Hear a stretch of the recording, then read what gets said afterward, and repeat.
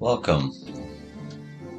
I know I said that was the last stream I was doing last stream before my 3 day break, but I figure one more stream before I can't stream for 3 days. So, yeah, let's get into it.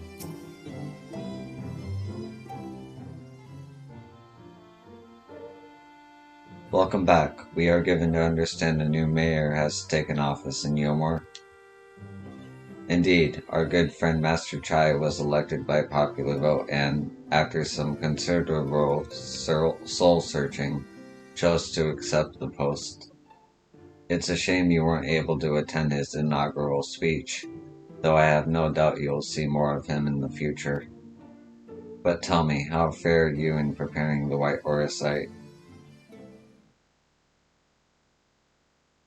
Our work did not proceed quite as expected. In your absence, we had a frank dissection on the principles of soul transference and concluded at length that White Orisite was ill-suited for our purposes. But Urianger, did you not say that, compared to the massy soul of an Asian, the stone could house one of ours with ease?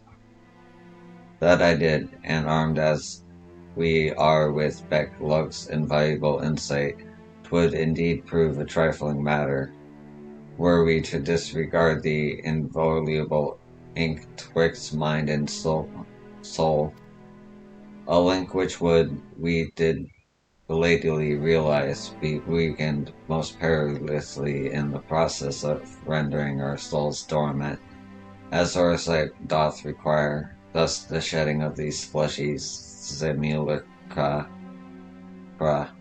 and the surfeit of aether would comprise them, would in all likelihood deprive us of our psyches as well.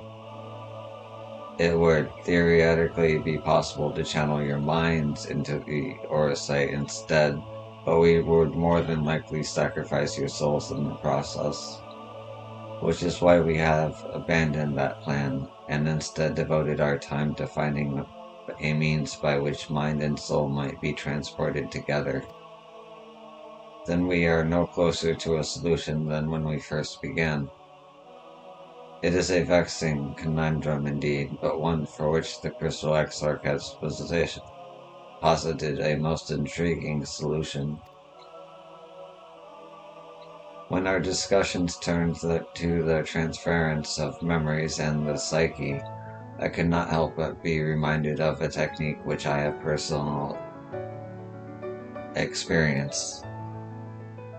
Yo, do you recall what we learned of my eyes from our encounter with Doga and Une? I speak of the royal eye of the Allegan Empire line, gifted to my forebears through the blood and memories of ancient Allegans. It is by this gift that I am able to control the Crystal Tower. If we were to gain an understanding of the technology by which the Allegans were able to accomplish this transference, perhaps then we could keep mind and soul together. Imagine, if you will, a device like unto a soul crystal, replete not only with our worldly memories, but also the bountiful energies of the soul. That is our current avenue of investigation, and we will follow it wherever it leads. While we are thus engaged, I think it best that Yo return to the source and inform Kryl and the others of our findings. Agreed. I imagine Tataru will be relieved to hear we've made progress of a sort. Then I would beg leave to relay our findings onto Thancred and Reen, and to assist where I may in their investigation of the empty. Yes, please do. Should we have need of your counsel, we will not hesitate to summon you.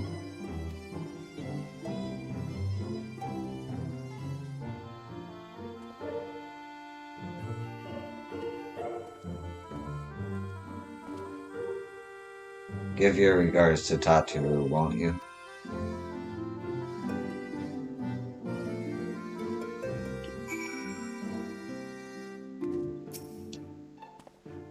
With the benefit of our combined knowledge and the aid of the first leading authority of soulcraft, we must surely be able to find a solution, surely.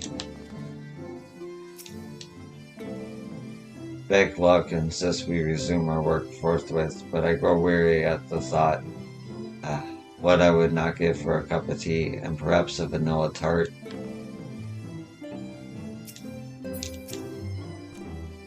I pray the link of their bodies in your world will endure a while longer. Should it fail, our efforts will be for naught. Mark my words, Yo. We will unlock the secrets of the Algan Eye and see the others returned home. There was a time when I thought these eyes were a curse, you know. But for what they have enabled me to do, and what they may yet make possible, I see now that they are a blessing.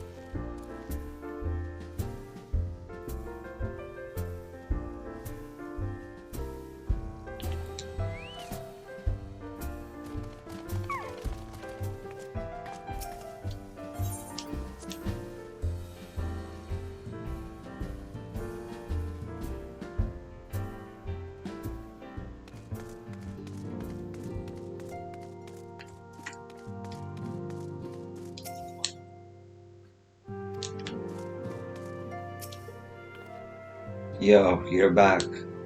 How did everything go in the first? Wait, don't tell me. Cryle will be here shortly and she'll want to hear you, too. She's just tending to the others. Their bodies, I mean. Gods, I don't think I'll ever get used to saying that. Anyway, you could tell us everything the moment she gets here. Upon speaking, we talked through several cutscenes will play. Yep.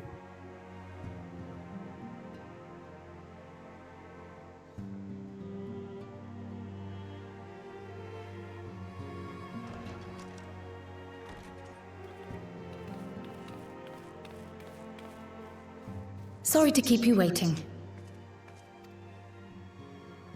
I've carried out the treatment as per Master Matoya's instructions. It should slow the destabilization of their corporeal ether quite significantly. But tell me, how fare our friends in the first?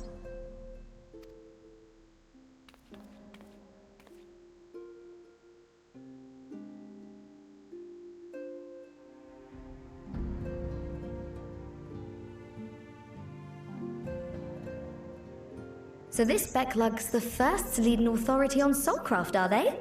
Sounds promising. And Urianger's proffered solution of white auracite is rather ingenious now that I think of it.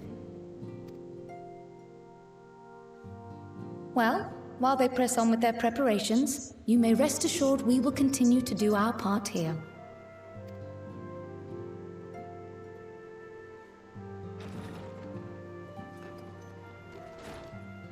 Oh, you're back.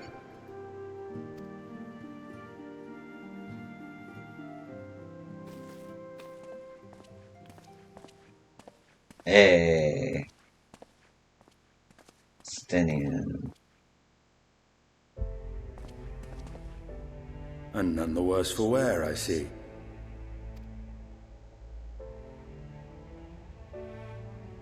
Estinian! Oh, thank the gods!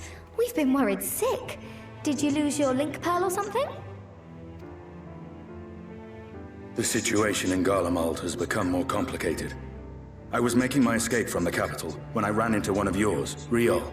He thought it best we come straight here. More complicated how?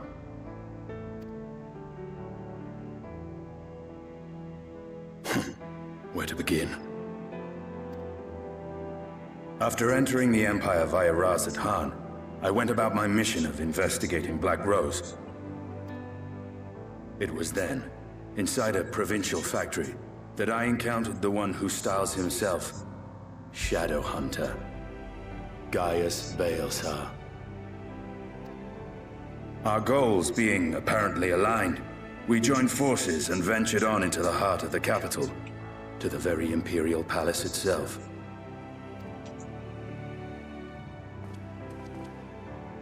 There, we found a man whom all assumed dead.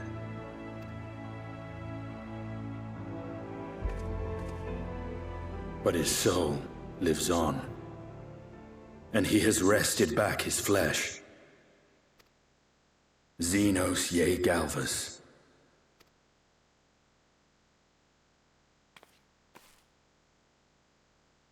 Nor did the surprises end there. For no sooner had we arrived than he murdered his sire in cold blood. The Emperor is dead. This sent Gaius into a rage, and he charged in, blade drawn.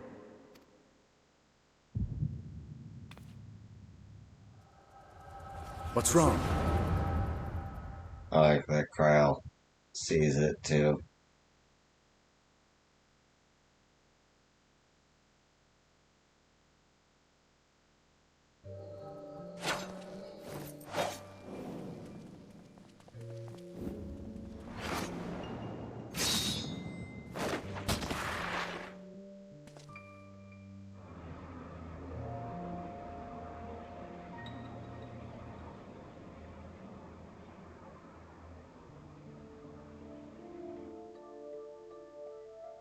I've seen him in action, his body at least. You will not best him alone. Nay, death will not come so easily to bleh. Nay, death will not come easily to that thing. If you would join me, then by all means. For what good it will do. The Black Wolf and the Azure Dragon. I suppose this might suffice.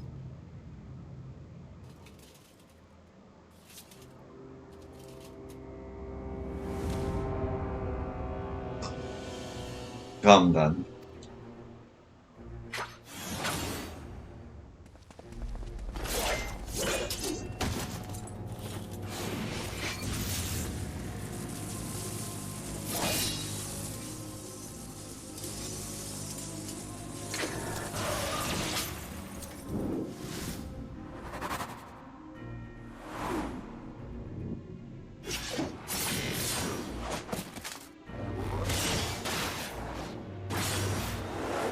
Okay, that's pretty cool.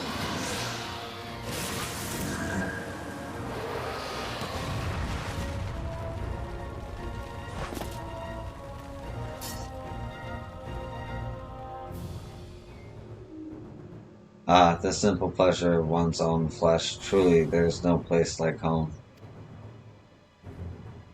Abomination.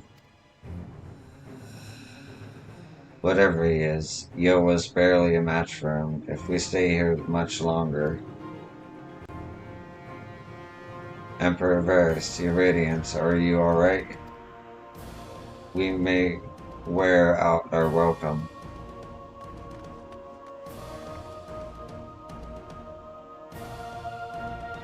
The radiance, no.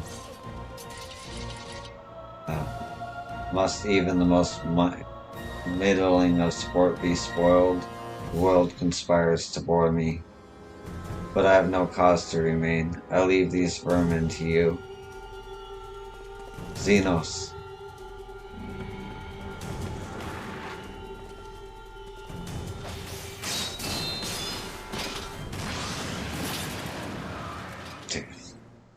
Well, any bright ideas?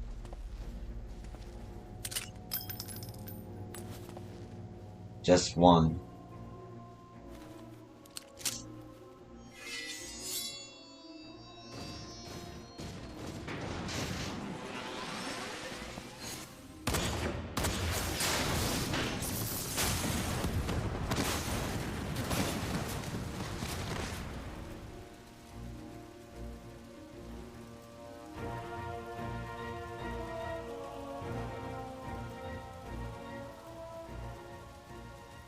Your radiance.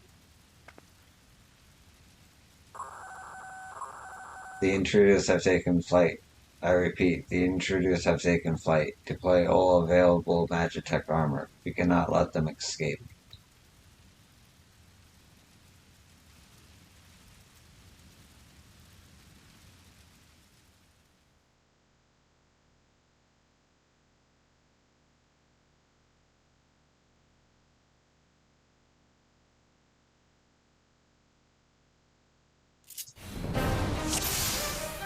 Oh, really? Okay. Well, I know Dragoon. Well, that's really all I get. Okay.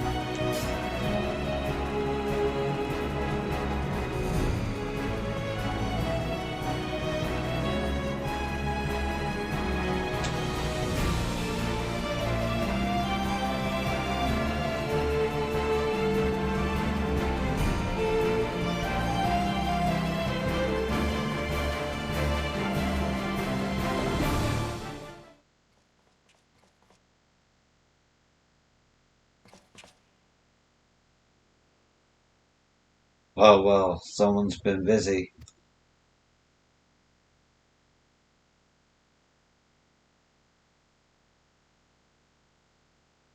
What? Oh my god. Volatile prototype Arch Mac Ultima. And you would bar my way, would you? So be it. Come, Nidhogg, lend me your strength.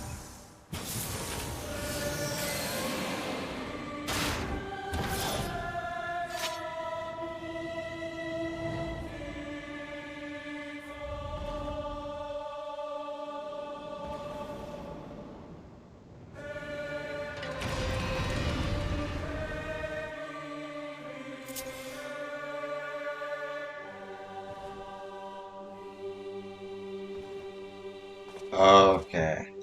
What's this? It's an AoE. Stardiver.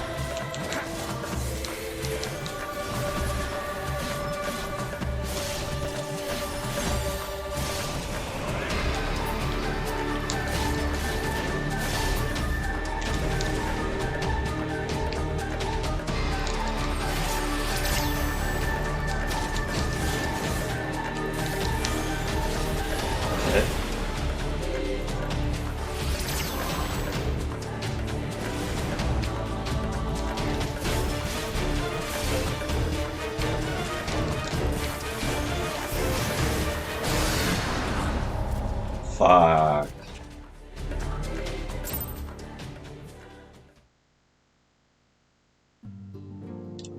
Oh, are you serious?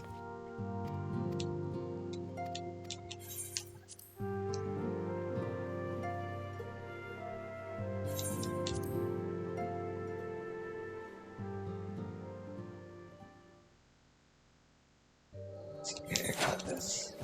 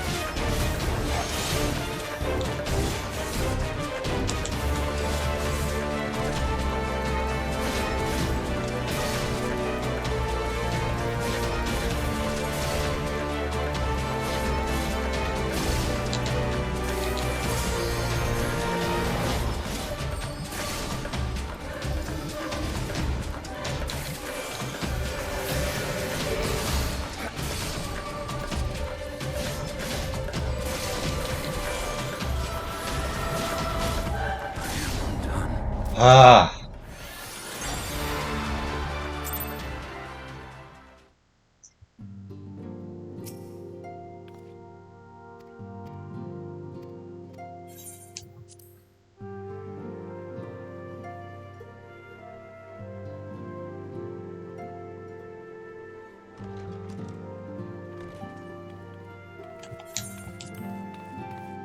I got this, got this, got this.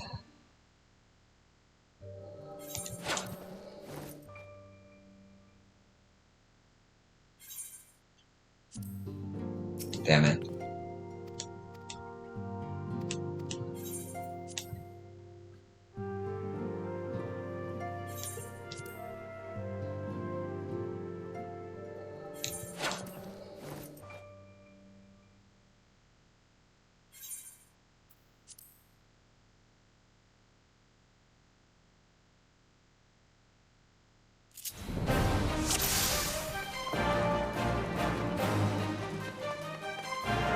I just wish I didn't have to do this part, like, too.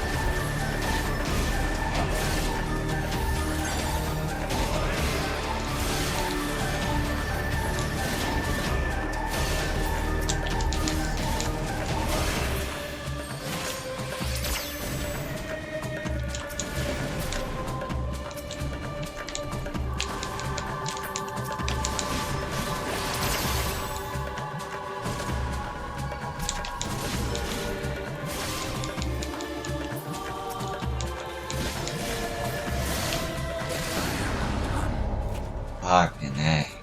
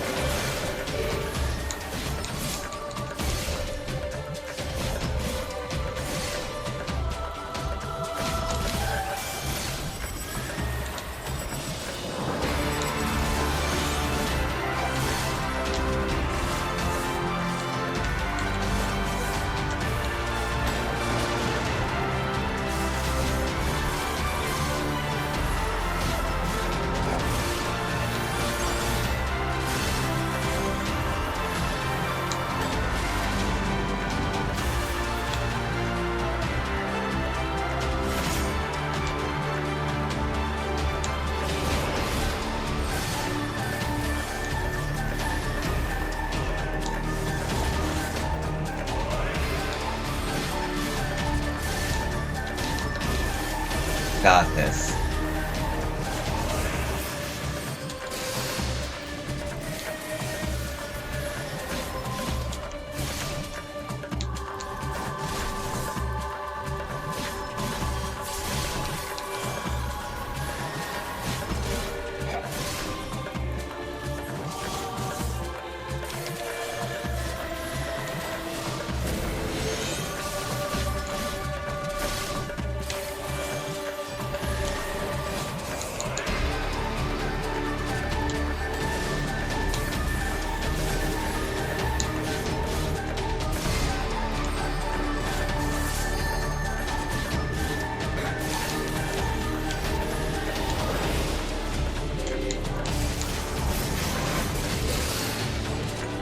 What the fuck?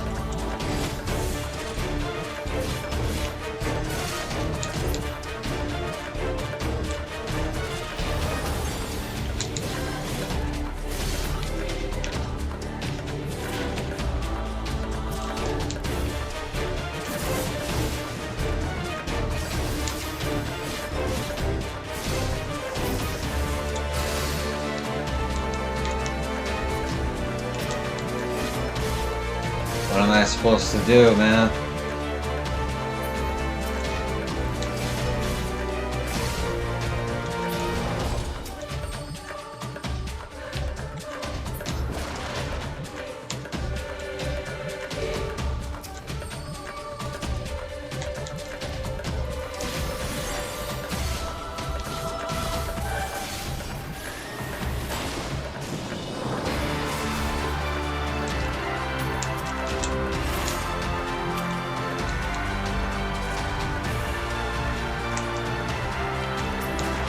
Unleash the Nidhogg upon the gates.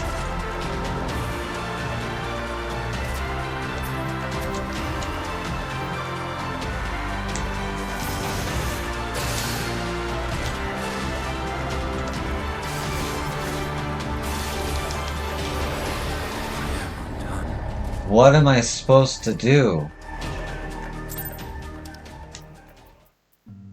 Unleash the rat and Nidhogg upon the guardians. What does that mean? Ah. How long have I been doing this, man? 49 minutes? Hold up.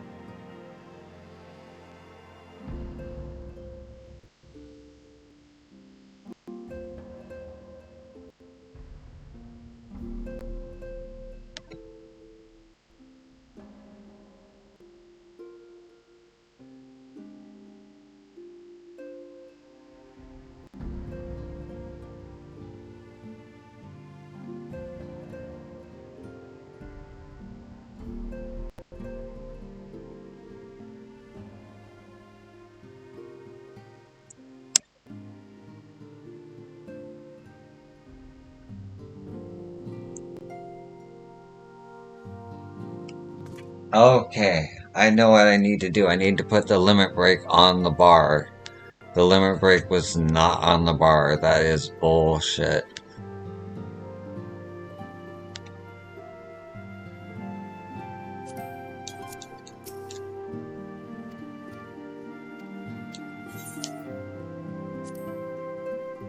Got this, though.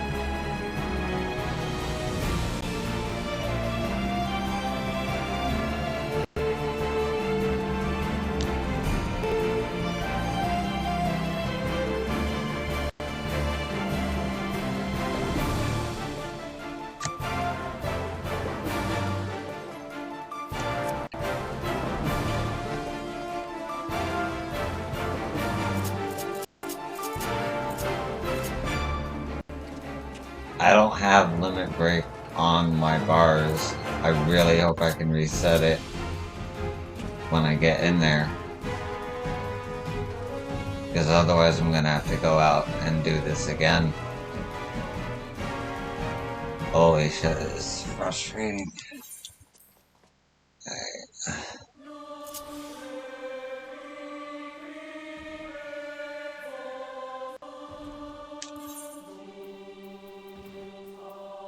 Oh, it's right there. It was there the whole time. I'm just stupid. Okay.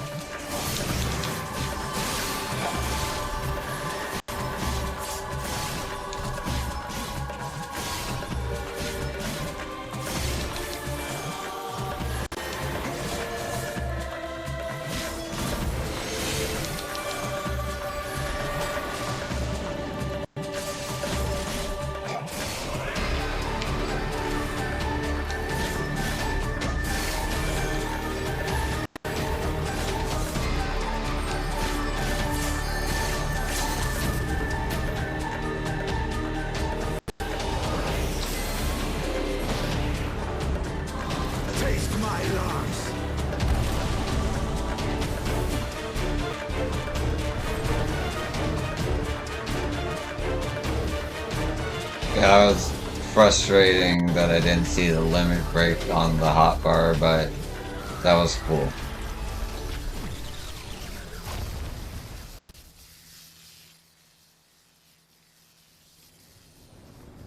And playing as a Dragoon, it's clearly a simplified version. It's like little puzzles. Guardians and their machina. Now, where are you guys?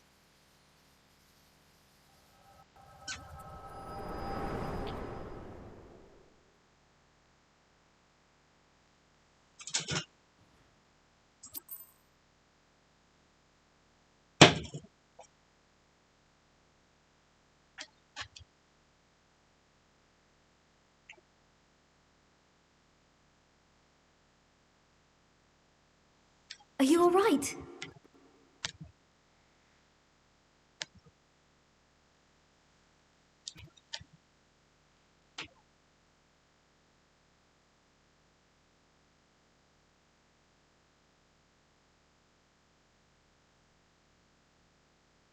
Peer into my past, did you?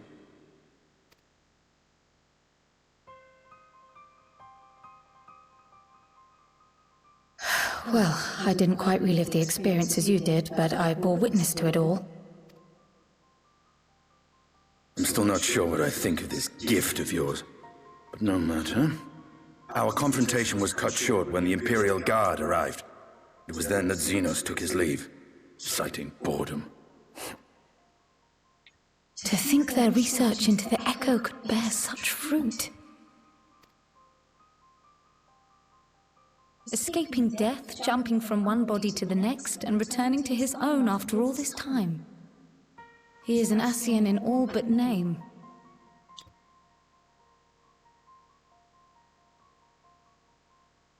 It beggars belief, aye. But no more than hero traversing the rift between worlds.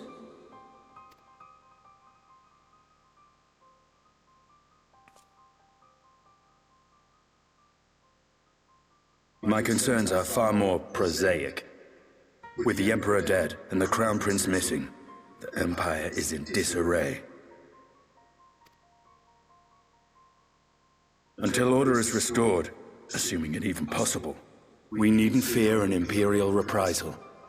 And for reasons of his own, Xenos took it upon himself to rid the world of Black Rose.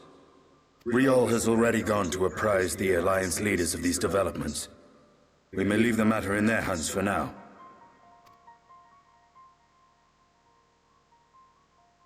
Then perhaps we have seen the last of the fighting at Gimlet. Though, if it comes to civil war, I cannot help but fear for the provinces.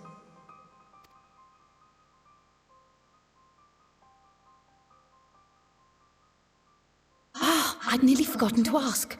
What became of Gaius? Did he not escape with you? That he did, but we parted ways shortly after leaving Garlemald. He claimed another threat had arisen which demanded his attention. He didn't elaborate, but the absence of some device or other in the capital gave him reason to believe they're planning something.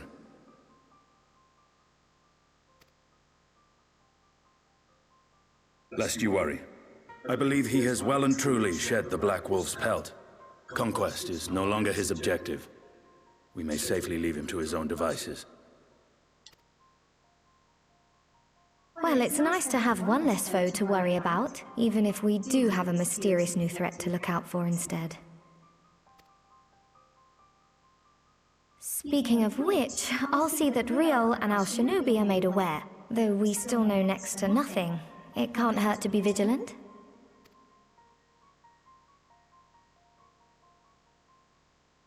Well then. With Black Rose nipped in the bud, I believe I've fulfilled my part of the bargain.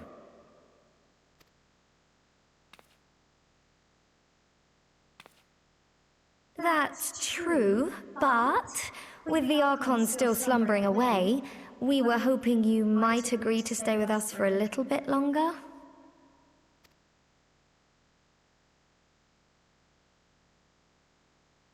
Sorry, but I'm not inclined to extend my contract. Gaius isn't the only one with business to attend to.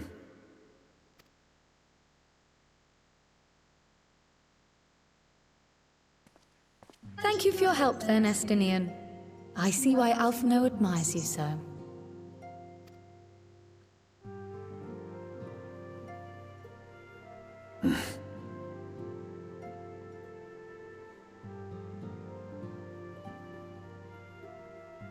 Farewell, my friend. See that you don't make a habit of dozing off in battle.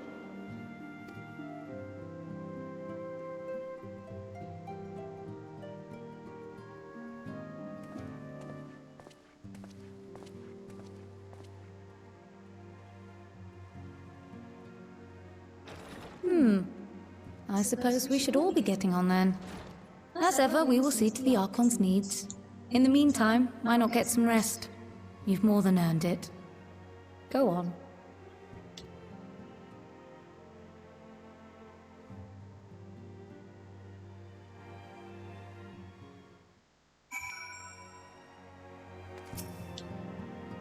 Though they have yet to find a workable solution, Yastrola and the others are making progress, and we cannot ask for more than that.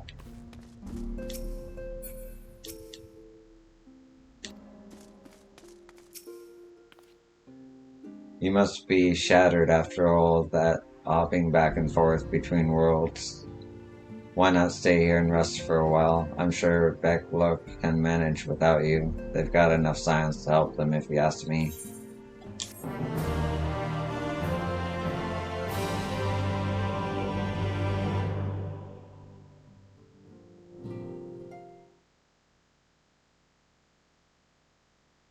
Meanwhile, in Garlemald,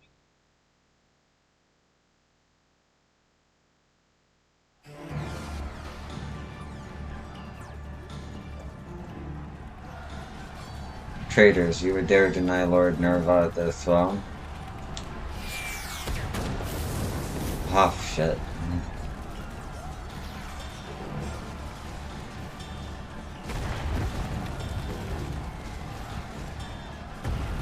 Onward, before this day is done, victory shall be ours.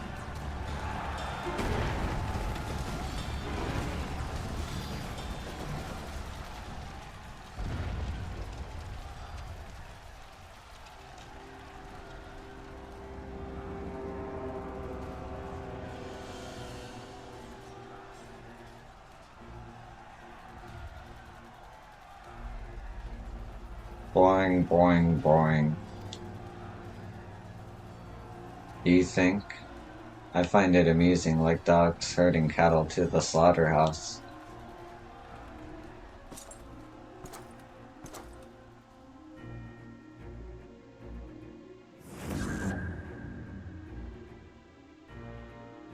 That Hugh, your soul is... Who are you?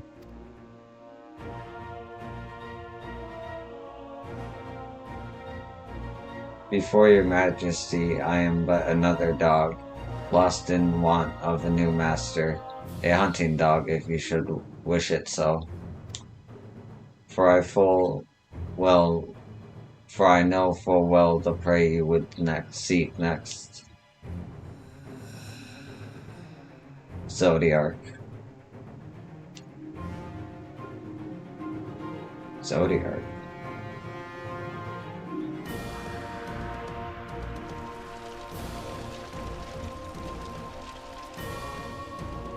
That implies so much.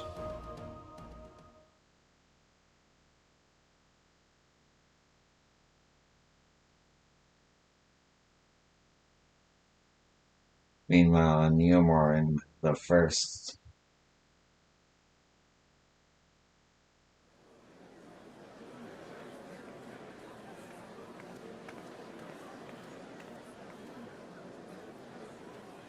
Did you hear? The mayor's reopening Daedalus stoneworks and they're looking for laborers. There's talk of resetting some of the old abandoned villages too. They're even laying on free Talos to help anyone willing to make the move. Free Talos, huh? We best get packing. Steady work, board, and lodging. If that's not a recipe for hope, I don't know what is.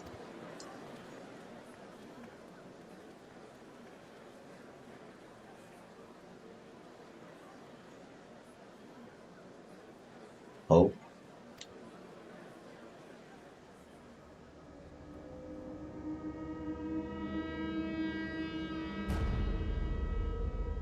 Yes. Wayward warrior. So long as yet live, I would see that feeble flame rekindled.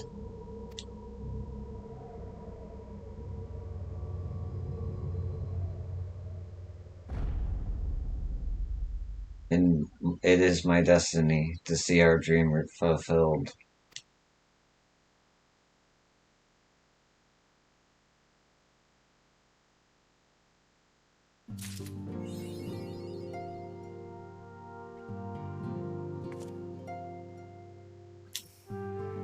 Okay, so that's 2.1. Now for 2.2. Yo, might I ask a favor of you? I'm not normally one to pry, but Familian has been oddly distracted ever since you came back to tell us of your travels in the First. Would you go and see if she's alright? Who? Lemon.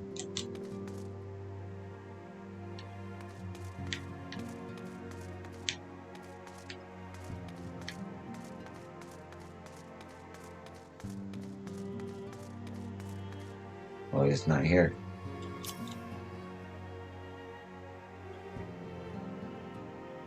Wait, let me check something.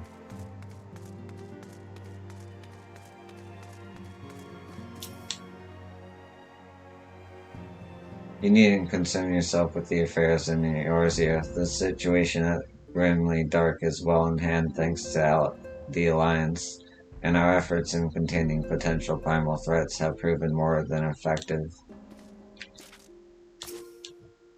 I confess there's not a great deal I can do myself, but I am no less determined to do my part, which is why I have focused my efforts on recruiting others to join our cause.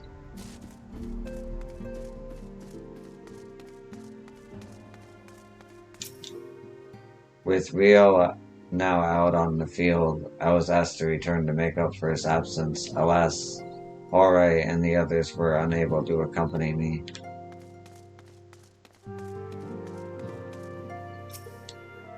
Mistress Krile has appraised us of the Archon's present and unexpected situation. You may rest assured we will support her in any way we can to keep their bodies safe.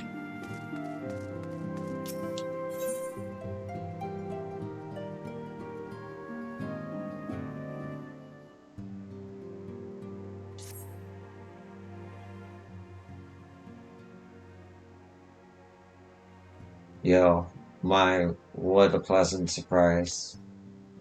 I've come to inquire after the Archons. Fear not. Master Matoria's treatment has proven effective in stabilizing their corporeal ether. We mustn't grow complacent, however. Potent though these magics may be, they are not without limits. We can only hope they afford us enough time for the Crystal Exarch to complete his work. If only we could go with you to the First and help. Pardon the interruption, but I come bearing urgent news. Yo, it has been far too long, my friend.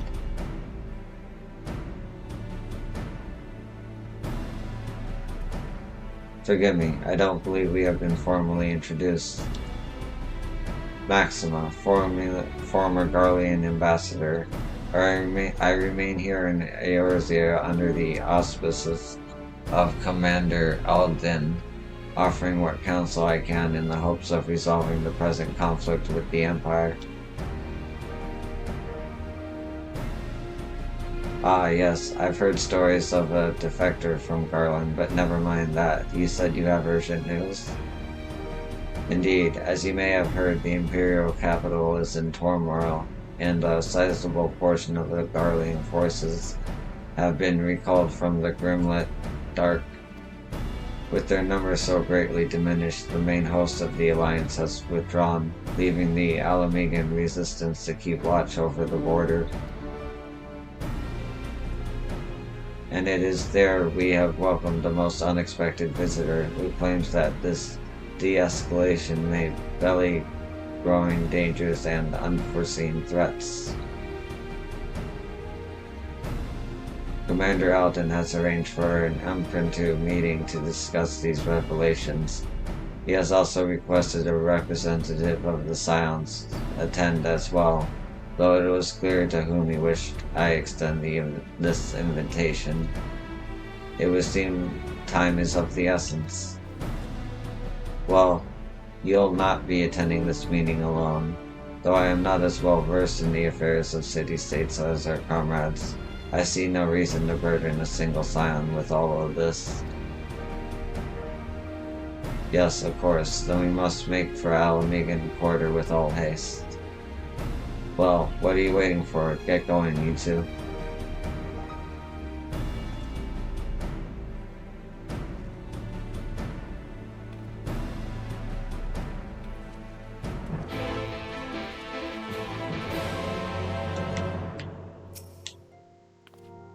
Don't worry about the others. I'll keep an eye on them while you and Kyle are away.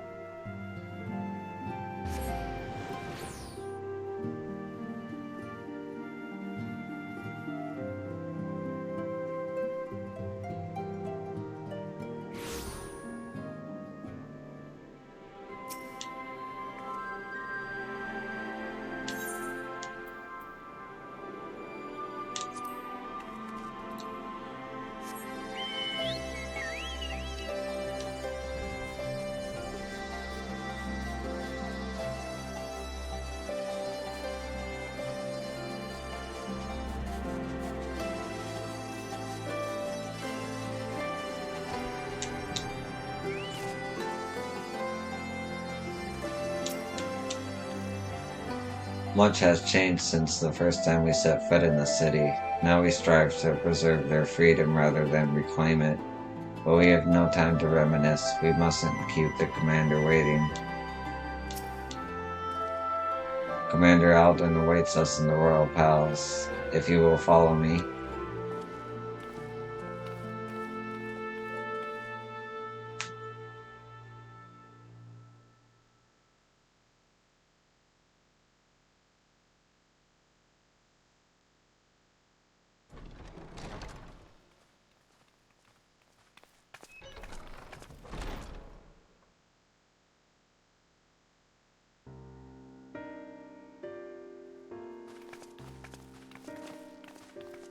They're here, Commander.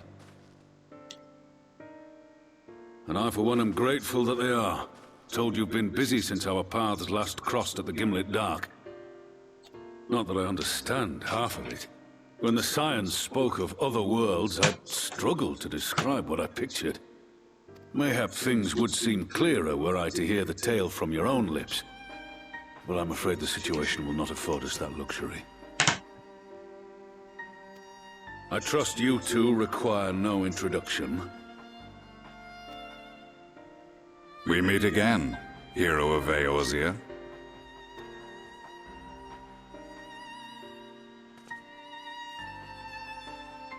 Must we repeat this ridiculous display? I pose no threat to you, though what I come to warn you of very well might. Had he meant to do us harm, I hazard he would have kept to the shadows, and brought more than 2 companions. We need not pretend to be the best of friends, but I hope we can put aside our differences for the present.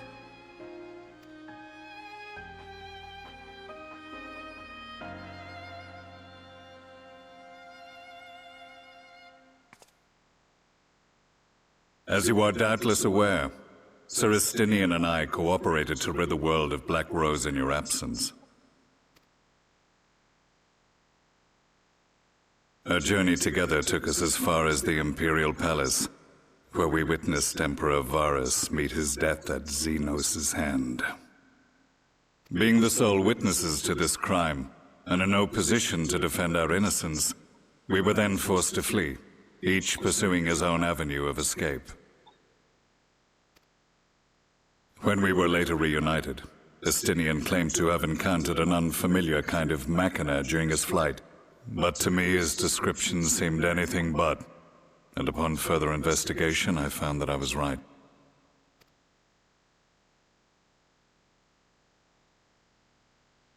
The Empire is developing a new Ultima weapon. What, that Allagan monstrosity, created to vanquish primals, with which you yourself once thought to conquer Eorzea? The same. In my foolishness, I sought to harness its power, and became the Ascian's pawn in so doing. But you know as well as I how that tale ended. The weapon itself, excavated from beneath this very city, was destroyed ere we could fully unravel its secrets, and that should have been the end of it. But unlikely as it sounds, the Empire's efforts to recreate it have somehow borne fruit, primarily through secret research conducted by the 7th Imperial Legion, it would seem. Wait, the 7th was all but annihilated at Cartano, along with its legatus. Indeed, few survived. The 7th, as it is now, has little in common with the Legion led by Vandanis, and its leadership has changed hands several times since. Precisely how this project has continued despite such turmoil, and under whose auspices, remains a mystery. What we do know, however, is that a number of prototypes have been produced, and that one of them is on its way to Eorzea. We attempted to stop it, but it was all we could do to slow its progress, so we resolved instead to bring you warning. And right glad are we that you did, though it soundly dashed our hopes that tensions might ease at last. As it is, we've begun to strengthen our presence in the Gimlet Dark, and are assembling a force to meet the coming threat. A force with you in its vanguard, I hope. Before you say anything, I know full well you have pressing concerns of your own. Your comrades remain in peril, and I would not ask you to forsake them. But the fact remains that you, and you alone, have faced the Ultima weapon, and emerged victorious. We need you. And so, when the time comes, if your comrades can spare you, I bid you lend us your strength. I've assigned an officer to await your word. The Ascian's downfall was to be the work of my remaining days, but it was my hand that kindled these flames, and I cannot allow them to spread any further. I will do what I must to see this mistake consigned to history once and for all, even if it means begging your aid. The Fates will enjoy the irony, even as I endure the ignominy.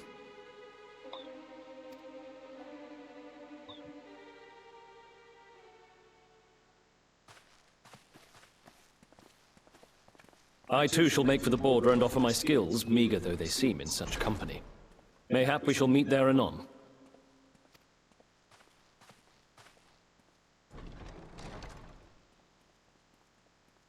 Though we can ill afford to ignore the coming of a new Ultima weapon, our friend's plight grows ever more precarious, and none save you can join them in the first.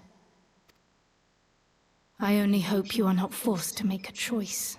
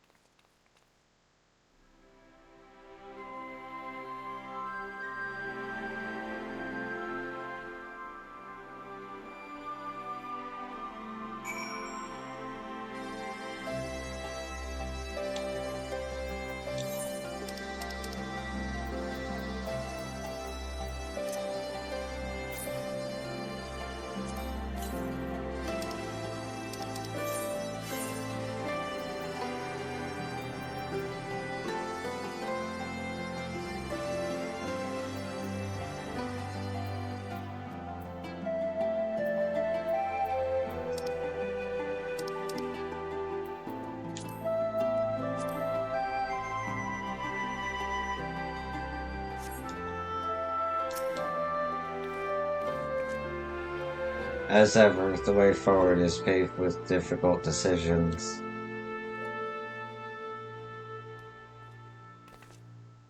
We can ill afford to ignore the threat of a new ultimate weapon, but with each passing day, the plight of the Scions grows ever more perilous.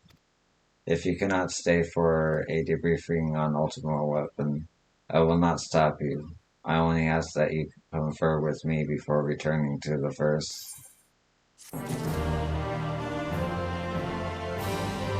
Okay, so this would be...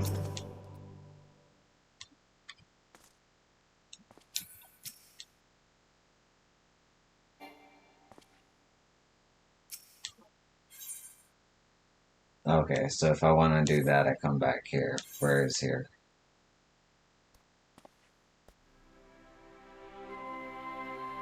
Okay.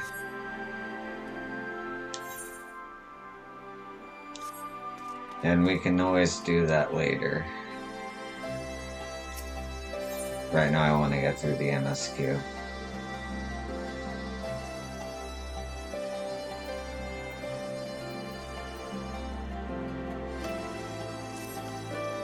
I take it you're ready to return to the first? Then I would ask that you apprise the others of recent events here in the source. Namely, Xenos' return and the redevelopment of a new ultimate weapon. As for their bodies, you may assure them that Master Matoya and I will continue doing what we can to keep their corporeal aethers stable. Safe travels, yo. I hope to see you and the other Scions soon.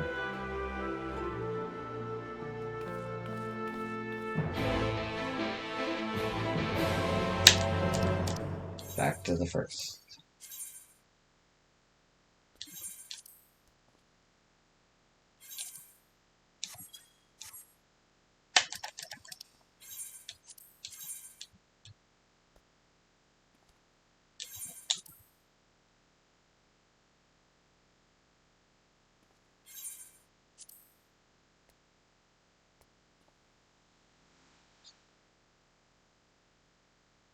What is going on?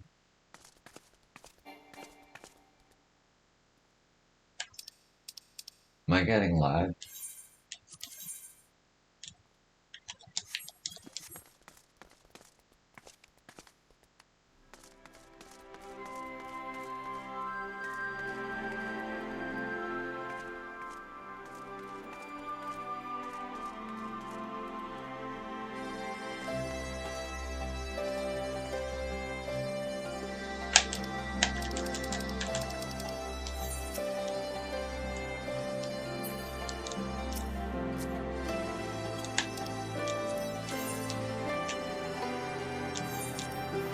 There we go.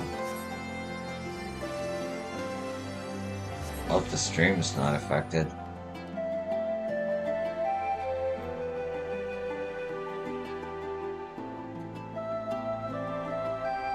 Okay, so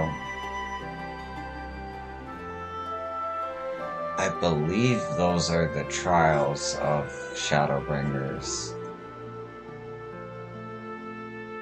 Rain and Thancred going off into the distance is the raids. And near is the Alliance raids. The big raids. Okay. I think I understand now. I think I understand. Alright, cool.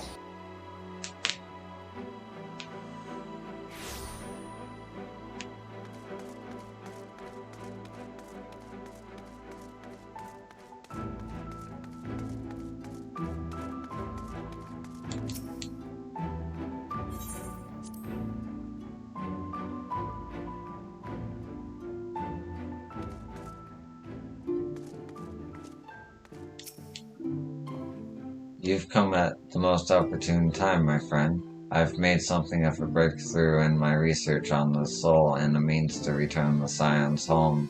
I trust you too have been making good use of your time. Ill tidings from the source, you say? Then I will summon the others that we might be apprised of the situation.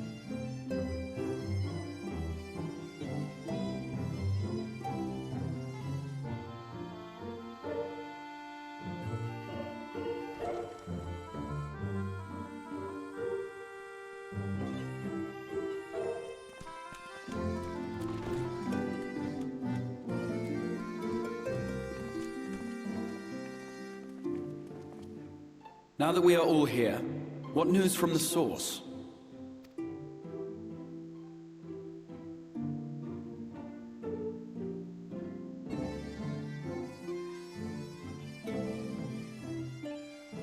A new Ultima weapon. We must count ourselves lucky that Gaius has pledged his assistance. While this is indeed a worrying development, I think the state of the Empire as a whole greater grounds for concern. With the Emperor slain and Xenos returned, it is impossible to predict how matters will unfold in Garlemald. The Ultima weapon may be but the first of many unpleasant surprises. The situation beareth closer observation, of that there is no doubt, and doth compound our need to return unto the source.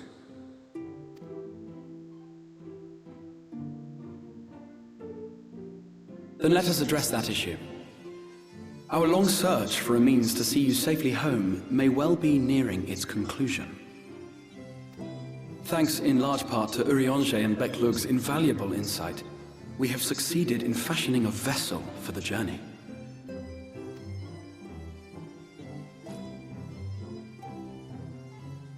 We set out to create a crystalline container retaining the more useful properties of white aurosite, but without its regrettable limitations.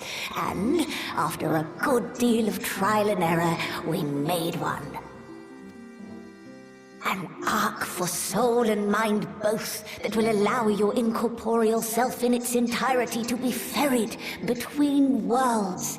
A spirit vessel, if you will. However?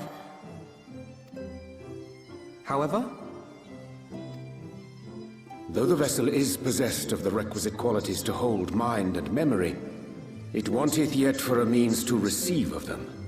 For that, we must needs imbue it with the Exarch's innate gift. A gift that lives on only through the blood of the Allagan Emperors, which certainly does not flow within aurosite or any other crystal. Just so, milady. The blood serveth as a conduit of sorts. In its absence, memory cannot pass from mind unto mind, nor from flesh unto crystal. That being the case, we must either alter the process of inheritance so as to require no such thing, or determine a means by which my blood may permeate the vessel. I am hopeful that the records found within this tower will yield the knowledge we require to pursue one or the other of these avenues. As well you should be. The Allagan's body of etherological research is extraordinary. I can scarce believe it the work of ages past. But its underlying principles are not so very different from those of my own field of study. Given time, we will find the answers we seek.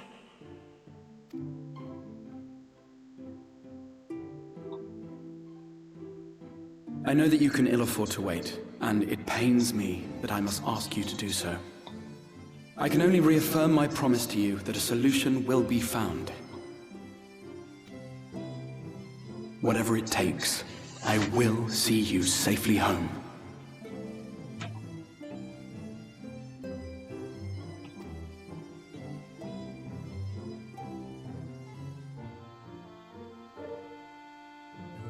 My apologies. I'll be right back.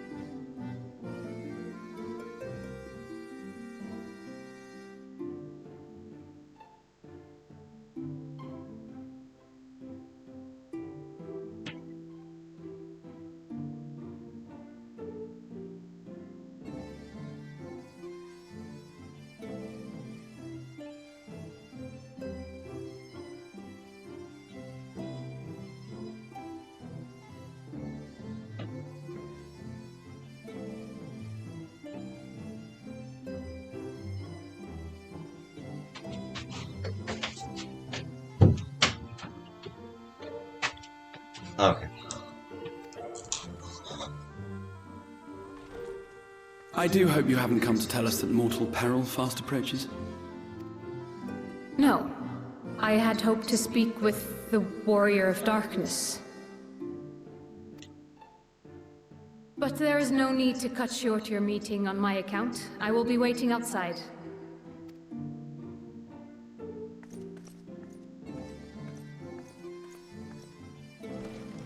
Why not speak in here? She knows I don't mind. Unless she didn't want to.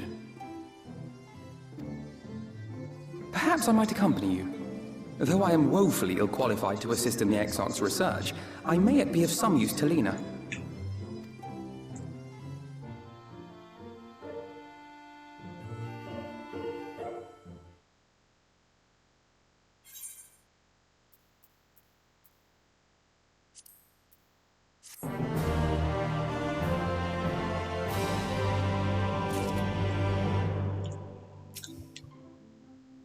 It may simply be my imagination, but Lena has been rather brusque with me of late. You don't suppose she's still upset over that mishap with the salmon fillet, do you? Never have I seen such a respiratory of knowledge, a stark reminder what little we truly know of the world. Upon the white orosite's crystalline foundation, we have built not a prison, but a refuge for the soul. Would that Moonbreyer were here to see the wonders inspired by her research. To think we will not only have Xenos to contend with once we return, but a new ultimate weapon as well. Why must all our enemies insist on returning from their graves?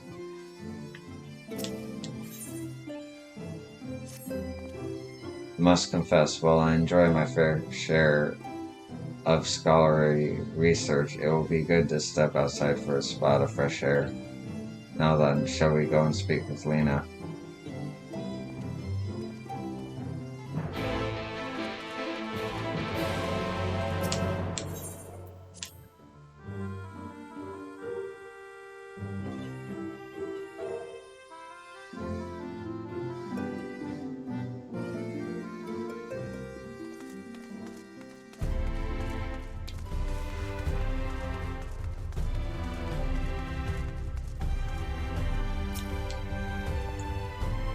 I suggest we hurry. Lena does not strike me as one who enjoys being made to wait. We have little time, so I will be brief. A Sin Eater has been sighted in Lakeland, and I ask for your assistance in slaying it. A Sun Eater? I had heard some few yet remained after the night had returned, but perhaps we should call the others. That will not be necessary. It is only a single Sin Eater, a simple task for our guards, I should think. That said, I believe fighting alongside the Warrior of Darkness would be a valuable experience for them. Peace can lead to complacency, and they gain nothing from an easy victory. But you do not underestimate your foes, however harmless they seem. My men would do well to learn from your example.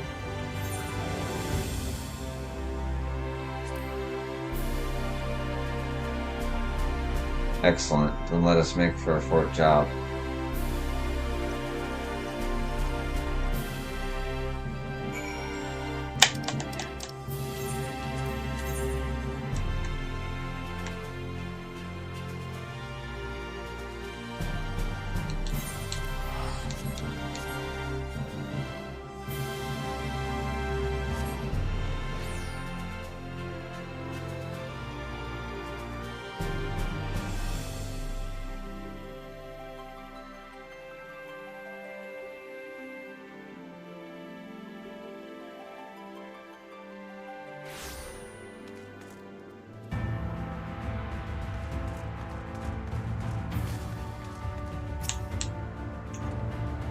The Sin Eaters that remain no longer have a leader to guide them, but they are no less dangerous. They cannot be suffered to live.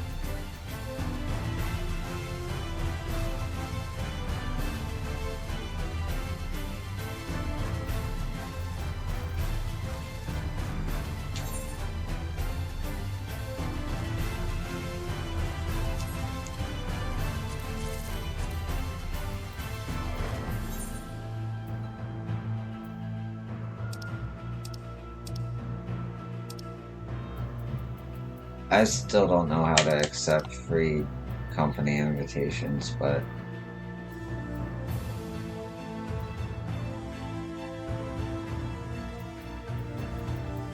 hey, it's always nice to get a compliment.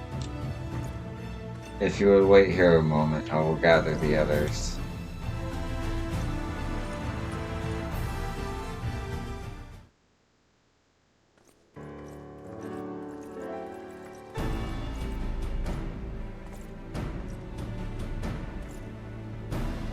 You may not remember, but you have met these soldiers once before, though only in passing. Long have they awaited the opportunity to fight at your side. I was at death's door the day after the Sin Eaters attacked.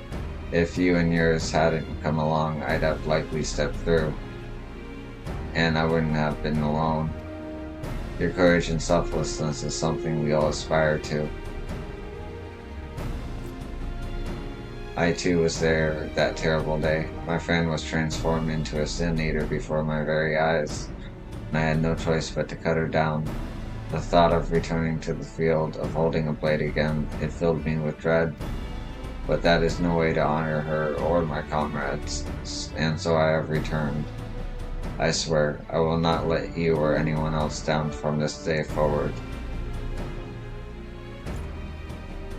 A pleasure to meet you, miss. Truly, it seems like only yesterday I watched as you took flight, astride an armorer to go and save the Oracle.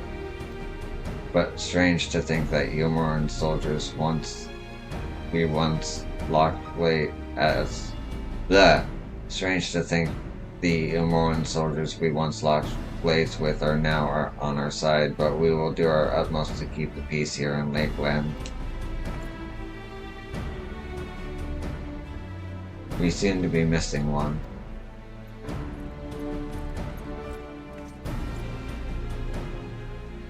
My apologies, Captain Lena. An elderly gentleman asked that I escort him to Claremont. It took longer than I expected. I'll not begrudge your desire to help those in need, but a soldier must be punctual, especially when we play host to honor guests. It won't happen again. The name's Thyler. I'm sure you don't remember, but we met once before in the infirmary.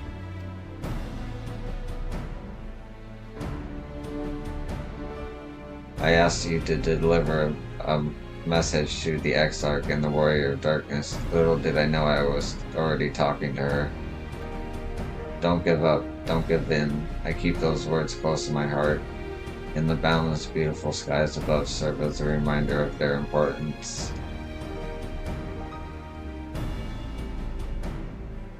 My friends got to see the knight's return shortly before he passed out. He left this world with a smile, satisfied with a glimpse of what was to come. But there are countless others who weren't so fortunate. They gave their lives for the promise of a future they'll never know, and so it falls to us to do everything we can to fulfill that promise. No matter what happens, we won't give up, we won't give in.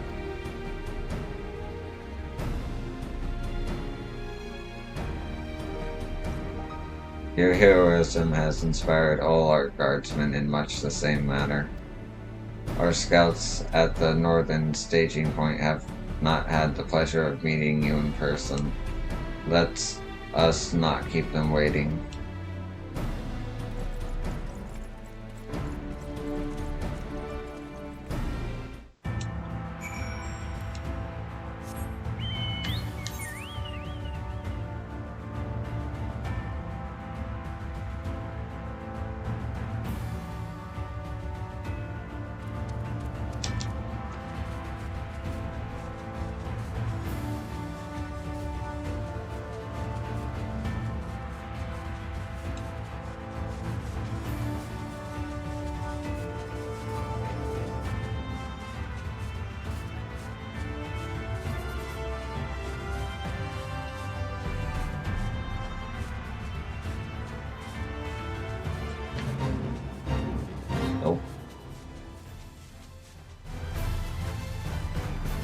I don't do fates if there's no people involved.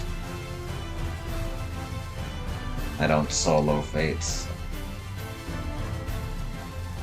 Once I'm done with like all the story, or even before, I would like to do fate hunting. Be a good way to level up another class.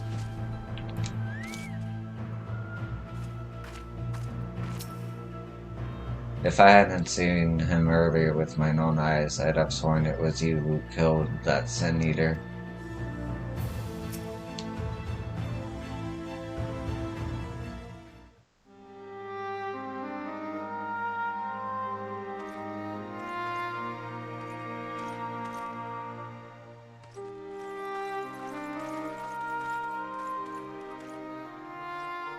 Did you slay this Eater? Your orders were to await the main force before engaging. No, Captain. It wasn't us, I swear it. A man came out of nowhere and cut it down before we knew what was happening. By himself?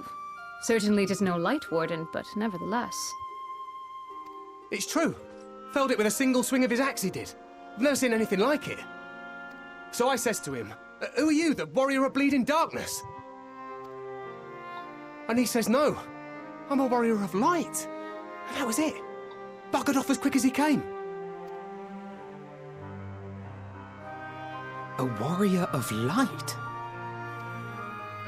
Why would someone go around calling himself that, though? It was those bastards who caused the flood. I mean, if you were going to pretend to be anyone, it'd be her. The warrior of darkness. Eh? Oh, I didn't know. It's an honor.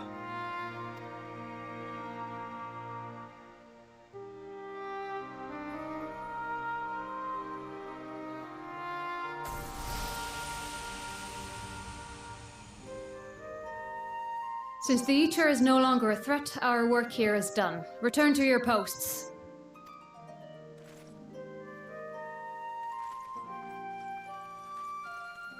I had hoped to fight at your side today.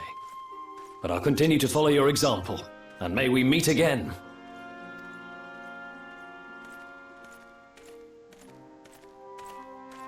I apologize for the wasted journey.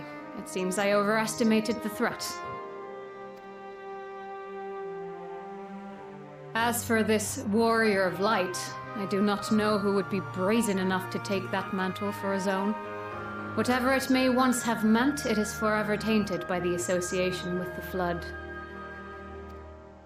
The Exarch told me the truth of Ardbert and his comrades' deeds, and I am aware they played some part in your own triumph. But to most, they are synonymous with the calamity that befell this world. Still, if this man is minded to destroy Sin Eaters, I may forgive him his unfortunate choice of alias. But that is neither here nor there. I thank you for accompanying me. With that concluded, shall we return to the Crystarium? There is a proposal I should like to make.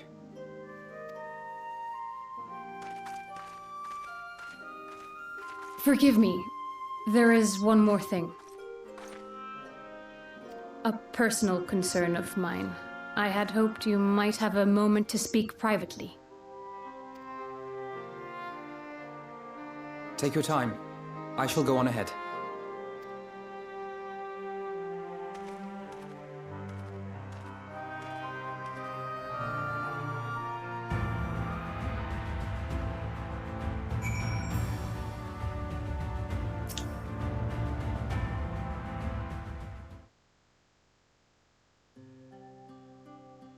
I will not mince words.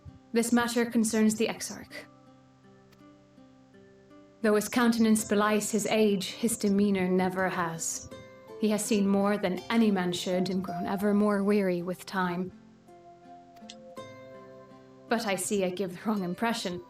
While it is true he attempted to open a letter with a salmon fillet the other evening, we are not here because I suspect his mind is deteriorating. Nor do I believe him to be so maddeningly unconcerned by the prospect of his own death as he once was.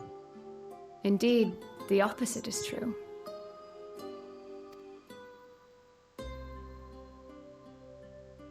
It is for this reason that I seek your advice. Since he returned from the Tempest, the Exarch is not as he was.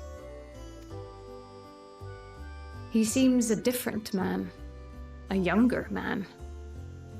I know not the details of his research, but when I saw him at work recently, there was a glint in his eye that I had never seen before. He looked happy.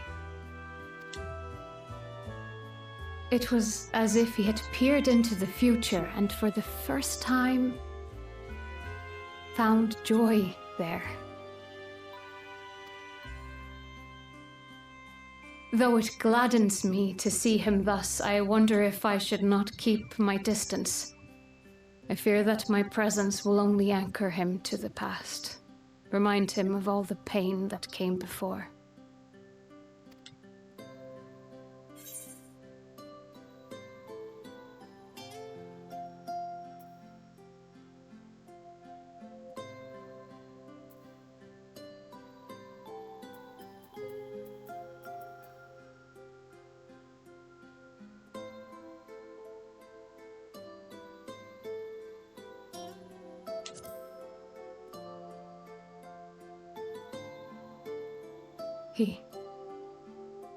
Are you sure? Then perhaps we might remain as we were. As we have always been. What a relief. In that case, I will have to speak with him about the amount of time he is spending at work. This research is important, I know, but if he refuses to consider his own health, I will have to consider it for him.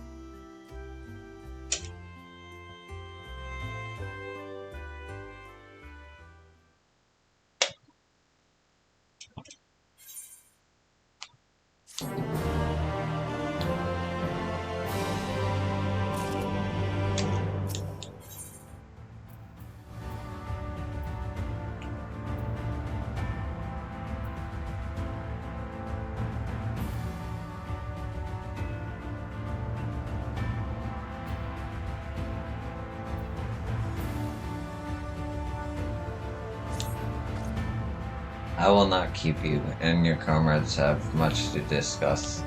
I will see the others back to their posts.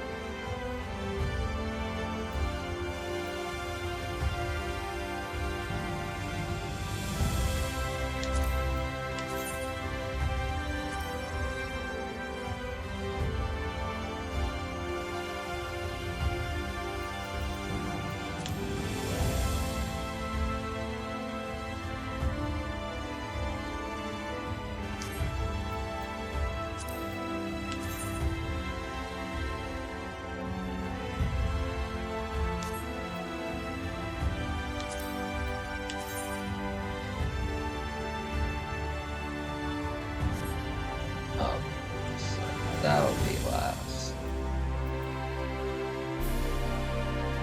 345. I don't need a whole lot. Oh.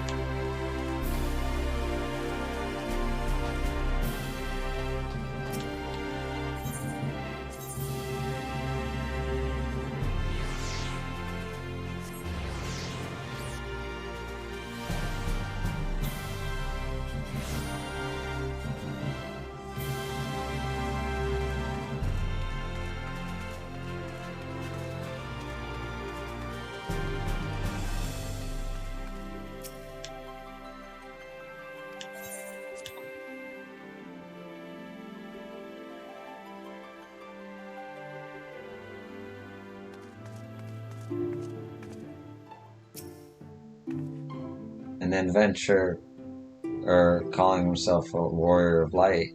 Why would anyone tie themselves to the legacy of individuals held in such low regard in the first? Warriors of light, harbingers of the flood and all the world's woes. That this wanderer would so boldly claim their title is most curious indeed. 'Tis strange to think how heroes so beloved by the people could be brought so low in so short a time. Alphino tells me a warrior of light has slain the Sin Eater. Quite frankly, I'm not sure what to make of this. Yes, I was hoping to speak with you about her. On second thought, never mind, it would be rude of me to pry. The others were quite shocked to hear of what we found in Lakeland, but now you're here, there is a proposal I should like to make.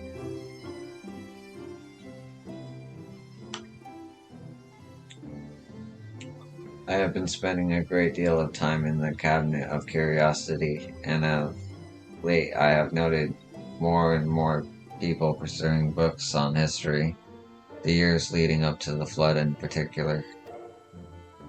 I suspect they wish to know more about the Warrior of Light, as well they should, but nearly everything I've come across describes them as Sin Eaters or worse.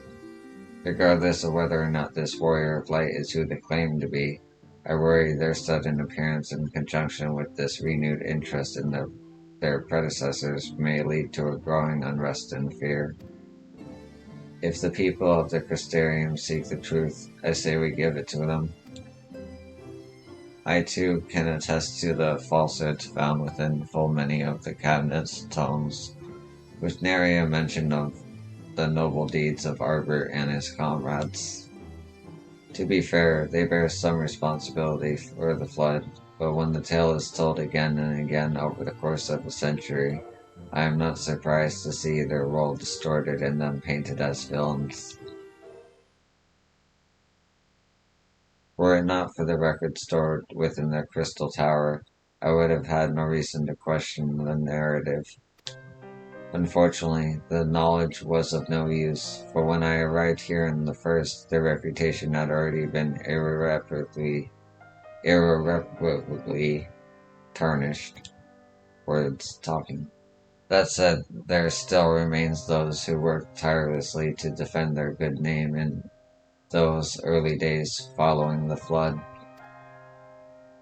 Considering all the good they had done, I find it a wonder they needed defending at all. They brought to justice the man who misused my knowledge to bring about the fall of Albert. That such heroes could be spoken of in the same breath as Sin Eaters is absurd.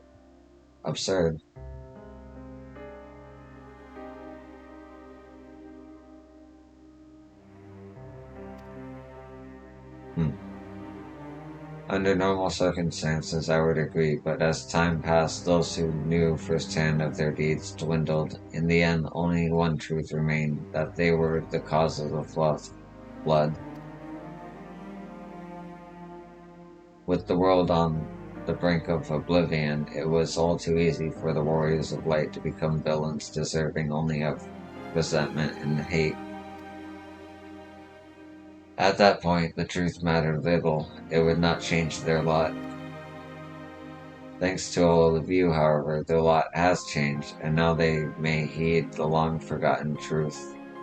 You claimed it was Arbert who helped you overcome him itself, correct? Such a revelation would do well to sway the hearts of those who know him only as a villain. I have shared this with a select few, but one and all must be told of this sacrifice. To that end, I say we proceed with Alphinote's plan. We call together the people of the Crystarium and recount to them the true tale of the Warriors of Light and the flood that followed in their wake.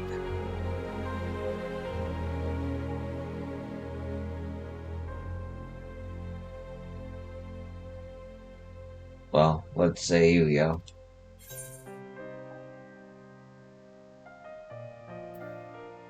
do wish we had done this sooner. In hindsight, I agree, but better late than never, no? Exarch, might I ask you to continue working with Begluck on our means of returning home?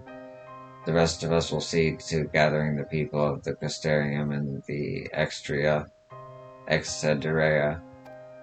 We have to reach out to anyone and everyone who might be willing to lend an ear. With any luck, word will spread and more will accompany them.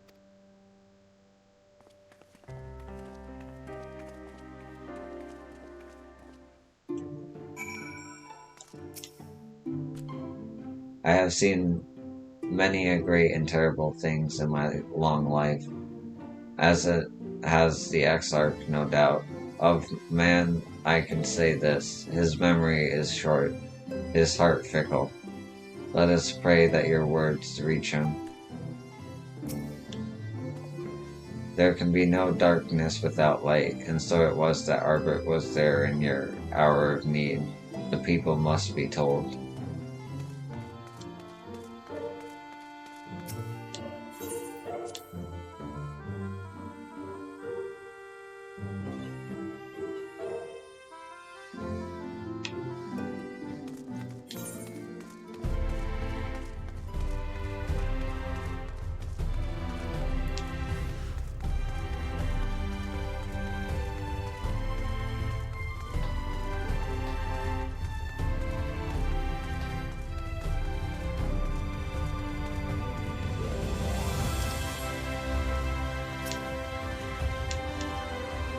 Yo, what a wonderful surprise. Though I hope your being here doesn't mean someone's been hurt. Thanks to you, I've had a few patients coming through my door of late, which is a shame come to think of it. I've had fewer opportunities to test my new medicines.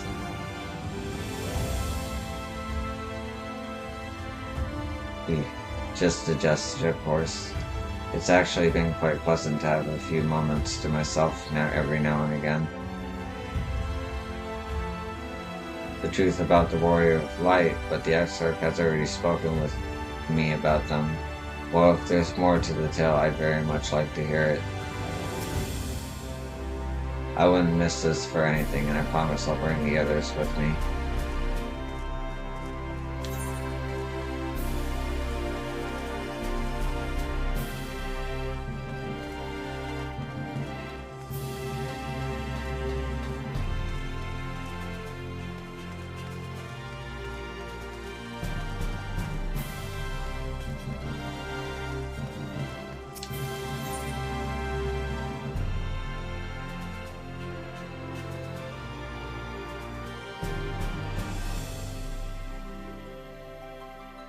Pretty sure that's the right spot.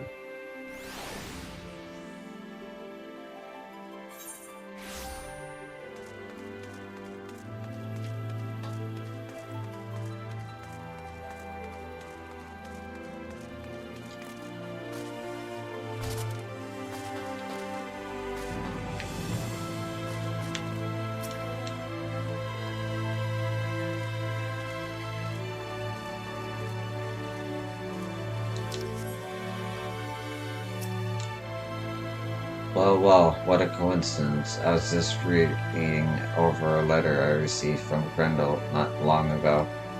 It says a visitor from the Crystarium found him at the bottom of the ocean, and that she inspired him to reach new artistic lengths. Well, I can only think of one person capable of both feats, though I'd say the latter is far more impressive. Think fate could bring the two of you together in such a place. I'm sorry, you mean the Exarch didn't tell us the whole story of the Warriors of Light? Well, whatever, he's left unsaid, I'm all ears. I'm sure everyone would like to know what really happened all those years ago.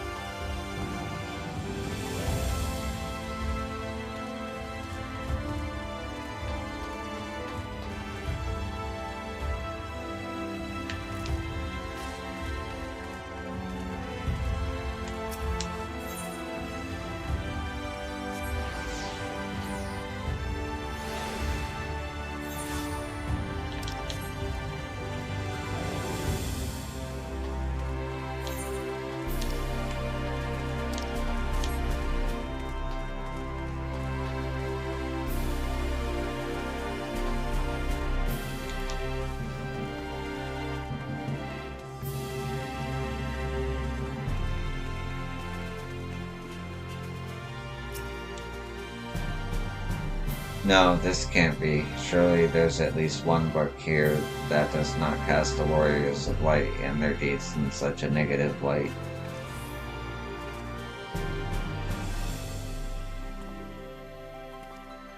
Oh, yo, forgive me, the Cabinet of Curiosity has been bustling with visitors of late, but I fear our repository lacks for knowledge they seek. The people wish to know the truth of the flood, of the warriors of light. I have searched high and low, but alas, every account portrays them as no better than sun-eaters, abominations worthy only of scorn and resentment. I know they were not always judged so harshly, yet I can find no proof, and I dare call myself a librarian. You would address the people and tell them the truth of the warriors of light, of the flood? How wonderful. You have regaled me with the tale once before, but I should love to hear it again. Oh, and you may be assured I will not come alone. I will make for the extra as soon as I finish cataloging these manuscripts.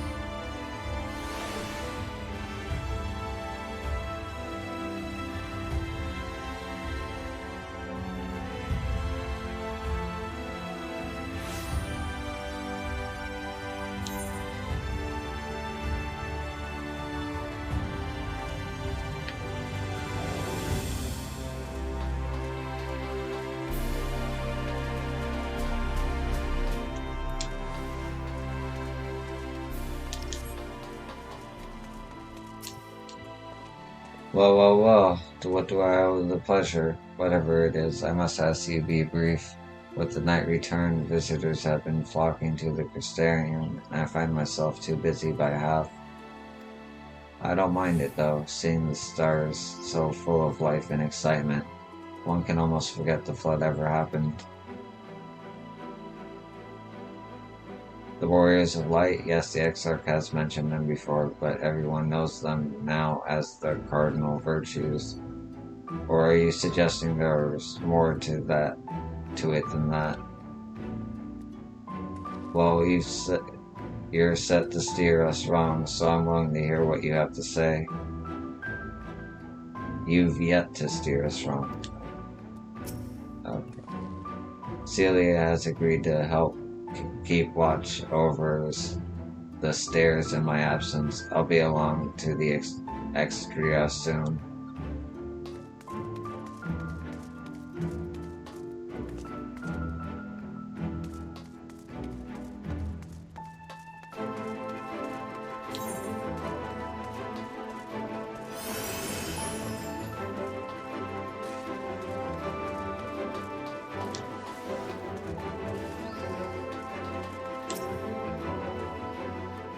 Come to browse some wares in the market, have you?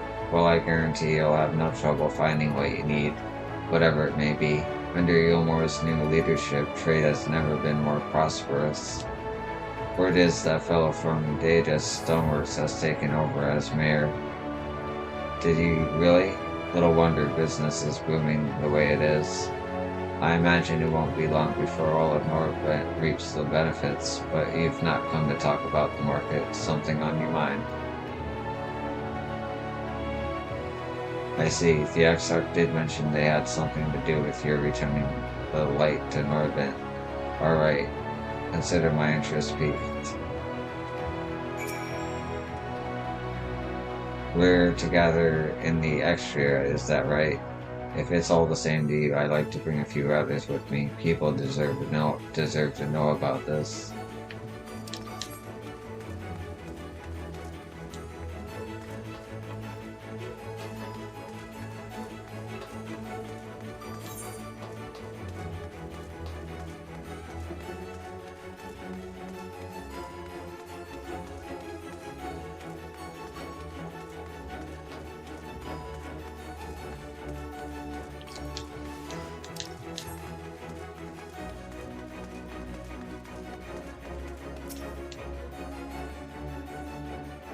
I bet I could do that.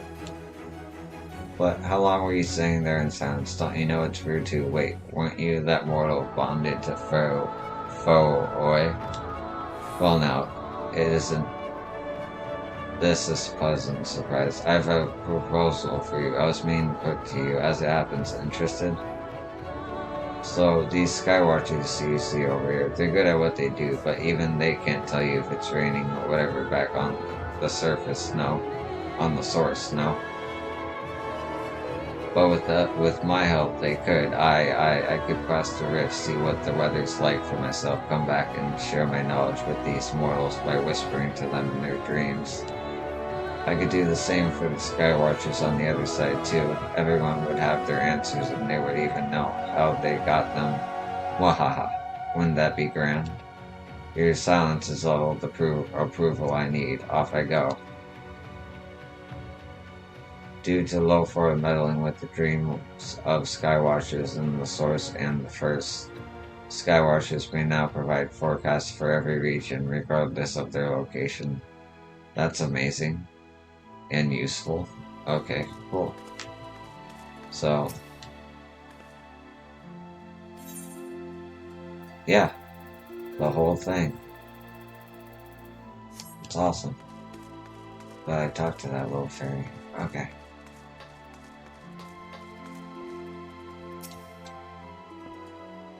Tis good to see the people of the Crystarium so eager to learn the truth. And with this newfound knowledge of the past, they will at least be able to look toward the future with eyes unclouded. Those I spoke with all at the orchard and the rookery were quite keen to hear what we have to say. For as much hope as they have for the future, the scars of the past weigh heavy on them still.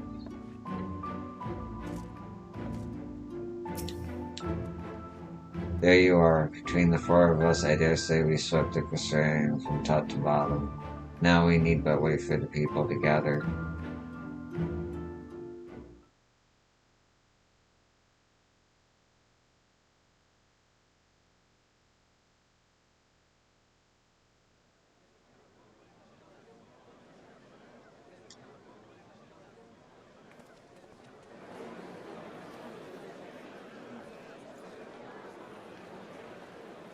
Yes, this looks to be nearly everyone.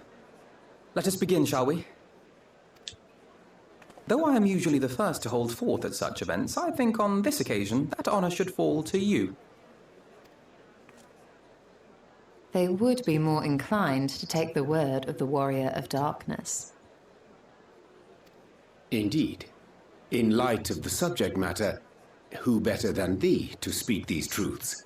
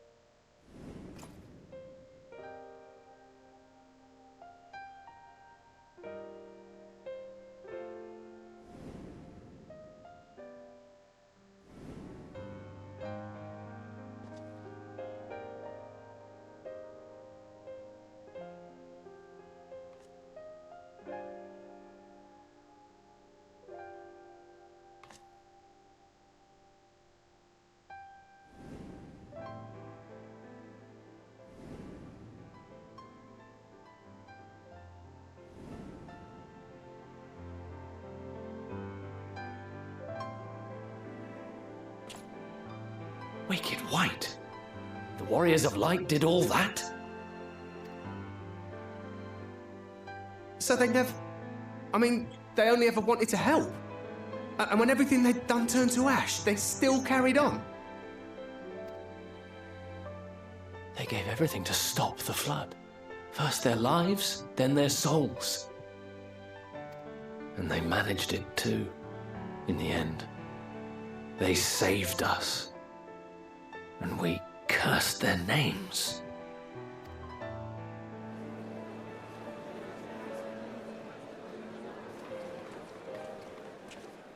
This should go a long way towards clearing the air.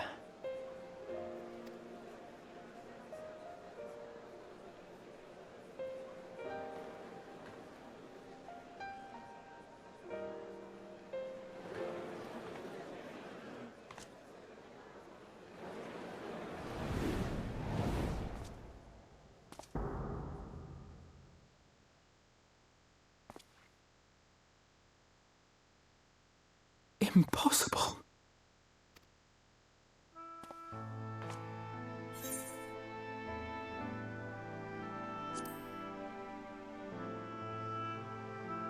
I definitely see something. You don't think it's a ghost, do you? Nay, yonder standeth no bloodless apparition, but a warrior of light and darkness both. Ardbert. What in the world?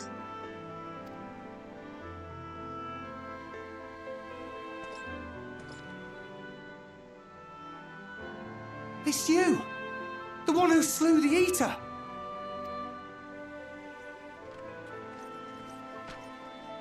That it could be the warrior of darkness who brought the truth to light.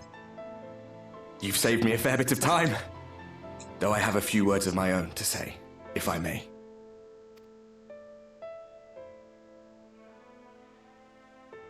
People of the Crystarium, I am Ardbert, one of those you know as a warrior of light. That's impossible. You should be dead. Aye, that I should. But as the world has been given new life, so too have I. I know not why I, and I alone, have been gifted this chance. But I do know this. Only by the will of the star itself could such a miracle come to pass.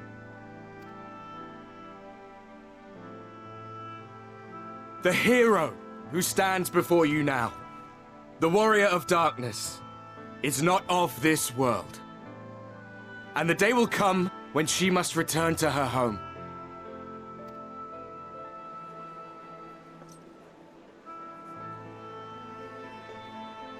But this land is our home.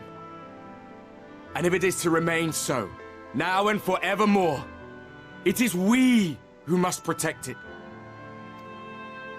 The time to rely on saviors from afar has passed.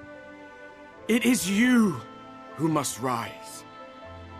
You who must become the new warriors of light. What? Us? Warriors of light?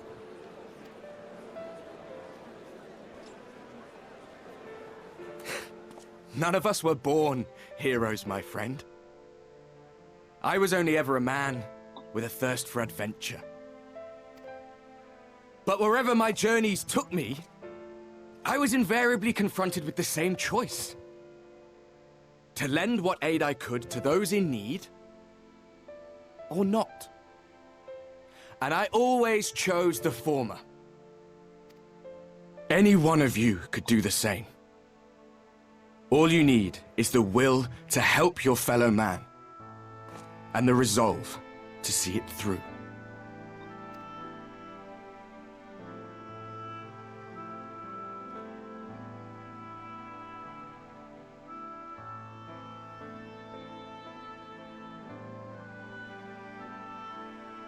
From thine own lips did we learn of Ardbert's fate, and by thy countenance I gather thou art not inclined to recant thy testimony.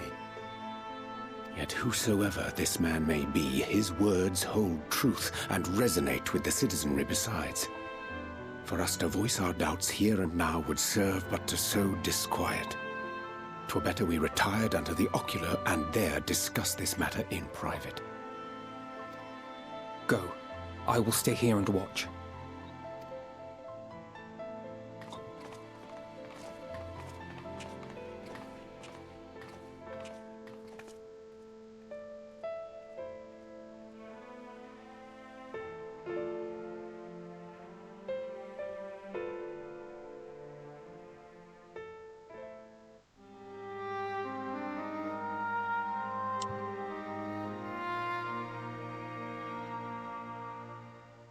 So, that is a warrior of light of the first. I've not had the pleasure of making his acquaintance, but as you all seem to be in agreement, I gather this is no simple case of mistaken identity.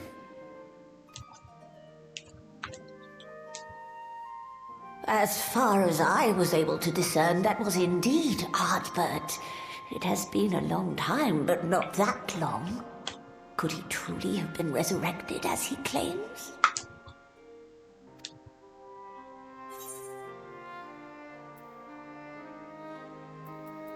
I clearly don't think so.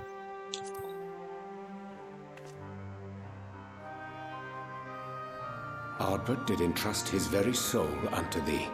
I see no reason to question thy judgment. Nor I. To my eyes, your ether burns as brightly as the day you slew Emmett Selk. That is proof that he is with you still. Yet that which standeth now before the people is far more than a passing imitation. I am reminded of the cardinal virtues, though a sin-eater he is not. Which leaveth but one plausible explanation. That he is an Ascian.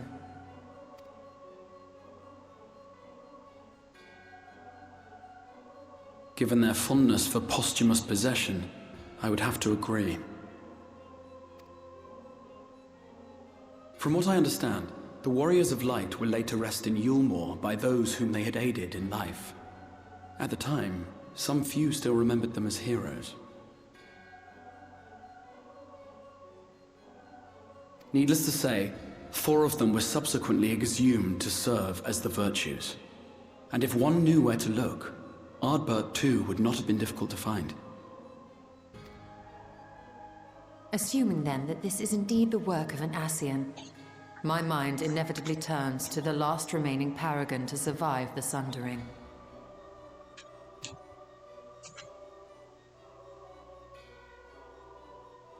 Elidibus.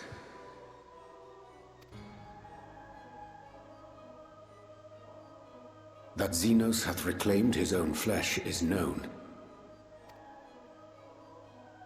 Thus evicted from his borrowed form, and cognizant no doubt of Emmett Selk's failure here in the first, 'tis quite possible the emissary chose Ardbert for his next vessel. Inhabiting the flesh of the fallen? My, that is unsavory. And they do this often, you say? Verily, for they possess no corporeal forms of their own. In what one may term their natural state, none save those gifted with the echo can perceive them. Indeed, when Elidibus intruded upon the waking sands, his presence did go unmarked by all save Minfilia and the Warrior of Light. On that occasion, I myself remained ignorant of his coming until after his departure. 'Twas only at a later juncture, when he deigned to appear before me in borrowed flesh, that I was finally able to take the measure of him. In such puppetry do the Ascians engage when they seek to influence the course of history. And they have gained much by it. Emmett Selk single-handedly built the Garlean Empire in this manner, while La Hebrea came close to conquering Eorzea, having taken possession of Thancred's living body. Yet it must needs be noted that the Ascians cannot avail themselves of all mortal vessels. For were they able to do so, none would serve as a better pawn than our own redoubtable champion. Mayhap the blessing of light shieldeth Hydaelyn's chosen from Ascian influence. Or mayhap other forces are at work. We cannot say for certain. Whatever the reason, I hope it holds true. I dare not contemplate what might come to pass otherwise. Is it not peculiar, then, that Ardbert's mortal remains should be susceptible, given that he was once a warrior of light? Or did the final departure of his soul make it possible, perhaps? Regardless, to hear an Ascian use him to call forth new warriors of light boggles the mind.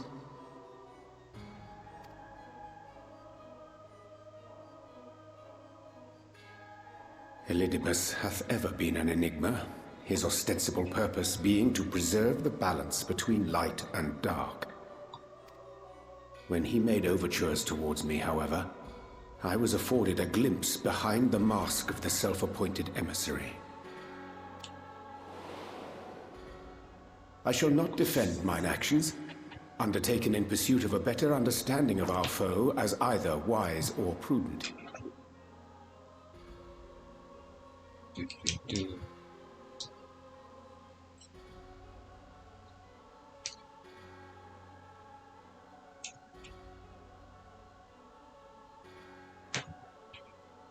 Nevertheless, what little I did glean may now prove useful. Elidibus possesseth a subtle mind, practiced in the art of manipulation. That he coaxed this star's most valiant heroes as far as the source with naught save half-truths is no trifling feat.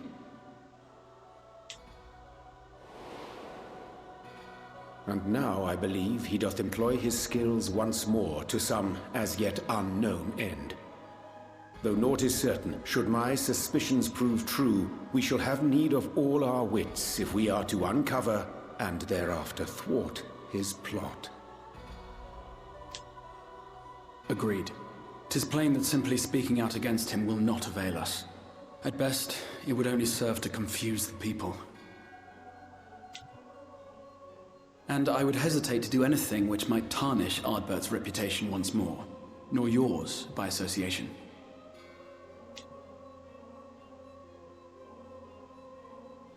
That being the case, it may be wise to keep a covert eye on this Ardbert's movements, as we attempt to discern his purpose and how best to mitigate his influence.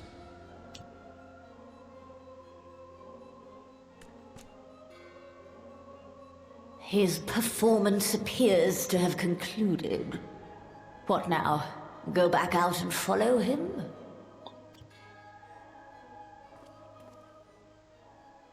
Twould appear Master Alphino already hath pursuit in mind, and I suspect one pair of eyes shall better serve our cause than half a dozen.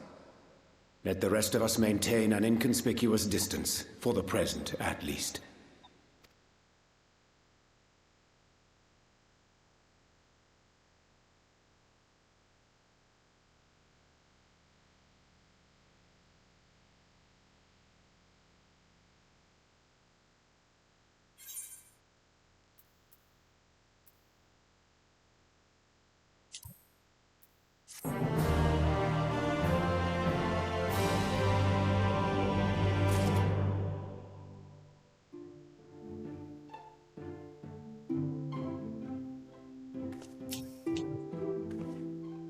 We were a hair's breadth from defeat when we faced Emexelk, and now we must contend with yet another Ascian. We must tread carefully. We must not act until Ardbert hath made his plans. Would be folly to proclaim him false at this juncture. What a despicable practice, appropriating corpses. Such depravity eclipses any horrors I witnessed in the age of Obert. They must be stopped.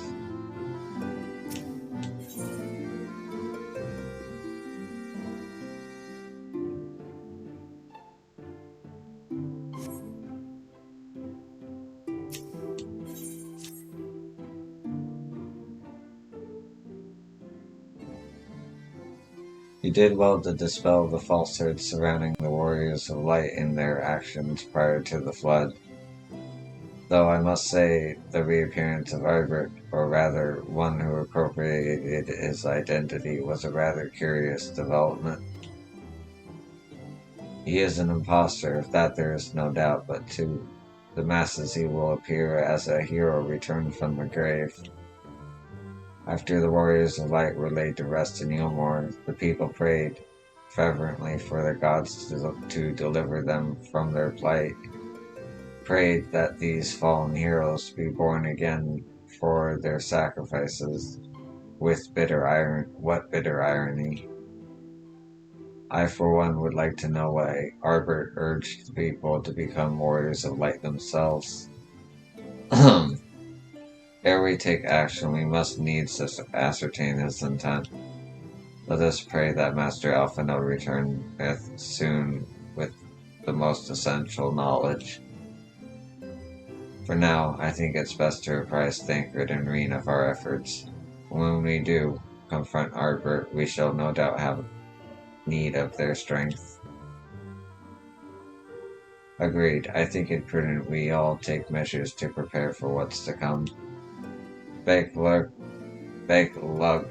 and I will continue our research into how we might improve the spirit vessel, that it might one day carry you home.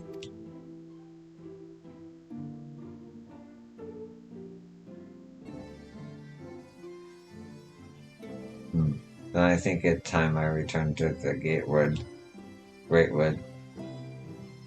Until now, everything we have learned of the Asians has been handed to us at their leisure, but that was one of Emic South's unique failings.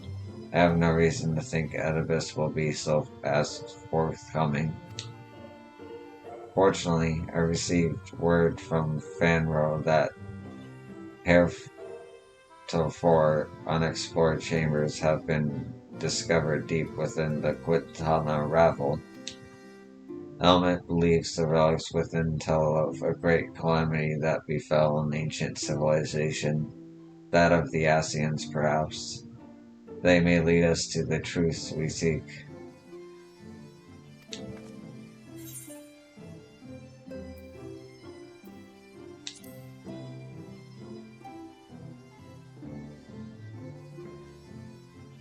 I wouldn't dream of going without you. When you are ready, make for Fanro. Emma and her sisters will be expecting us. Then let us be about our task. Pray give my regards to the V's.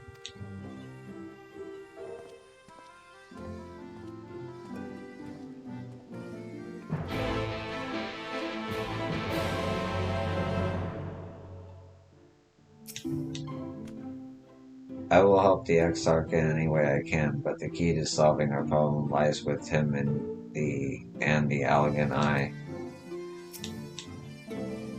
Though I would like to join you in untangling the Asian machinations, I think it's best I stay here and devote my energies to finding a way to deliver the scions back onto the source.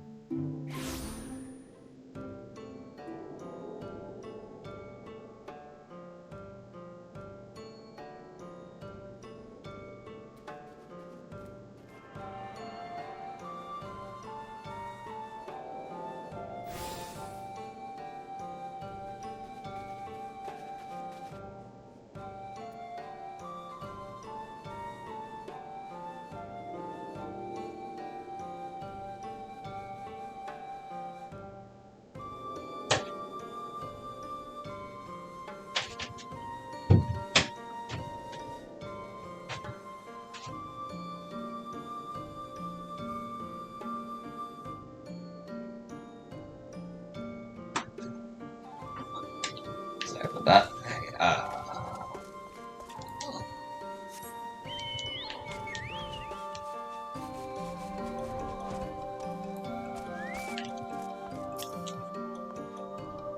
Let us pray these new ruins are not as unwelcoming as the last. The allies of Vanka, it feels as if an age has passed since you last graced us with your presence. You look as if you haven't seen us in an age. Is the passage of time really all that different for you, Mistral? Mistral? Mistel?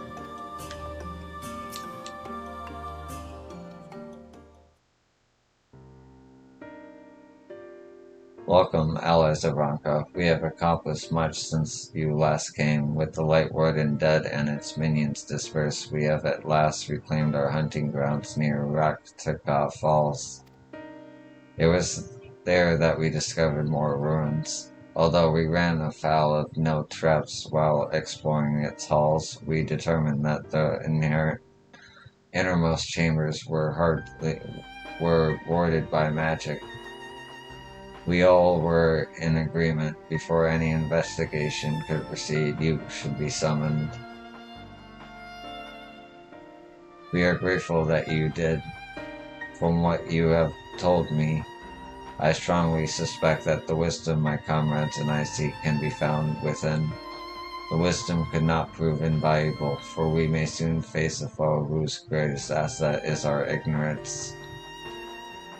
I see. Then it is good that you have come for Ronka. For Ronka was once home to the greatest of weapons, knowledge and understanding, and it is our duty to ensure you and yours do not want for either. That said, we must proceed with caution. To have reached the inner chambers unmolested suggests a more formidable deterrent yet lies within. Come now, surely any threats sleeping within the ruins pale in comparison to those we have faced thus far. This is no game, sister. You should not be so eager to run headlong into danger. Oh, and who was it pinning for the return of our allies that we might venture into the ruins, clutching her staff at night, wishing it were? You promised not to tell. Then I suggest we get going. Get back here.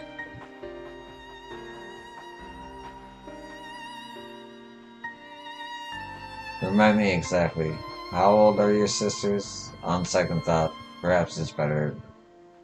It is for the better, I do not know. Pray forgive their overzealous nature. None save we three have been privileged to escort you and yours into the ruins and bear witness to its secrets.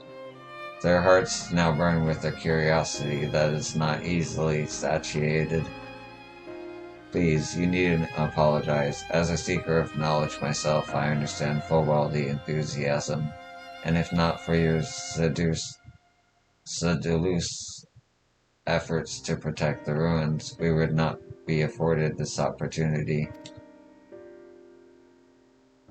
Speaking of which, I believe I have kept you away from the ruins long enough. Come, let us make for the Quintana Ravel.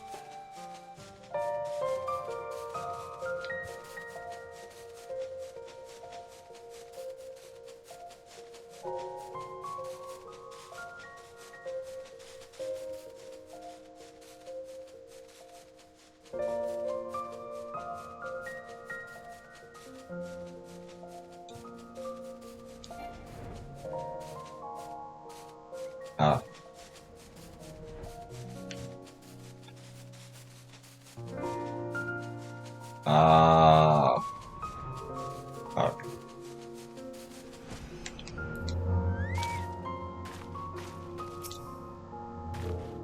Even I myself was taken aback to find a mural illustrating the final days in these ruins. What other surprises do you suppose yet lie within? I feel oddly ill-equipped to venture inside, but with you here, I'm sure things will work out. Ready when you are. It is most strange for these holes to be left unguarded. Have care when breaking the seal on the chamber door. Danger surely awaits us on the other side.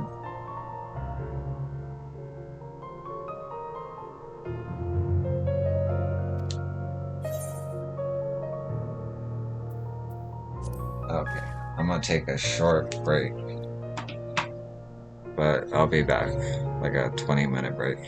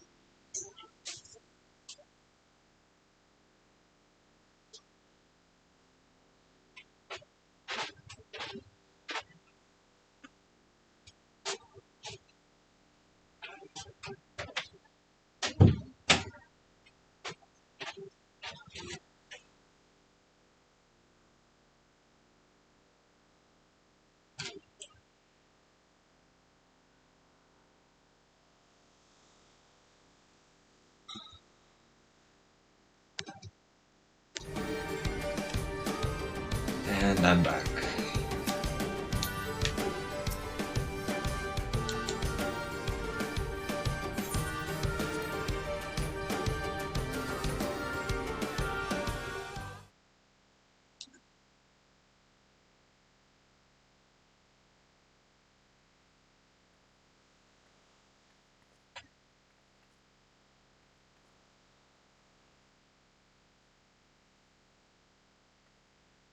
Come. Our new discoveries are to be found this way.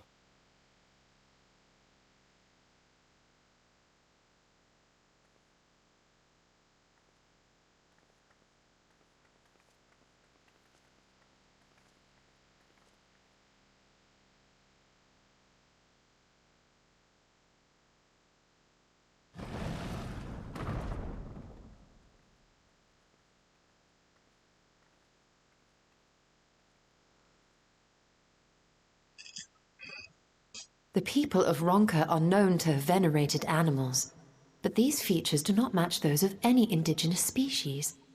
This is no common beast. Though that much is plain from its proportions. Lifelike, is it not?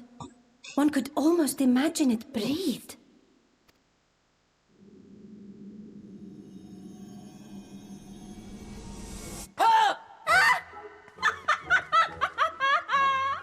Why you... Ugh.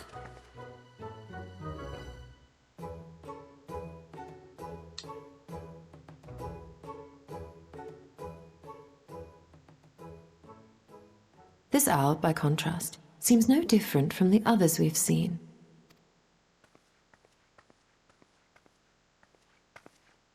The sealed door lies ahead.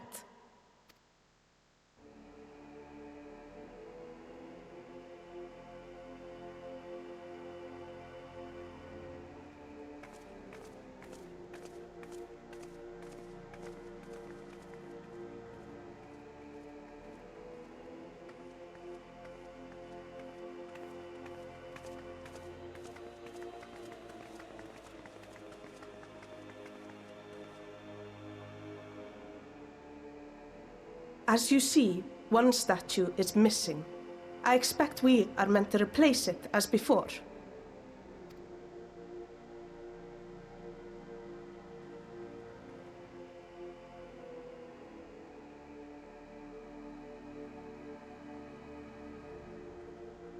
Too simple. There will be some additional defense mechanism.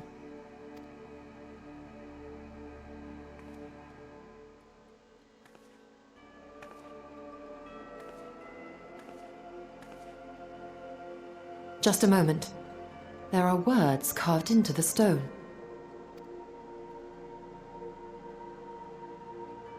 He who would disturb a hero's deserved slumber shall instead waken the beast and know his folly.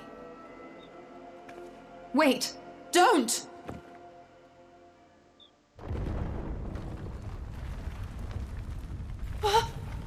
What? But I only... What is happening?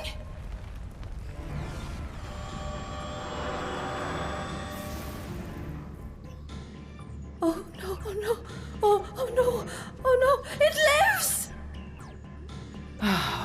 Why am I not surprised? Prepare yourselves.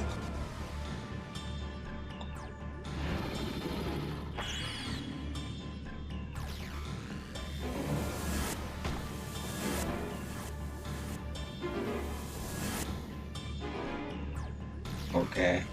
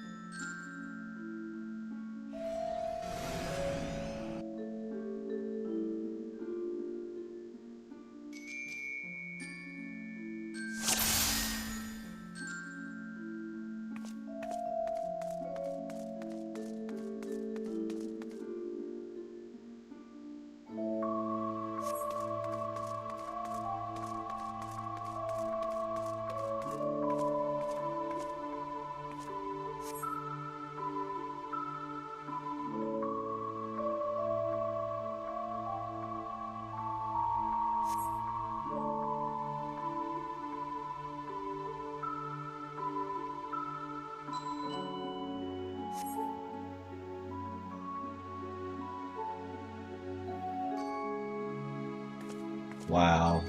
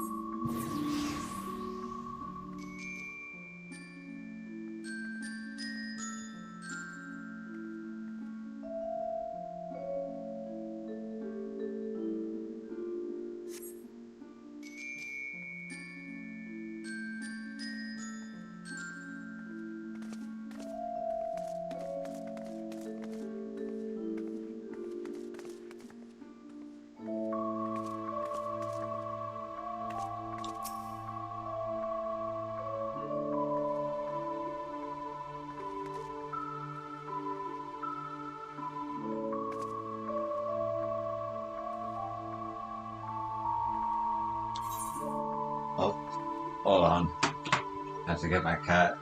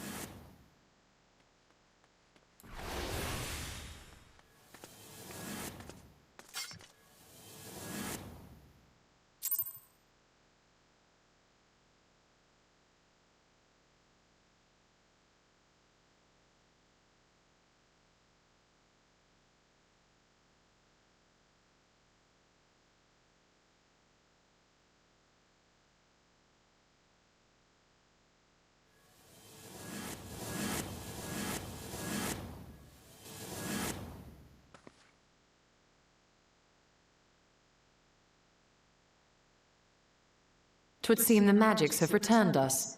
How polite. Now, what have we learned? Ah, we were bound to run into a living statue eventually. And now we can open the door.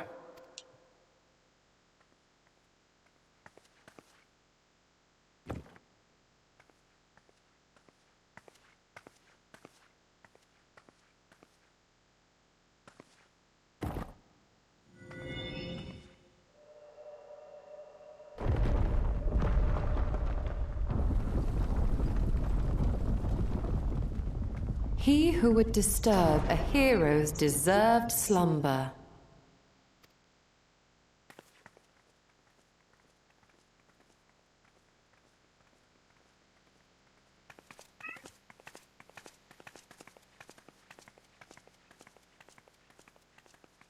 Wow.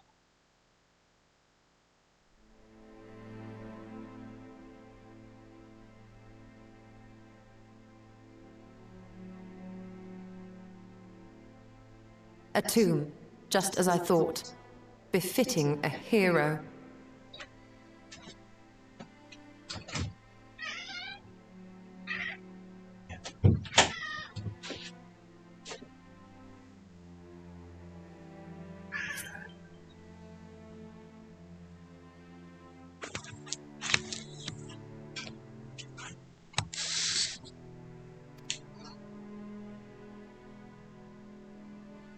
She is Vise. Could it be the Archmage Tiuna?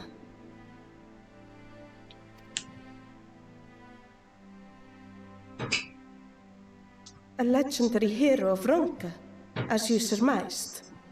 The tales tell of how she smote entire armies with a single incantation, so potent was her spellcraft.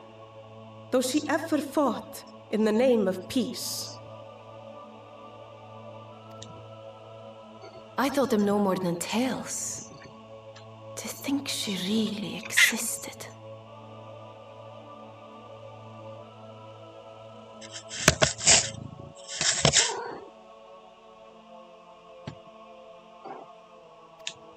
Well, I for one always believed.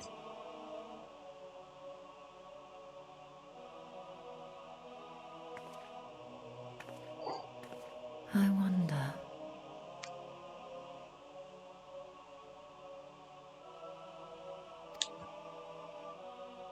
By the light of fallen stars, great power awakens. Tiuna was not only a master of spellcraft. It is said she could see truths long lost and hear the voices of men's hearts.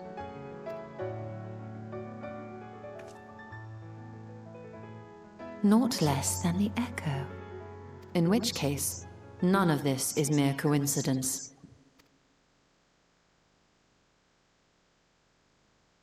A shower of stars setting the sky aflame. And in both this world and the Source, we find individuals within whom a mysterious power awakened at the sight. We can never unpick the why of it. Now, however, I believe we might. Does the scene depicted here not resemble the one we saw when we first ventured into the Katana Ravel? Moreover, does it not recall that which Emmett Selk invited us to witness in Amarot?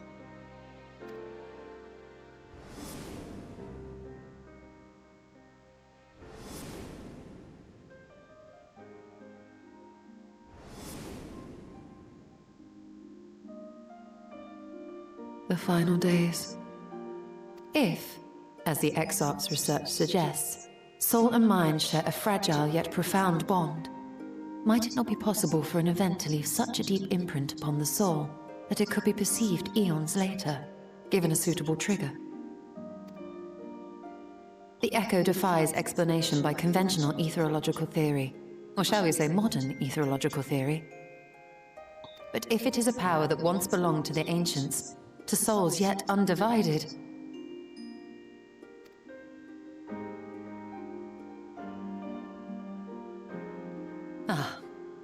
it would seem I have entered the realm of pure speculation, and I call myself a scholar.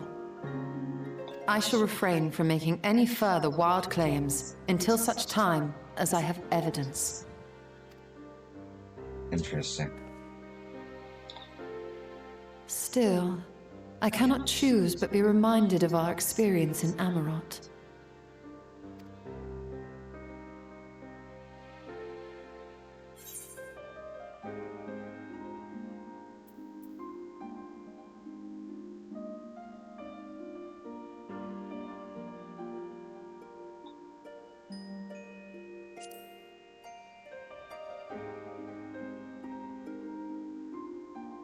Remember us.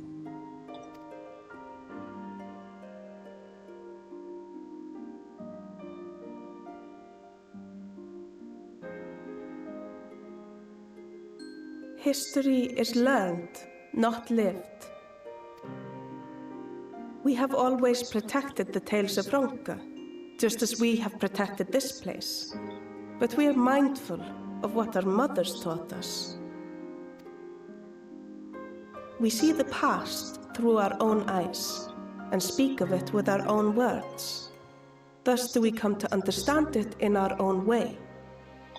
But this is not the same as remembering. Your mothers were wise. Though we witnessed the final days, our impressions could not fail to be colored by our own experiences and expectations. Those who lived through it would have perceived the event quite differently. We must bear in mind that it is no simple matter to keep the truth alive, or it will die with Emmett Selk and his kin.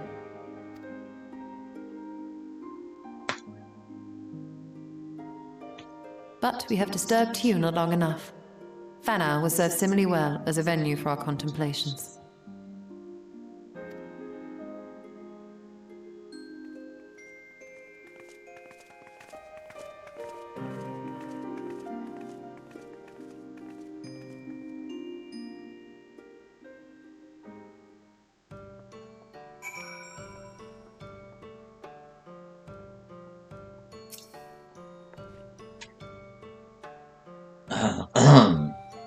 We learned nothing of the Asians, but the potential link between the Echo and the preternatural star showers is intriguing.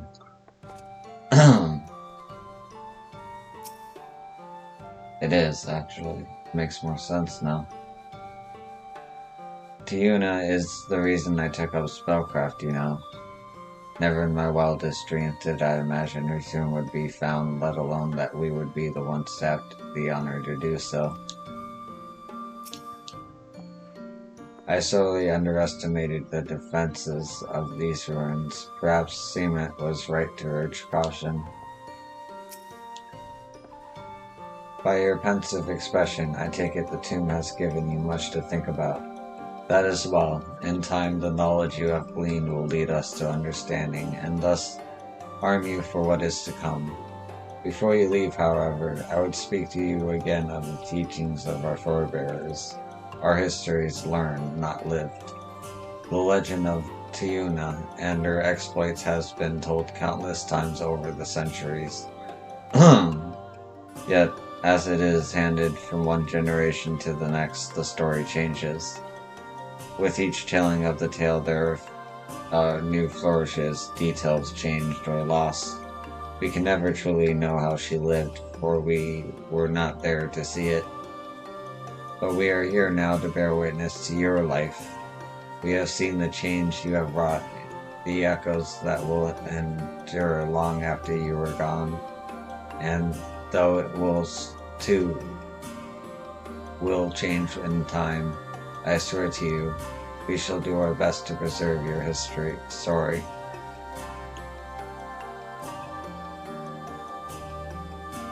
I hope you forgive me if I don't make an oath of my own, but I think it goes without saying we could never misspeak of your heroism. Perish the thought, so long as we are here, there are none among the V's who will not know of all you have done for Norvant. We are not deserving of such reverence, but we are grateful all the same. You can be certain we will have our own tales to tell of greater guardians of Raksaka in the ruins of Ronka. I pray you safe travels then. As ever, we shall await your return with open arms. So long as we V's live, we shall preserve the truth of your deeds. Perhaps we could create a new memorial in your honor, and as a record for future generations. What do you think? In the short time we've known you, it feels as though we've experienced a lifetime of adventures we are not like to forget.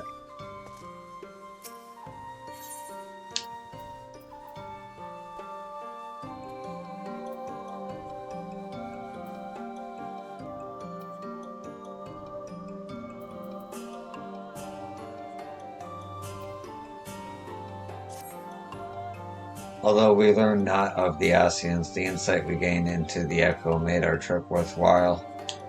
Before we return to the Crystarium, however, there is a small matter I would attend to in Slithenburg. Might I trouble you to come with me? Thank you. After we arrive, we should have a brief word with Runar.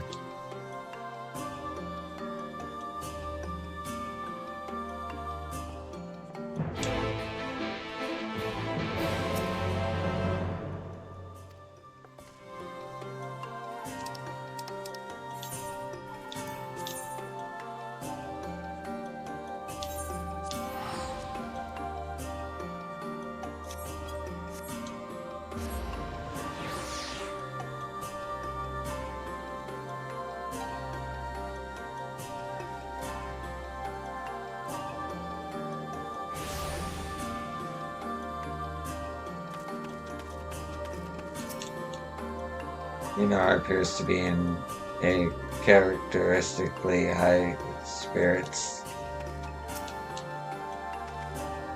Yo, it is good to see you. You've arrived at a most opportune time. I was preparing a pot of my famous stew. Come, I will ready a place for you. I'm sorry, Runar, but we haven't the... Please, I insist, it will only take a minute.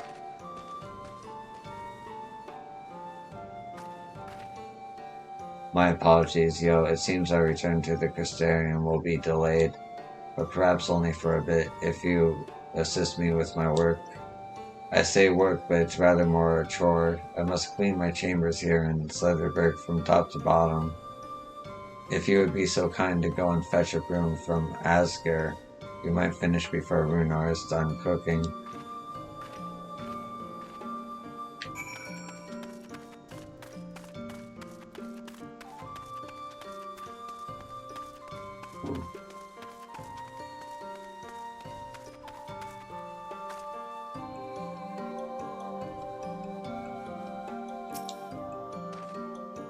A broom for Master Matoria?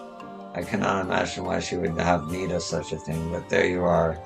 It is an old but sturdy and sure to suffice.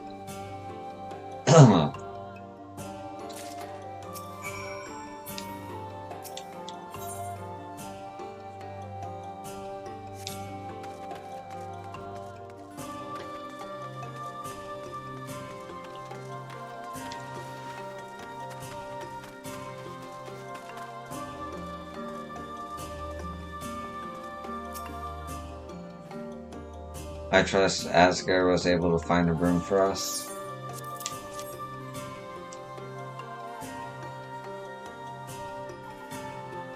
Well worn. Good. This would prove difficult otherwise. Though I must say, I think I did rather well for not having a broom thus far.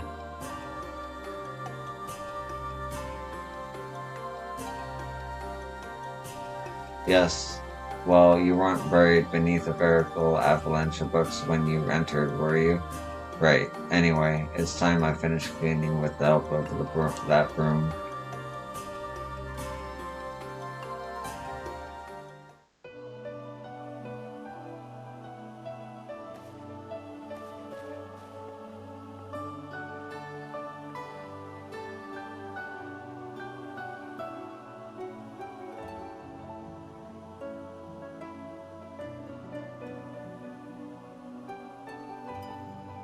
You didn't honestly think I'd do it the old-fashioned way. That room is more than capable of sweeping by itself, or rather it will be.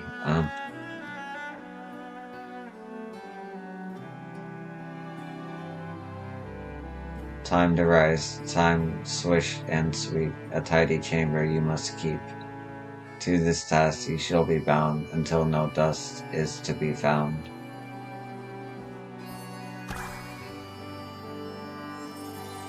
Oh, it's one of the moving broom things from Matora's cave. Well, I guess that makes sense, she is her master. In this one particular respect, I have no objections to following in Master Matoya's footsteps.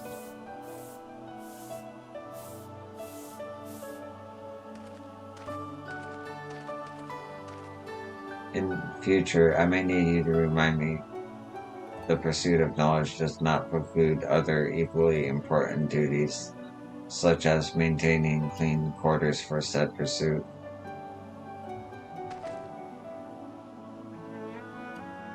I will dearly miss this place, these people.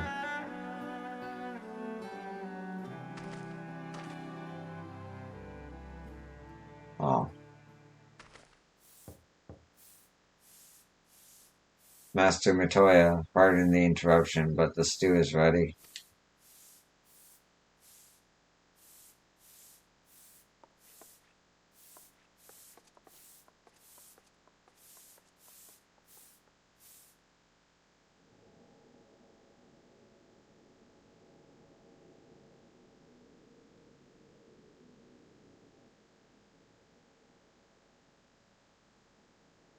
Is something troubling you? You've been rather quiet.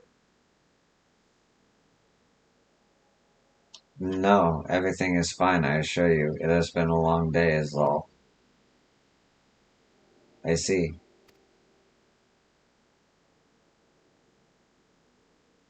Yestola, thank goodness you're still here.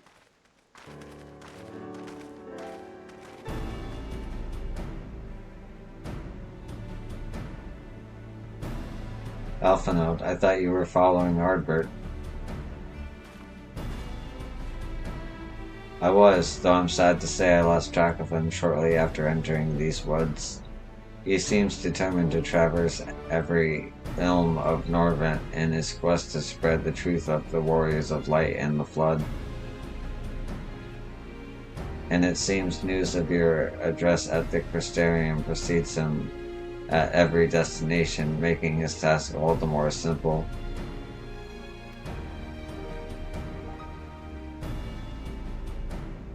It remains to be seen what end he encourages the people to become warriors of light themselves.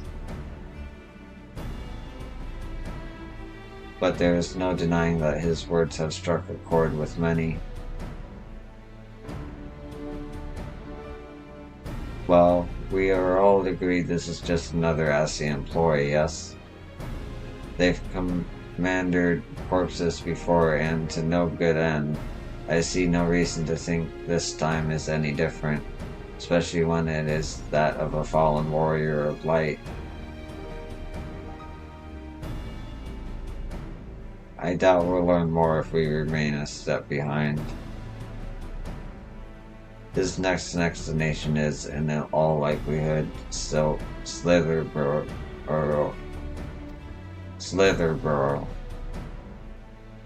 Alice, are you certain you should be here? If you're concerned about Harlick and the others, you needn't be. Their treatment is going well, but progress is slow and exhausting for all of us. The best thing I can do now is let them rest. So I believe we were right about to discuss how to arrange a meeting with our would-be Warrior of Light. Before visiting any towns or villages, Ardbert would hunt down and slay a nearby Sin Eater to earn their locals' trust. Our best chance of getting ahead of him is to find one before he does.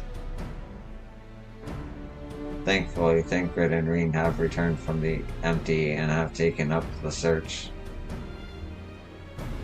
Reen believeth one may lurk beneath the rock burrows of Woven Oath. then that is where we will start our search.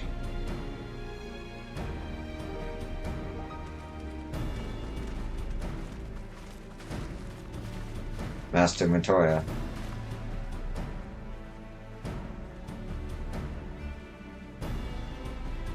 Higher, a warm bowl of stew will be awaiting your return. I look forward to it.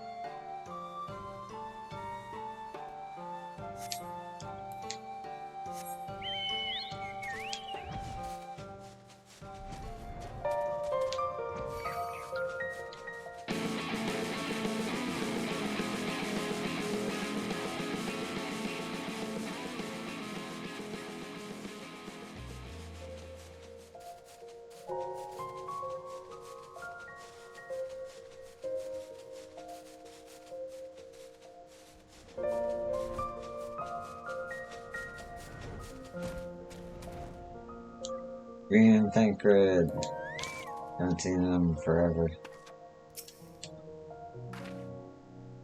I can sense no other sin eaters in the area. I hope this means Ardbert will be coming this way soon.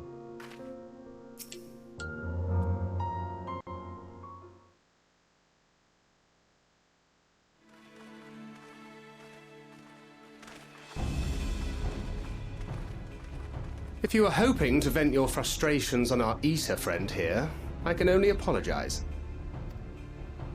Few as they are now, it took us no time at all to track it down. That suits our purpose perfectly. Now we need only wait for Ardbert to arrive. Weren't you two meant to be attending to the empty? We were, and are, but we can hardly ignore the rest of the world, so we thought we might see how things were coming along. From what we can gather, the answer is strangely. Right now, we think we can do more good here. It is heartening to have all present.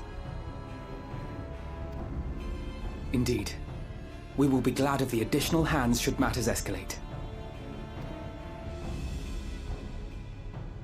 Our quarry has come.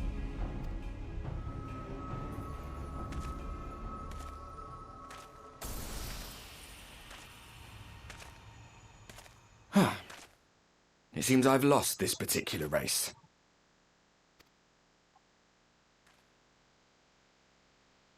Although I suppose it's only fair. When we first met, it was I who outpaced you. Ravana, was it?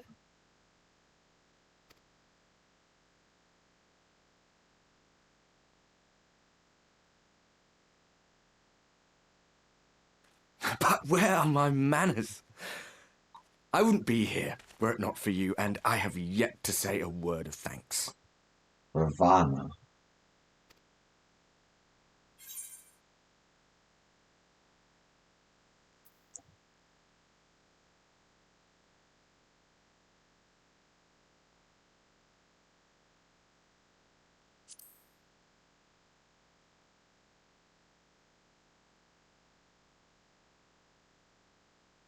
Poor fellow. He will be sorely missed.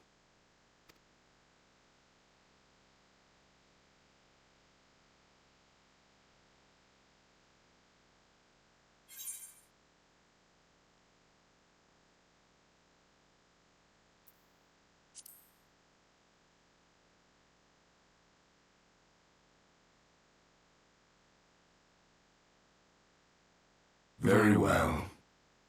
Let us forego this pretense. After all, it was never you that I needed to deceive.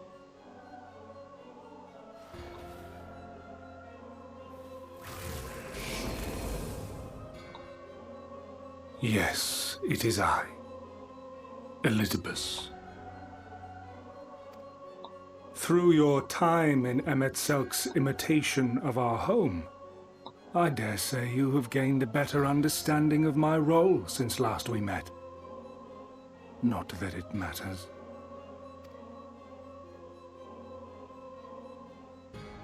We understand your role, emissary, but not your goal. What is it that you seek to achieve? I seek to enact the will of the Convocation, of course.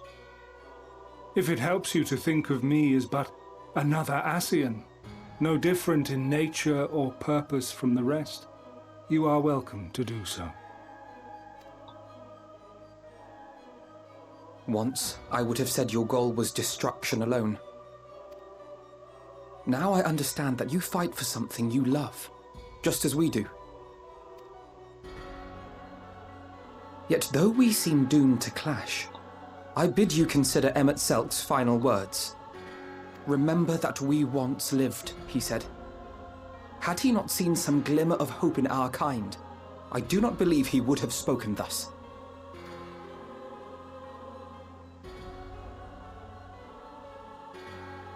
None better understood your plight than he.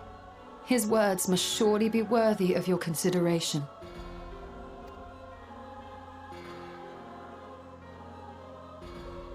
Emmett Selk. How very unlike you to err so gravely.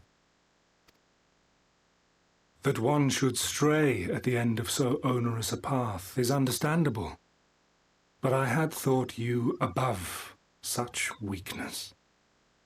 Mayhap you thought the same. Would that I had been present to offer correction. But I shall do so now, as is my duty, and return all to its proper course. As for you, look at yourselves. Look at your history. Look back 100 short years to how your greatest warriors were undone. And now, at but a word from me, you raise your hands in answer like the puppets you are. Naught has changed. You fail, and you fail, and you learn nothing. Allow that which is most important to slip through your fumbling fingers like so many grains of sand, again and again and again, and you would remember us. You do forget yourselves.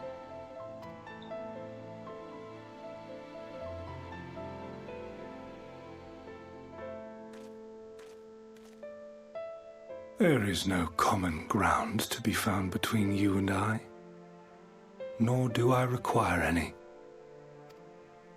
I have my duty. Wait!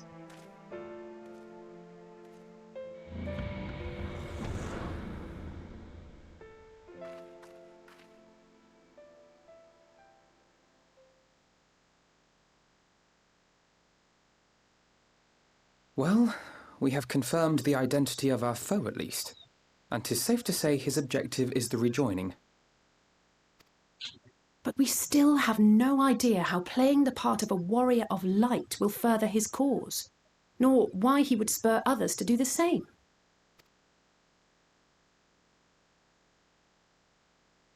Another visit to the Tempest may shed some light upon these mysteries.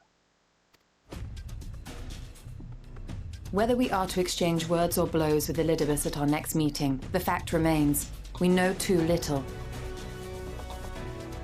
Ere our paths cross again, I would learn more of the world that once was, and of Elidibus himself. In this, we would be best served going directly to his home, much as Emmett Selk came to ours. Though I see the wisdom in thy suggestion, the Amarot we visited is but a phantom born of Emmett Selk's memory. I fear it will teach us little that we do not already know. I quite agree. Yet the ruins of the actual city remain unexplored.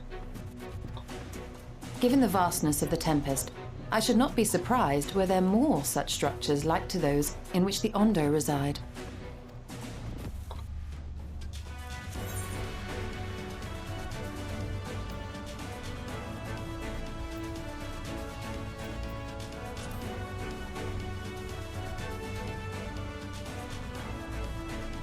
A woman after my own heart.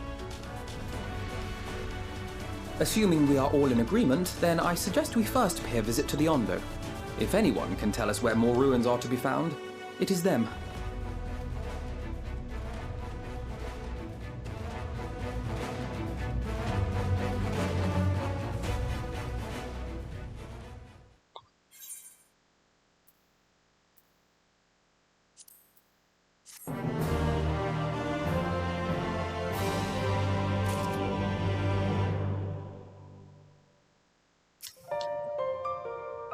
Thanker told me what La Brea did to him. I can't imagine how he's feeling right now. I hate to leave him like that. Gods, they can't even let a man rest in peace. Disdain and observation. What is thy true design, emissary? Would that I had found the words to deny Eledibus. We are so much more than he believes us to be, and yet... Am I the only one who sees the irony in Arbert calling us puppets?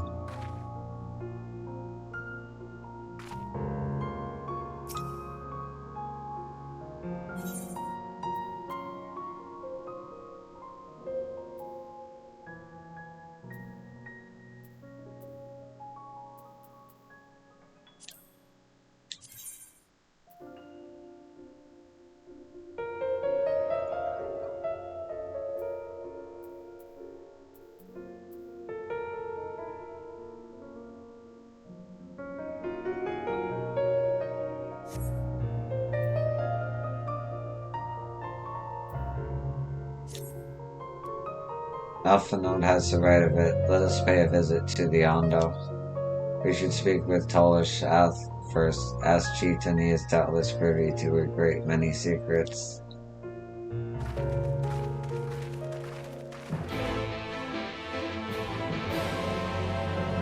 What time is it?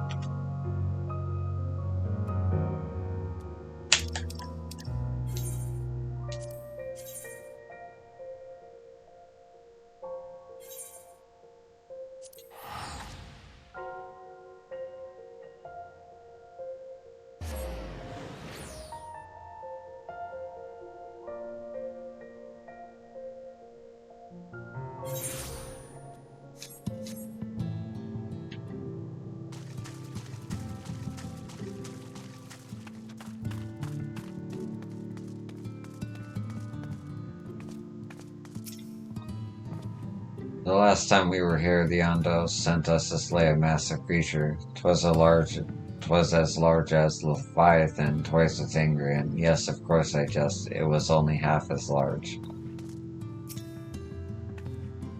I'm glad to have the opportunity to visit Tempest again. It's so lovely here, like a different world entirely. Mayhap we shall find the secrets we seek in these depths, should their keepers consent to aid us. Perhaps we might look in the posh home while we're in the area. Don't be shy now. This place feels much less ominous than the first time we were here. Then again, we did have the shadow of your impending death hanging over us.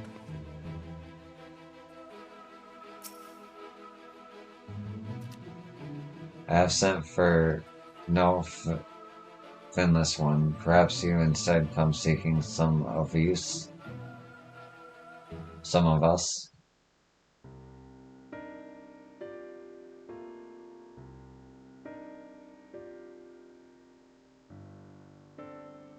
ruins which your kind have yet to explore, I see. I know of one such place. Alas, under these circumstances, I'm afraid we can spare none to guide you there. And what circumstances are these? Rather than hunt for their own meals, the Benthos have pillaged our stores of Minsville liver. They must be replenished with haste.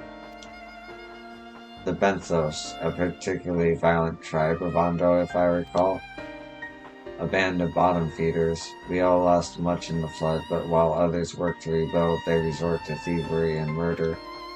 Revenge, they call it, when they prey upon your kind, but do not be fooled. They care not who they harm. Would that we had the warriors to challenge them. This is not the first time they have stolen from us, but there is no resource more precious than liver. All must dedicate themselves to the hunt. Unless, of course, we were to reclaim the livers for you. It seems a fitting payment for vital information, does it not? Moreover, one could argue that by employing Bismarck to reach these depths, thereby driving back the waters, we are in part responsible for the deeds of those driven to desperate ends by the changing climes.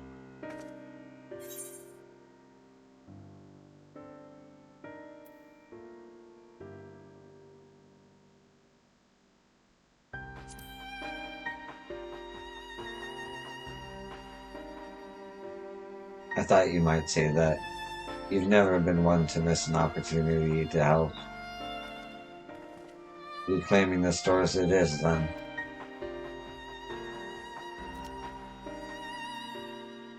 We would be grateful beyond words if you did. The Benthos have surely taken the livers back to the Flanders floor, but be warned, there will be no shortage of guards waiting to spear intruders. Then we will have care not to draw their attention, shall we?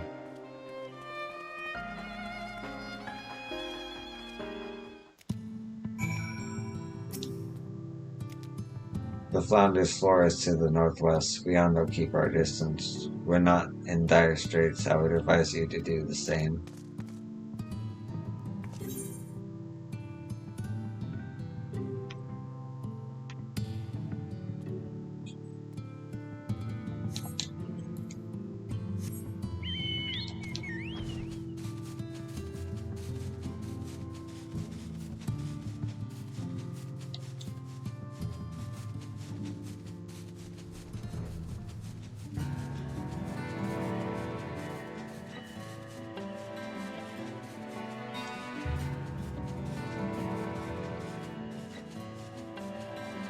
I'm so happy I unlocked flying here. This would be a tremendous trip.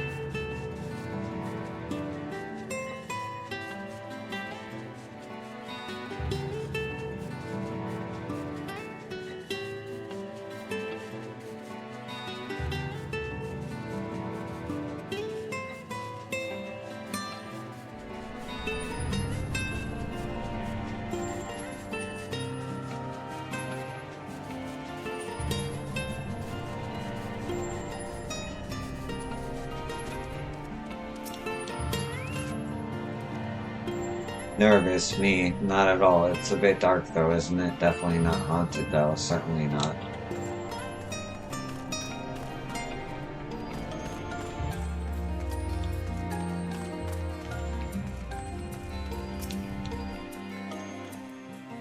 There's not much of a threat one-on-one, but Talshath was right about their numbers. If we fight them all, we'll be here a fortnight.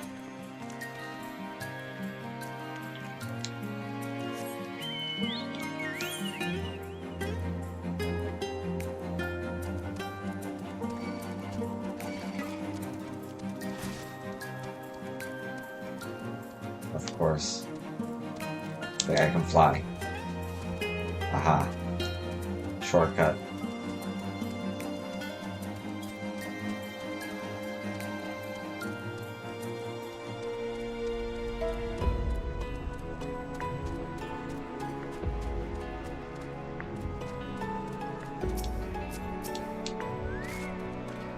These aren't the livers, but they're certainly stolen from somewhere, unless wheat has started growing on the sea floor since last I checked.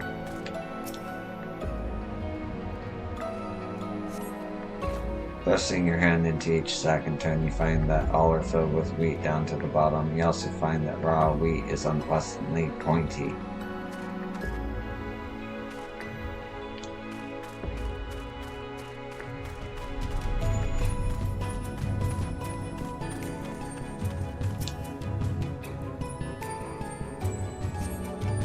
On cursory sniff, you detect the faint aroma of fresh oranges, a far cry from the rather memorial scent of mithril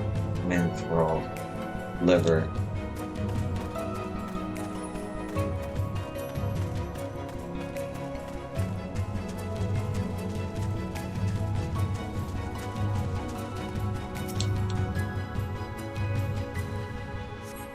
These boxes are filled with assorted vegetables. Liver is not a vegetable.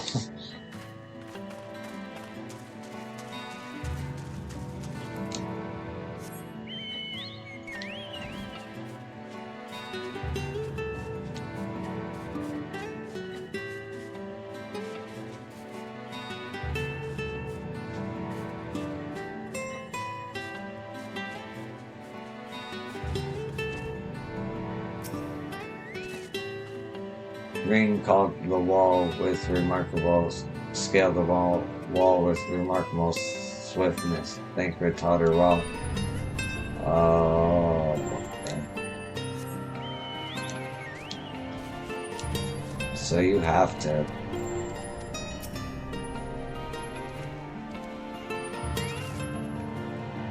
I haven't forgotten why we're here, I swear, only this bird hasn't taken its eyes off me since I found it. I think it might be lonely. Shoebill. The shoebill is staring at Ring, just staring.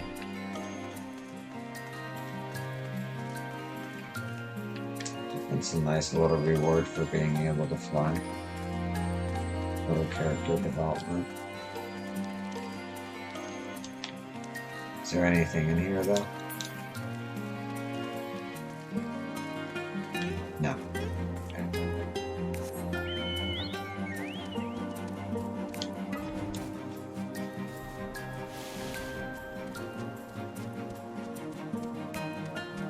What about here?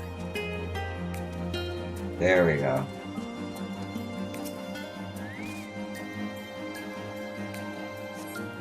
From the squelching noise they make when producing the vile stench, you conclude that these bags are bursting with livers. Brilliant.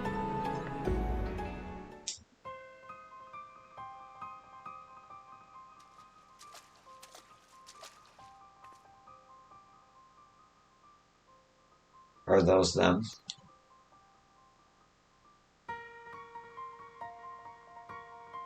Perhaps you've deduced this already, but it seems the Benthos have been raiding collusion storehouses as well as those of the Ondo. Oranges, pumpkins, wheat. But we can discuss this after we see the livers safely back to Toshath. It wouldn't do to keep him in suspense.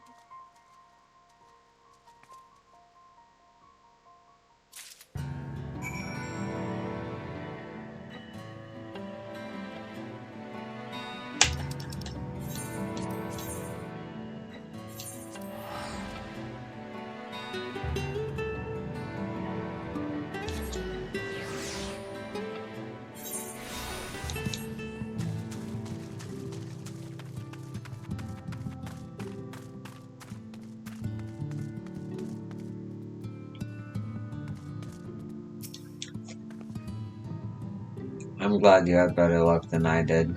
I spent the whole time fighting one Benthos after another. I have a feeling that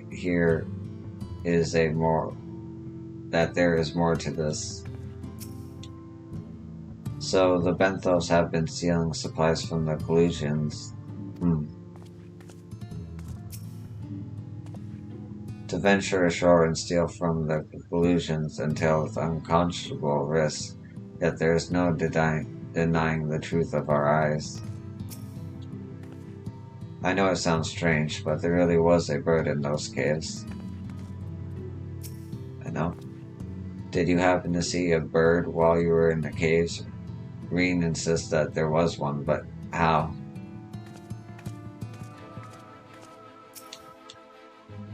I am relieved to see you unspared.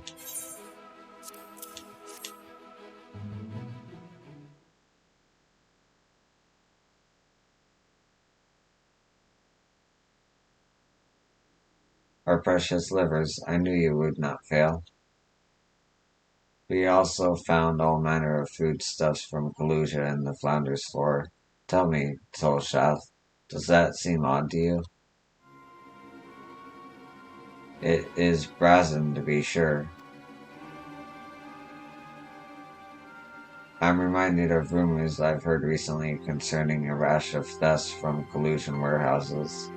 The perpetrators enter in the dead of night and are gone before anyone has realized what has happened. The Omoran army has been investigating, but thus far to no avail. Perhaps the reason they have struggled so is that their quarry is of the sea. The true reason, then, is what we mean to do about it. Much as I would like to proceed to the ruins without further delay, we cannot allow the Benthos to carry on as they are.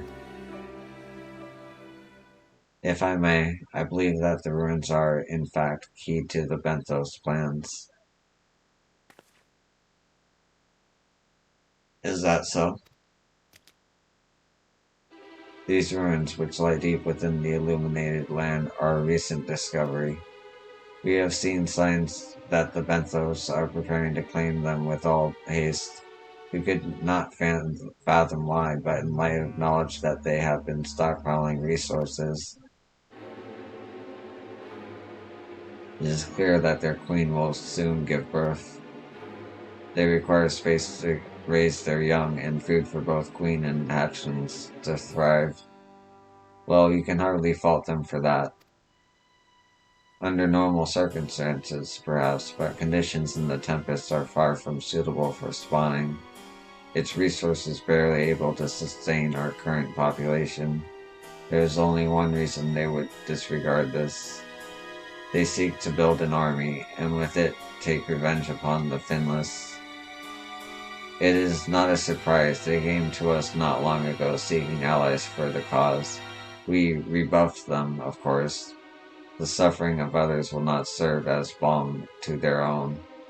Their queen, however, desires only bloodshed and will gladly send her children to die in her stead.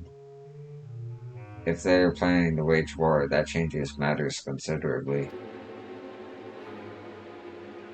Indeed, I doubt that this can be resolved without violence, but perhaps with a show of force we can convince them to see reason before the die is cast. I would rather not risk your people in the attempt. If we travel to the illuminated land, is there a way we might identify the ruins ourselves? Yes, once you reach the depths, go deeper still. You will see a monstrous structure there upon the seafloor. That you have come to us now is the will of the Ancient Ones. They have guided you here that you may drive out the usurpers, those who seek to use their magnificent creations with vile purpose.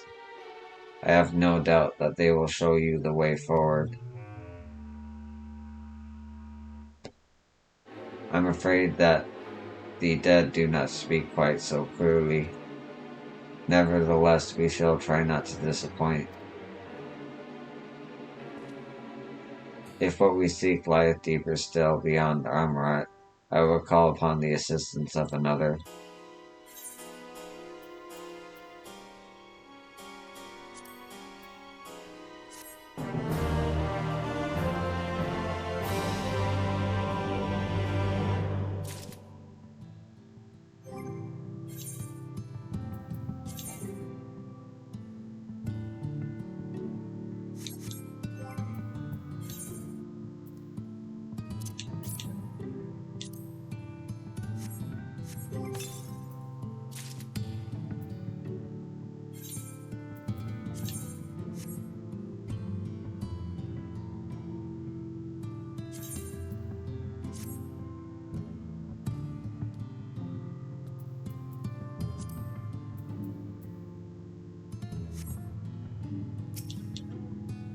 You need not believe in the will of the ancients to receive their guidance. Like the tide in the current, it is there always. Is it wrong of me to be a bit excited? I know the circumstances are grave, but imagine what those ruins might hold. I would not care for what happens in Limsa to be repeated a world away. The Benthos know not what they do. It doesn't feel all that honorable or heroic to strike first, but if it leads to less bloodshed in the end. The will of the ancients, if only it were so simple.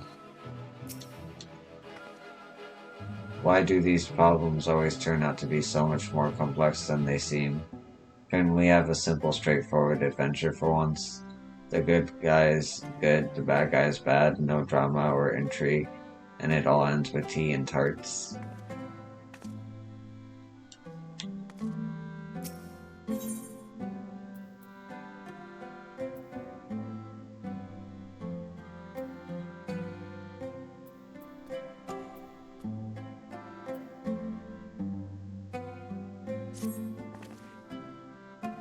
Though our course hath been detected, to pursue it we must needs beseech the aid of our friend. I speak of Bismarck. Pray follow me to Solon that we might seek an audience with him once more.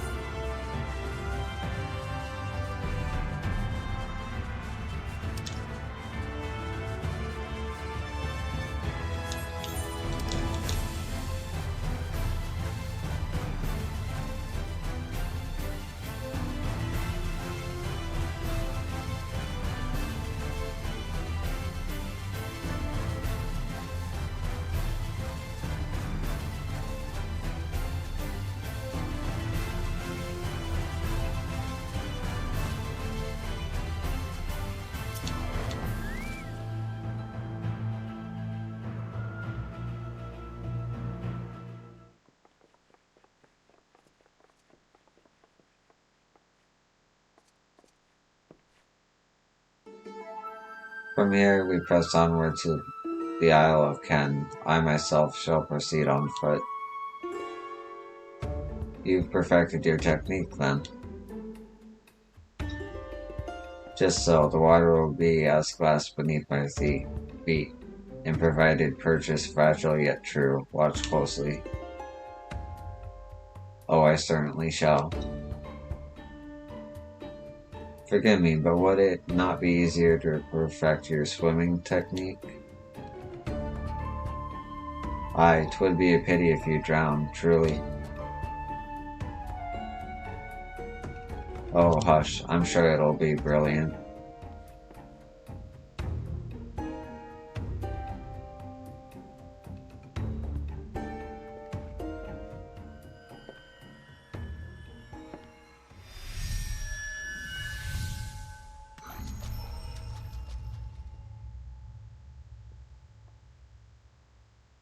He's done it.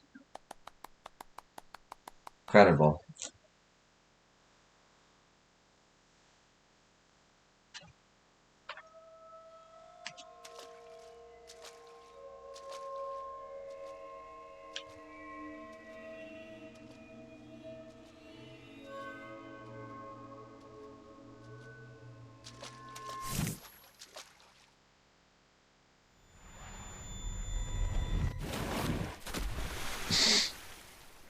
Of course.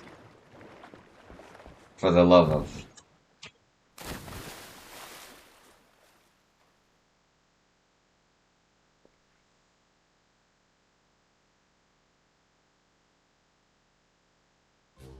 Mine apologies. The technique requires the purest to focus, and mine twas lacking. To perfect this magic, I went so far as to deal with the Thoth, and with their aid, mine efforts finally met with success, albeit on a single occasion.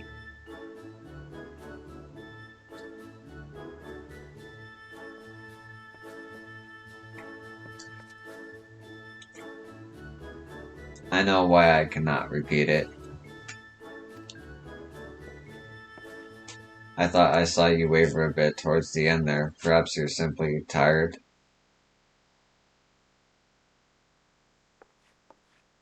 Thancred?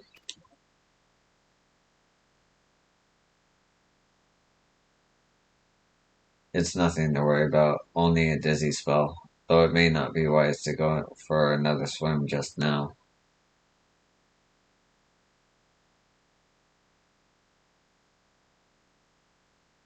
Thankfully, we have an alternative, a wonderful little invention, I'm sure you'll agree.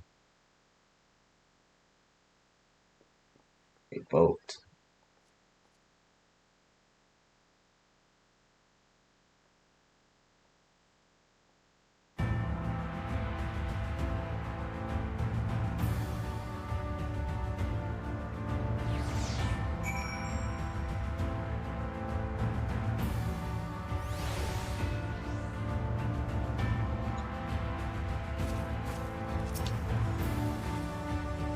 I'll stick to swimming, thank you very much.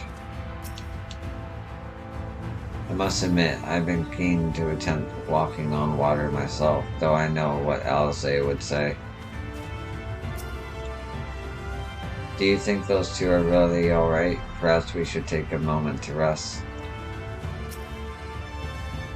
What sort of dealings with the Thoth, I wonder? Before you make some quip about age catching up with me, you'd be out of breath too if you had to drag Ariange out of the sea without so much as a warm-up. I will petition Bismarck's aid on our behalf. Let us pray my diplomacy proveth more effective than mine experiential magics.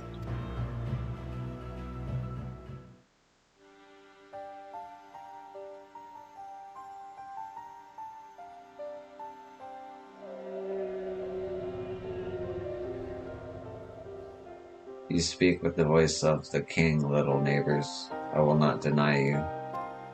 As before, if you seek what sleeps beneath the sea, I will be your guide. Thy kindness is boundless as the depths, serene one.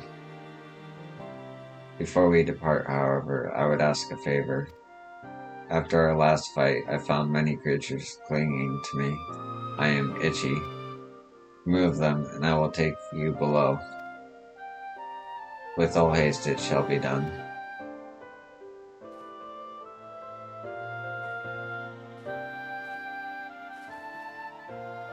So, did he agree? Aye, though I agreed to a favor in kind. Regrettably, 'tis not one I possess the power to grant. Bismarck hath asked us to cleanse his underbelly of barnacles. Alas, one must needs dive beneath the surface to do so. Even if I could master the power to walk upon it, it would avail me not. Oh, for heaven's sake, is that all? Yo and I are more than capable of that. With the Kojin's blessing, we'll have it done in moments, and better than that than standing here and listening to this nonsense. I'll take the right, you take the left. Now go.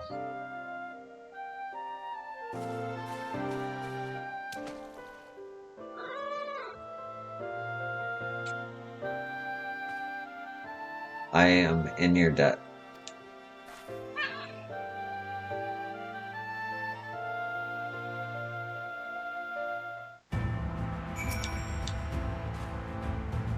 Mine apologies. This venture has not proceeded as smoothly as I had hoped. It's a minor miracle that we accomplish anything at all, wouldn't you say? Yes, I'm perfectly well recovered, thank you. I think Thancred's embarrassed. None of us is much of a match for Alize when she's like this, aside from her Stola, perhaps.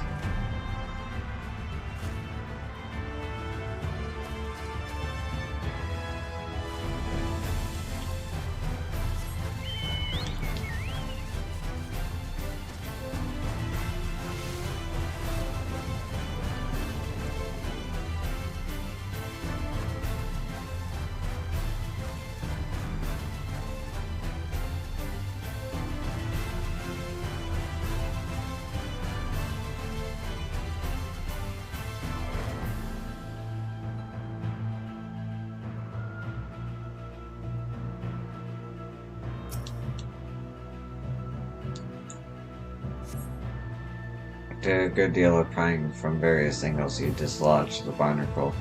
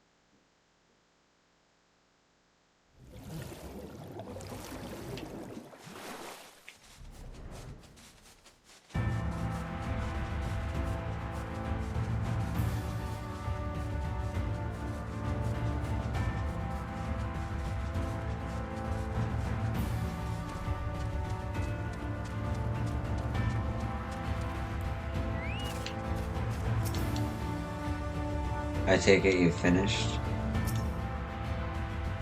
Would you please keep an eye on Thancred and Oriange? I'm still not convinced they're alright.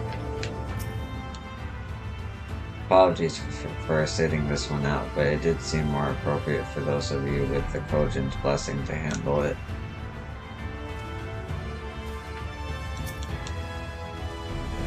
Power to breathe underwater seems most convenient. Mayhap the Kojin might be persuaded to grant me it when we return to the source.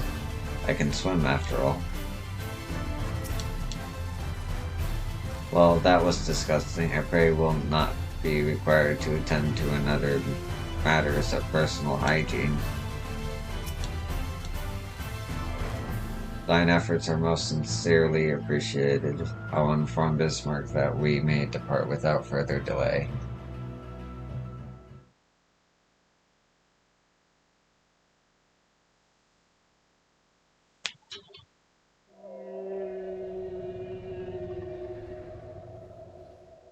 Much, much better. Thank you, little neighbor. I remember, a long time ago, another did this favor for me. After the flood, when I chose this spot for my slumber, he came and made a home on my back. Ken was his name. When I grew itchy, I stirred, but he was not afraid. No, he asked me what it was wrong. I told him of the creatures clinging to my belly, and he drove them into the water. He helped me. He was my friend. He told me he wished to live in peace, away from his people and their wars. This I understood. I treasured our time together, brief though it always is, but I remembered him, and how he laughed when we flew. I remember when he slept. I too slept that day and many days since. But the light fades and the darkness returns. Ken sleeps, but in memory he laughs, and together we fly. And I am here, I am awake. It feels good to speak and be heard again. A shame others cannot understand me. If thou art willing to learn, I would gladly teach thee the language of man.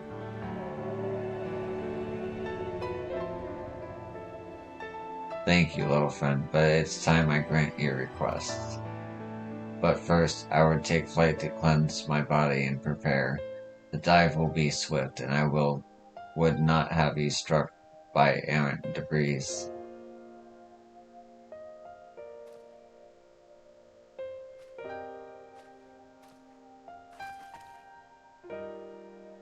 So this island was named for a man. How easily the past is forgotten.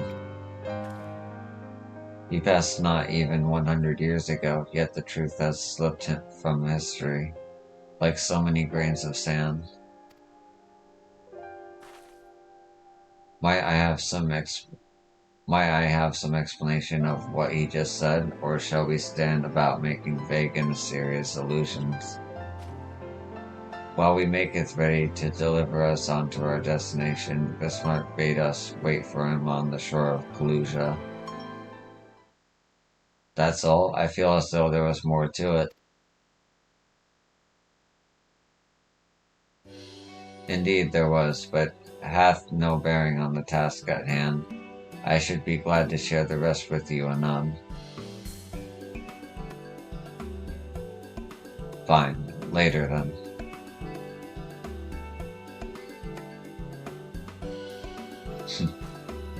If Bismarck requires time to prepare, might I suggest a short respite for Oriange and Thancred in particular? I require no such thing. I am in the picture of perfect health. Mine was but a momentary lapse in concentration. Worry not on my account. You mustn't push yourself so. Please rest for me.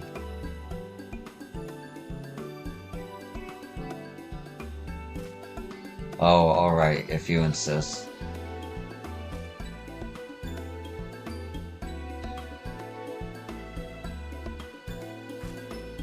You too, Yo. You've been running yourself ragged.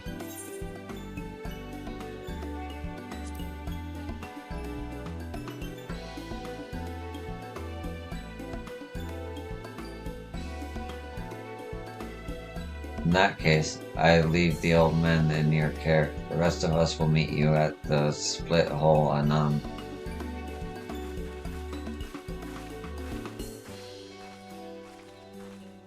Word of advice, never let it show. When she realizes she struck a nerve, she remembers. By the gods, she remembers. In any case, if we must be made to rest, I know a place in Sullen that's better for it than most. Come with me.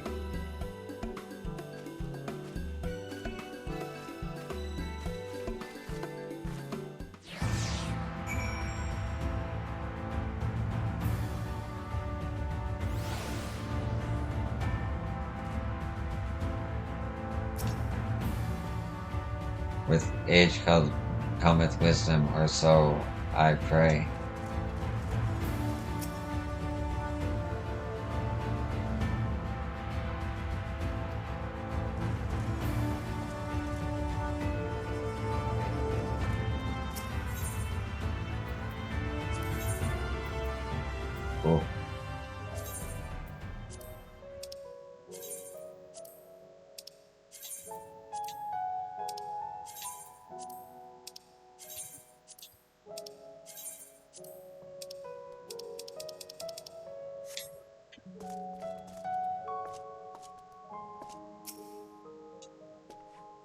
May as well have a seat. We wouldn't want our elderly knees to give out.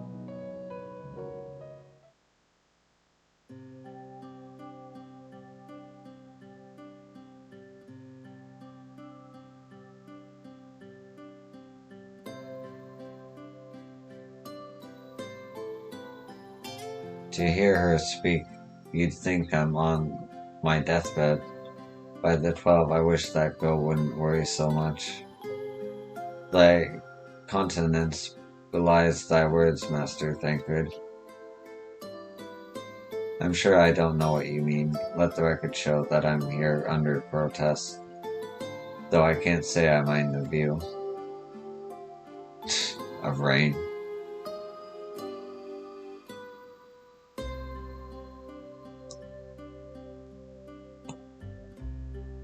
And if the abundance of anglers is any indication, even an amateur might land an impressive catch.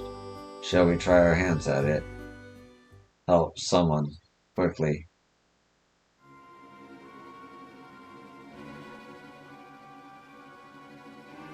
It's Nightshade. We was attacked on the road from the Crystarium, barely escaped with me life. I suppose we might have predicted this.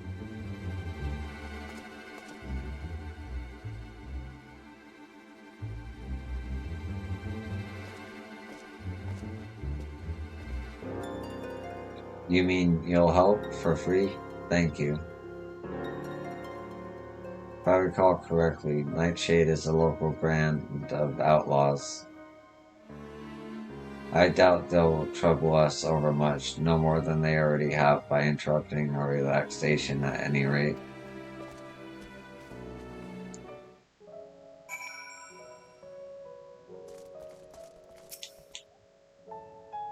We was ambushed. I ran, but my friend, we weren't fast enough.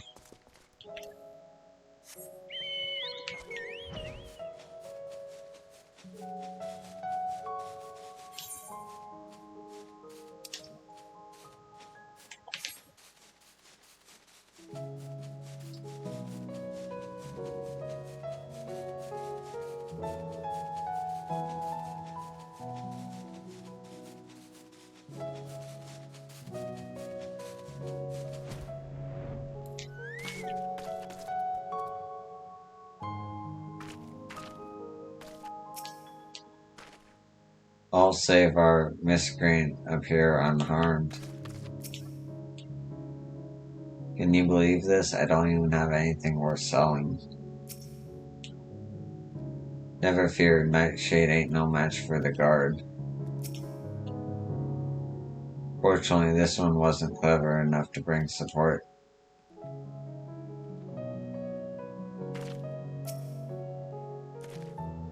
Those two have matters well in hand by the looks of it.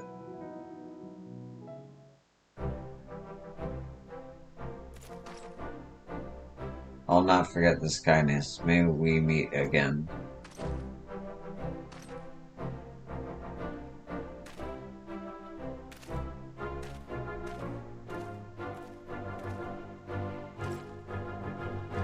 Is that you, milady? Don't tell me we just deprived that poor fellow of the honor of being rescued by the Warrior of Darkness. We had no idea you were in the area. Fancy us meeting again so soon, eh? Why, I believe I even recognize your companion. Ah, yes, from the infirmary. You had a message from the Crystal Ark, did you not?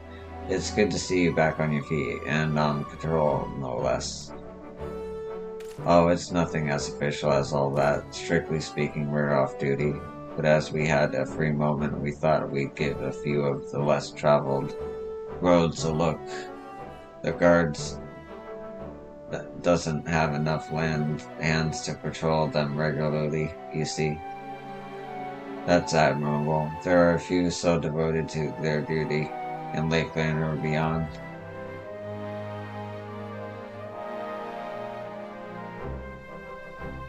Well, we've been talking about it for a while now, and neither of us is satisfied with just seeing out our service. It feels like we could be doing more, like we should be doing more. It's all about having the will to help your fellow man and the resolve to see it through.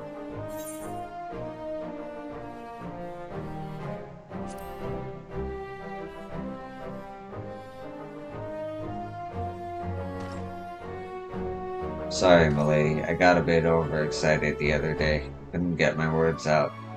The name's Vonard, milady. I'm with the guard, but I don't just want to protect Lakeland. I want to protect the lot, just like the Warriors of Light. Sadly, our duties prevent us from venturing too far from our own little corner of Norvent. What we'd really like to do is travel, to better ourselves and go where the need is greatest.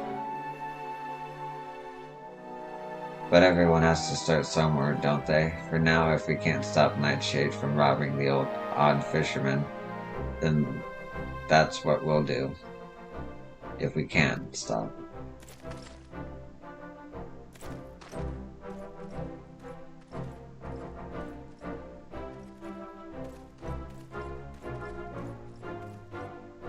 Well, future heroes of the first, do you think?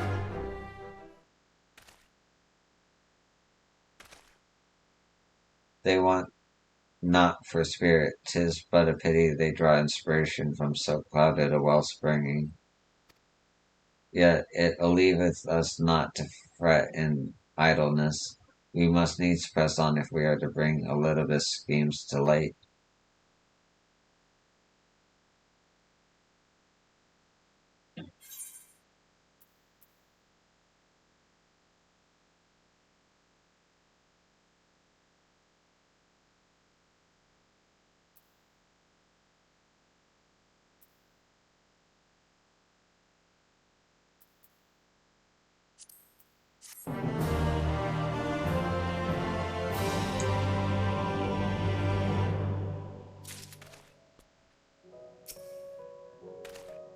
It pains me to think that men with such pure intent are being made to serve Asian ends, however directly. But they're right, the people need heroes.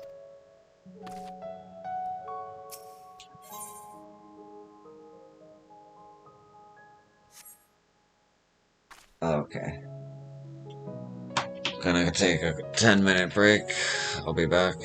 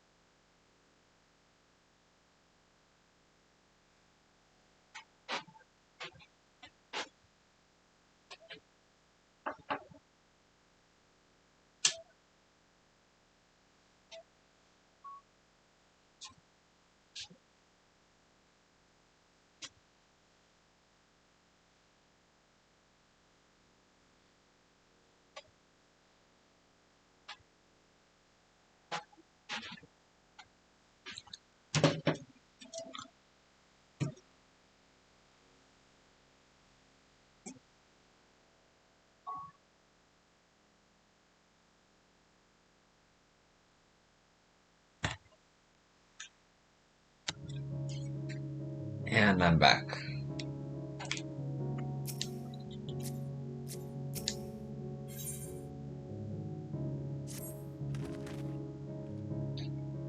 Though our respite was cut short, I dare say we are all eager to avail ourselves of such knowledge as the runes may hold. And I doubt, and I doubt further contemplation of Oedipus' machinations will be conductive of relaxation. We may as well make for the split hole now.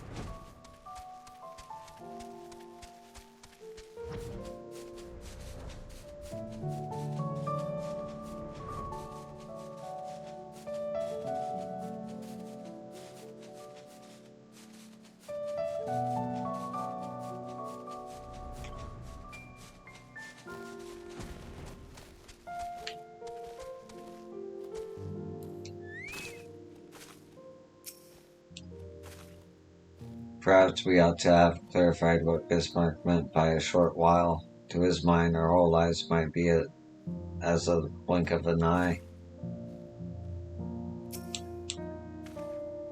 So how much of respite did you actually enjoy? Half a moment's? We rested, didn't we, yo?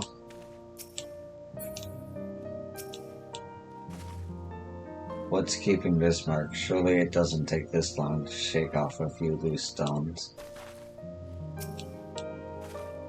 You arrived rather early. Are you certain you did as you were told? At the present, now we need but await Bismarck's coming.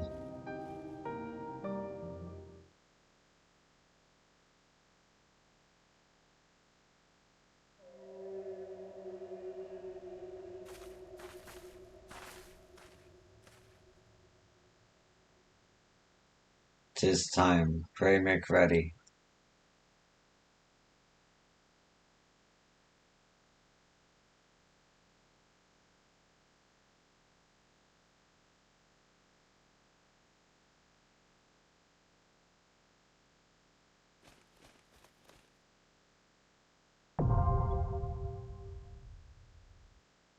Oh.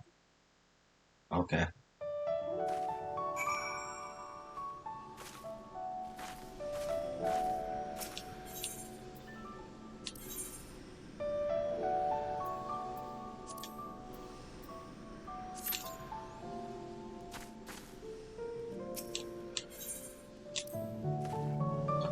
Unlike Amarat, the ruins which we now seek are no illusion. There is no knowing what awaiteth below.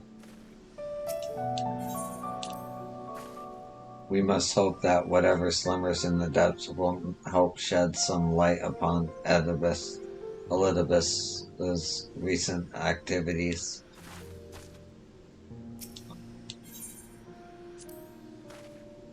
Whether or not we find the knowledge we seek, we have a duty to stem the Benthos aggression.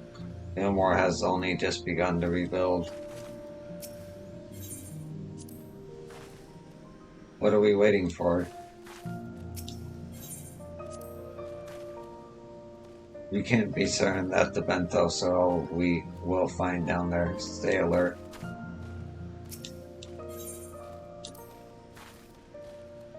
I like to think my skills have improved in some small way since the last time we fought together. I won't let you down.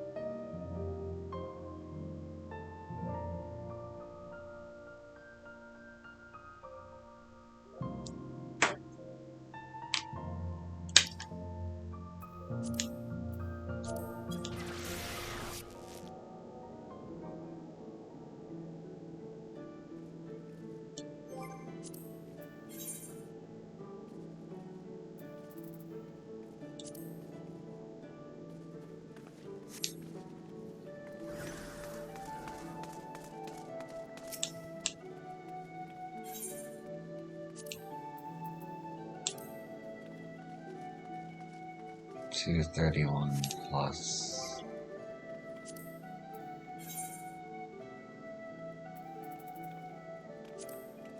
40.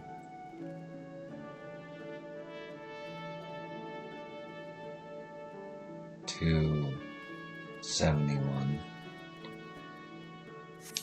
Not quite enough, but hey, I'm not in a hurry to get my max gear I can get right now.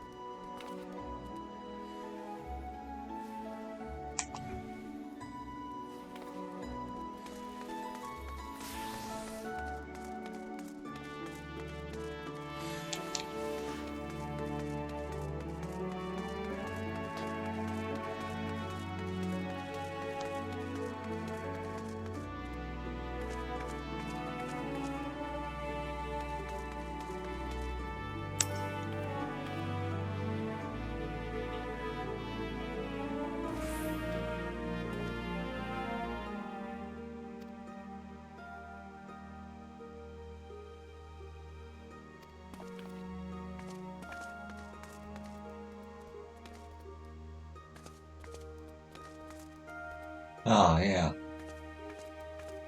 Christmas. Nice. I wonder if there are any quests. Let me look up if there are any Christmas quests while I'm waiting for this queue. Actually. Might be a bard.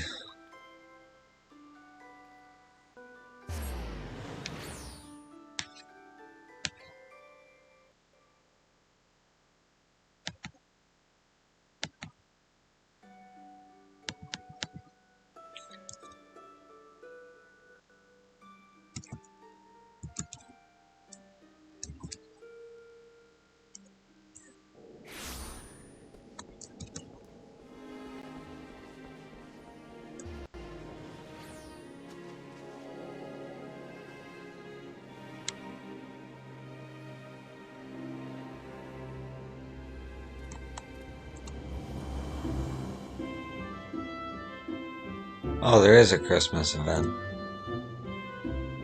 I'll have to do it when I get back.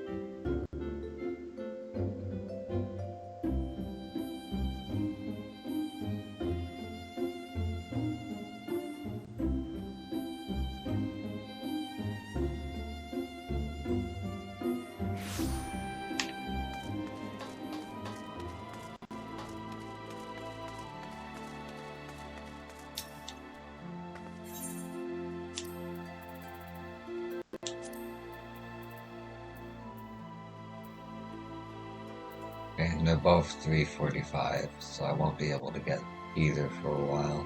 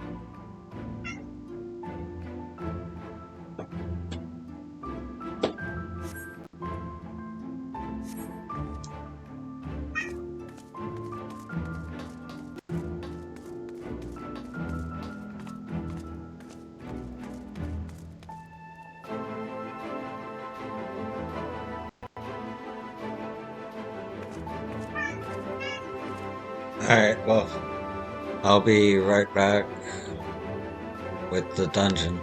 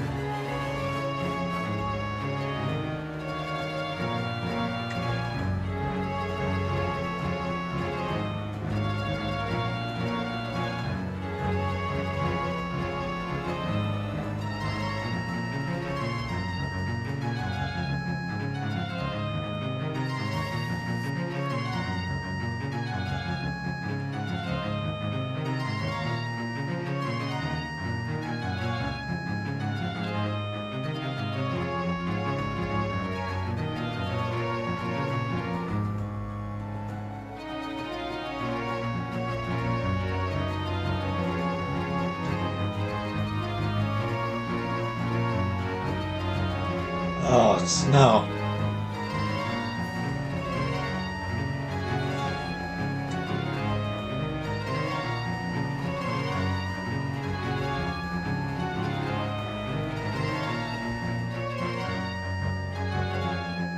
That's snow.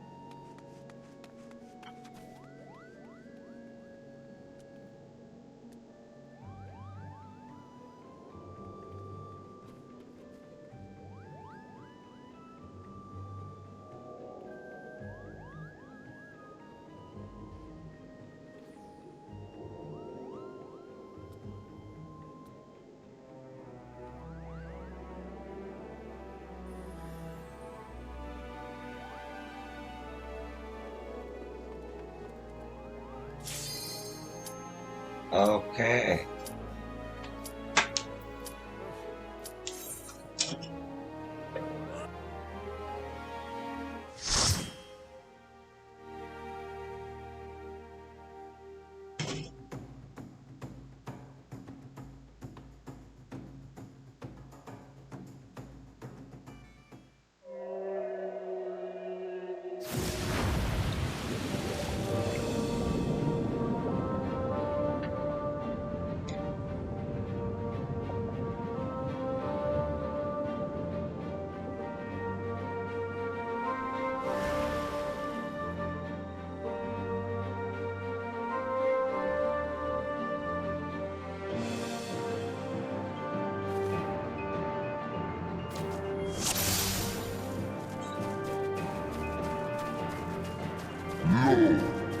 Alla Eslor Vision. Lanesia Achtane.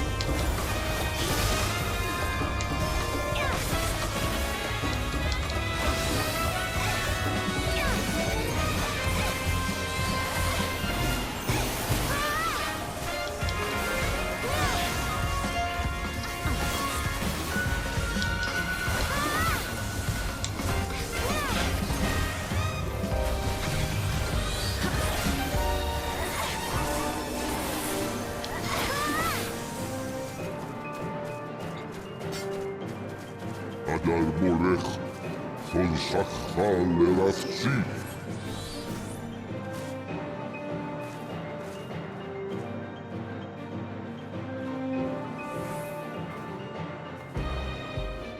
Olfoen wisdom, Hanna esnoetsi.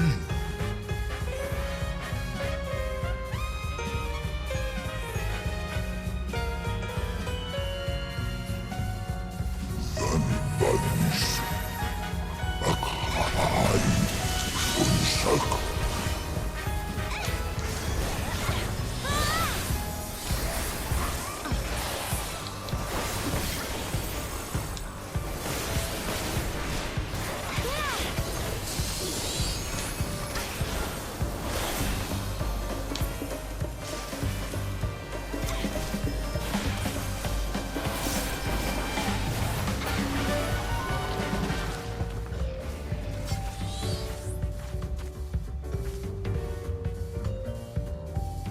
Halba, Funsak.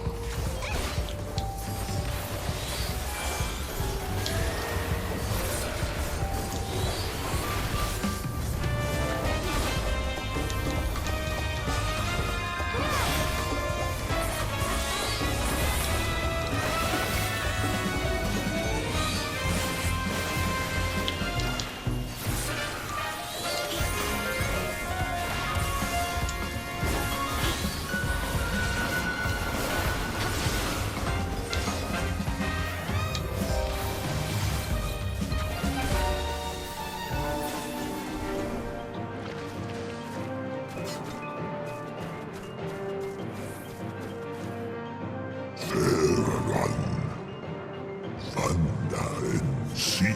Ah!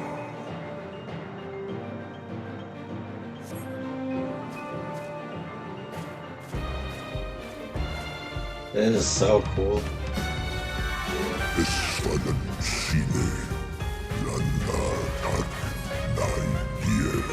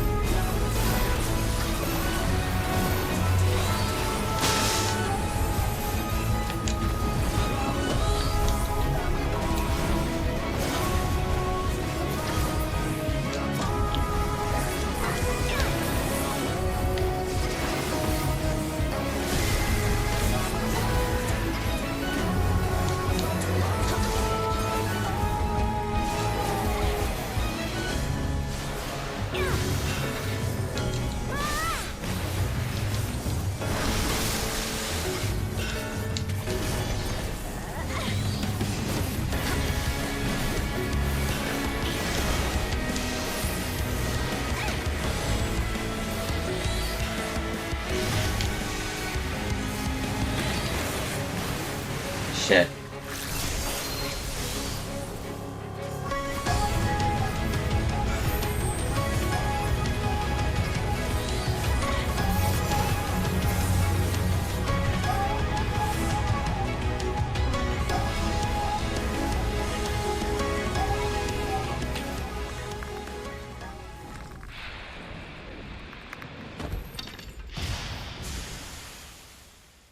Good game.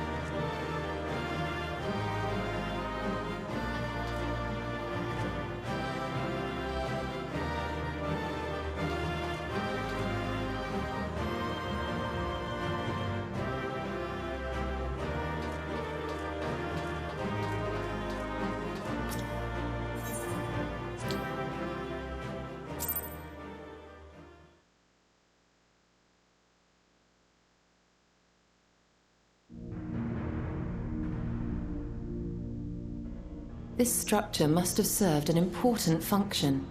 And here are yet more crystals. I too noted the crystal repository on the way.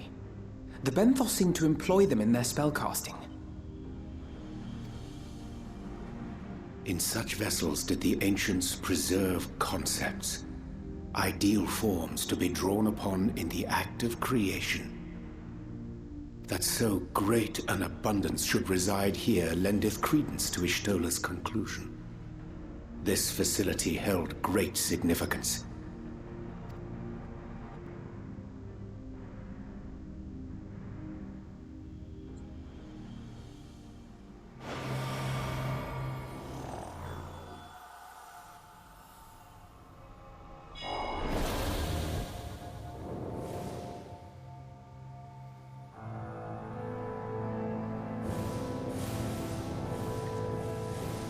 Hello.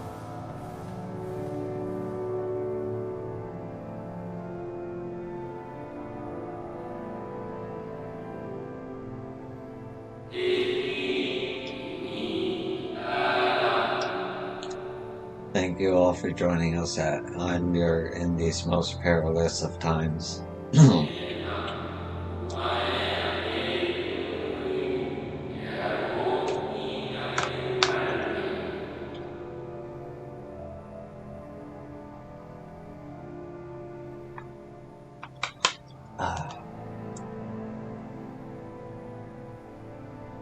By the summoning of Zodiark have we been granted a reprieve, yet amenable as the laws he has woven may seem, they will not serve to forestall our doom.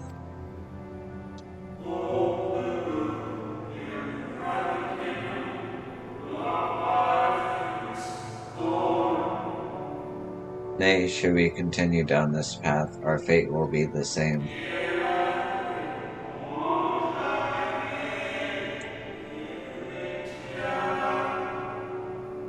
I said as much at the convocation, of course, but the stubborn fools turned a deaf ear to my warnings.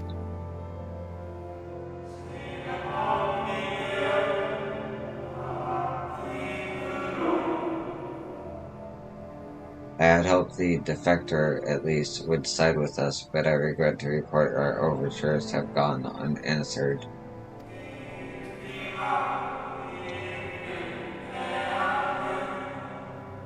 Whither tend to your thoughts, but not where you lead, we will follow.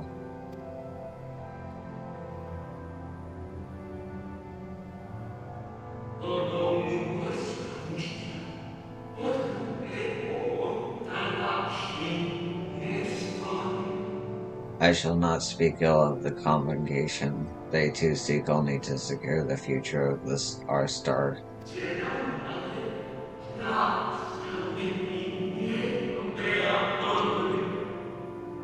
Yet, It is plain they will not contemplate a permanent solution. That being the case, we must ask ourselves a simpler question. Are we to prepare to pursue our chosen course, even should it mean suffering the eternal condemnation of our brethren?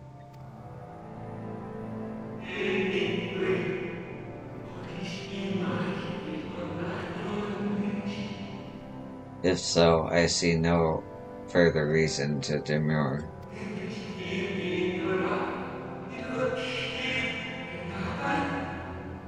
Let us bring from the light that shall ever keep the darkness in check.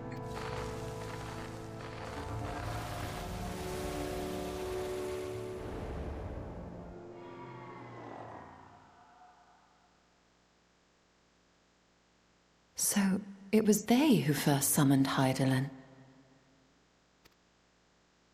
Their discussion did seem to imply as much, yes. I cannot say I have ever heard of this Venar before. For a certainty, Emet-Selch never uttered the name, speak though he did of the schism which Zodiark's advent wrought upon mankind. Some were of the viewpoint that his power must needs be restrained, and to that end did they call forth she who would serve as his shackles. We now know that it was this Venar to whom they looked for leadership. And that this place, in all likelihood, served as their headquarters. The presence of such intimate records attests to that. I would hear what else they have to tell us. All of it. Did anyone see the source of the image?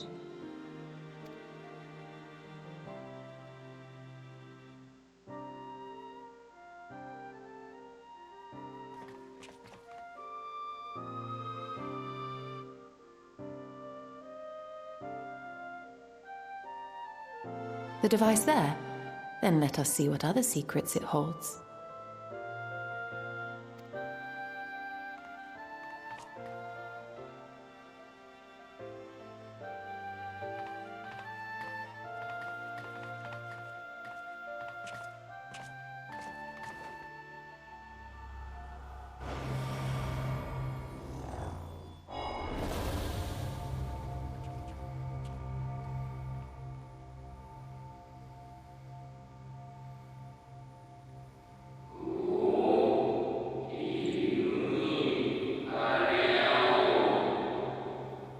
But not, please, why must it be you?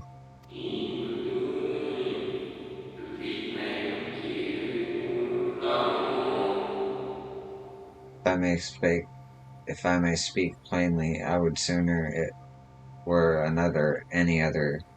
You are our leader. None can take your place.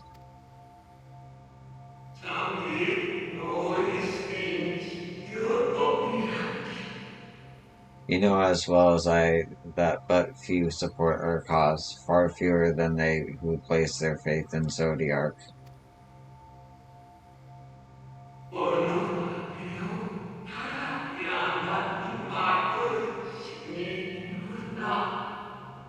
If Hydaelyn is to stand a chance of opposing him, I am the only one who might suffice as her heart.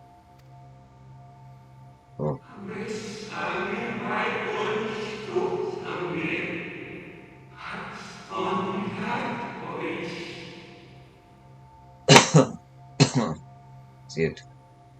Excuse me.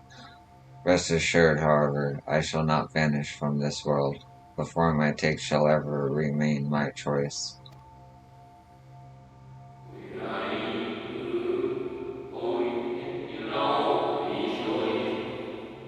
Then I will press you no more. Only know this, you will be sorely missed.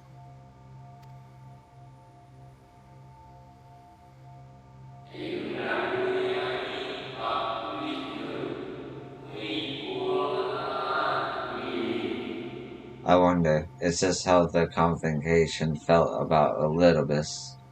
What?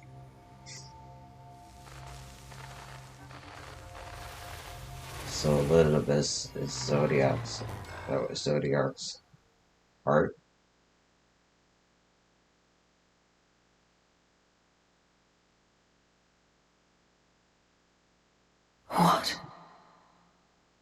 Forgive me, but did that not strongly imply that Elidibus sacrificed himself to become Zodiark's heart? 7 hells. Then who or what are we dealing with?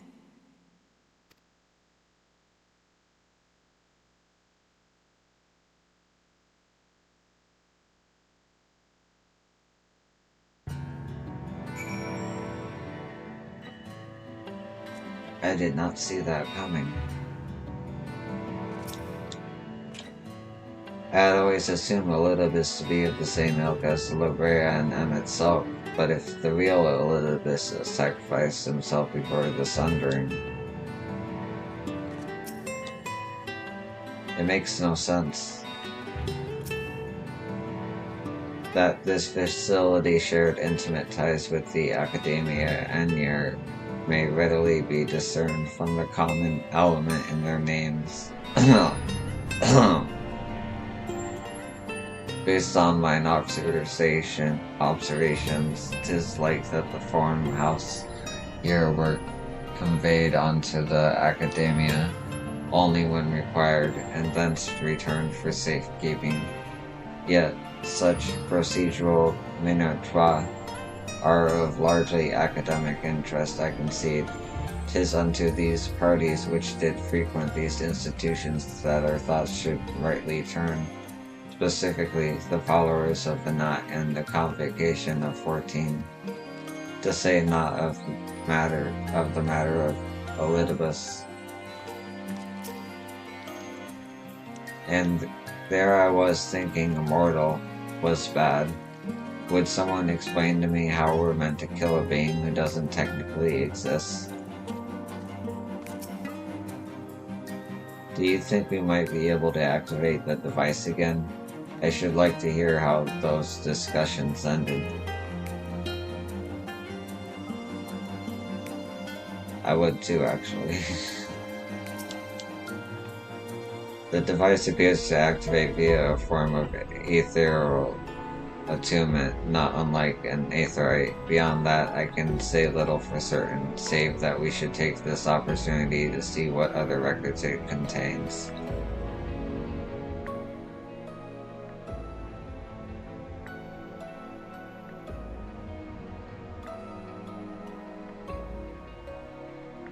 No response, confound it.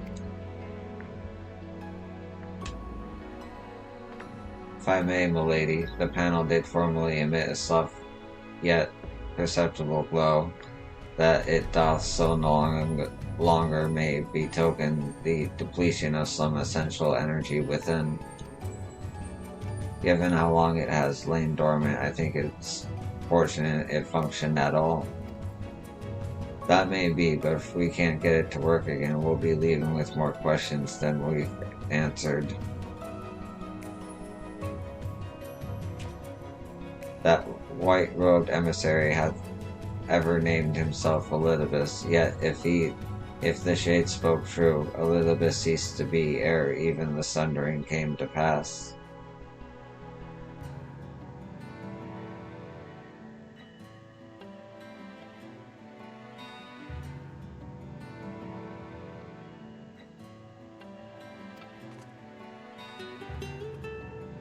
This calls to mind a truth that Emmett Self did once reveal in passing, that the names by which we know our foes are not those given to Asians at birth.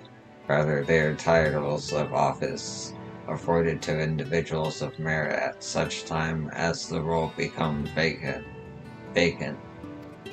Perchance that the Elidibus at Zodiark's heart and the emissary with whom we are acquainted be not one and the same, but predecessor and successor.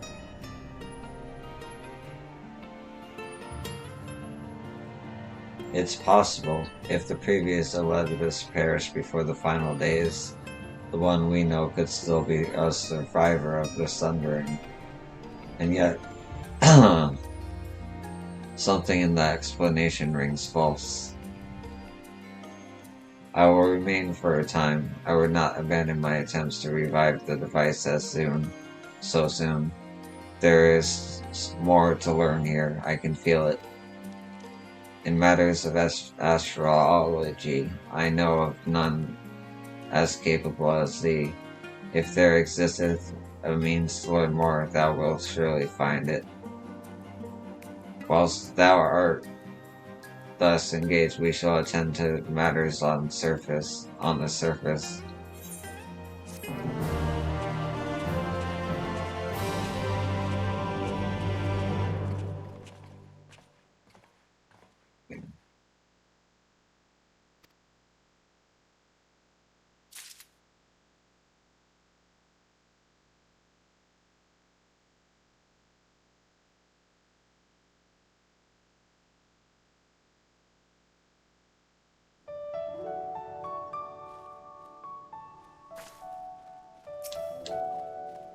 Does she really not mind working alone? Hopefully this will make the Benthos think twice before raiding the stores of their fellow Ondo again. While it's true our findings have raised more questions than they have answered, it is impossible that Ystrola will gain access to It is not impossible that Ystrola will gain access to additional records, and if anything else, we have spared Yomor from invasion. Answers never did come to us, tied neatly with a bow. We'll get to the bottom of things eventually.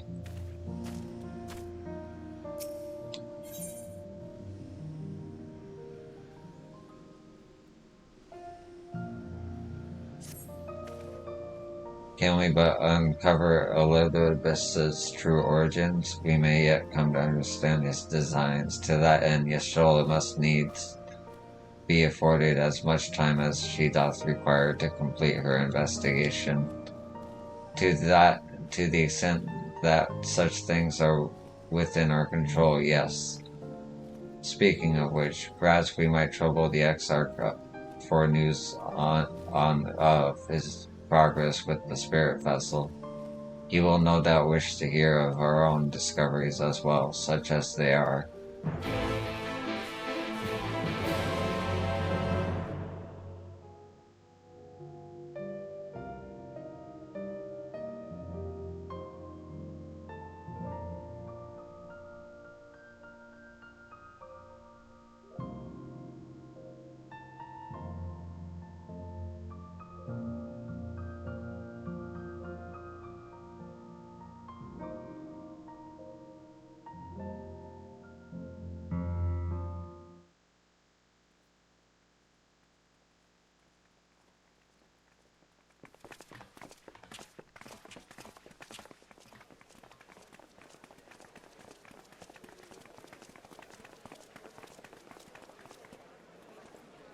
Dare I ask what's going on? Ah, excellent timing. For me, in any case. We have a problem. The vast majority of those gathered here are presently in the employ of the Guard or else one of the facets, and no longer wish to be so. In principle, all are free to change vocation at any time, but a city does require a certain number of people in these positions if it is to continue to function. For the moment, I have asked them to postpone their resignation until such time as replacements can be found.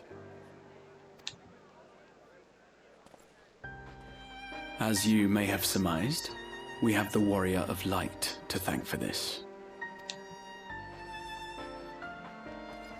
It's you! The Warrior of Darkness!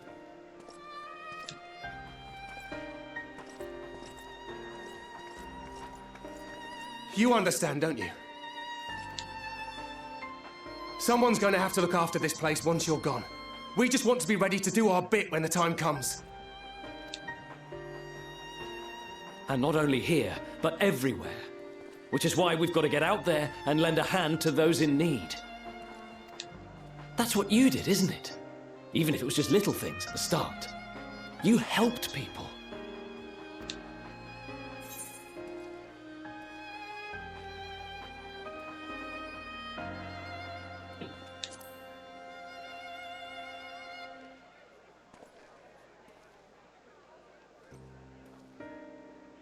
and we're trying to do the same. We may have our sky back, but there's no shortage of people who still need help. If we follow in your footsteps, then I choose to believe we too can be heroes one day, even warriors of light.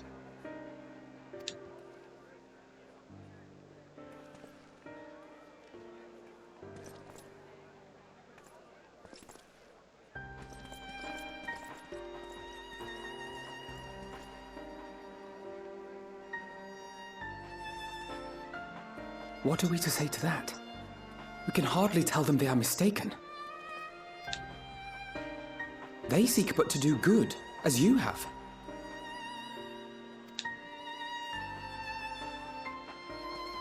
But no more can we stand idly by and suffer a paragon's scheme to proceed unchallenged.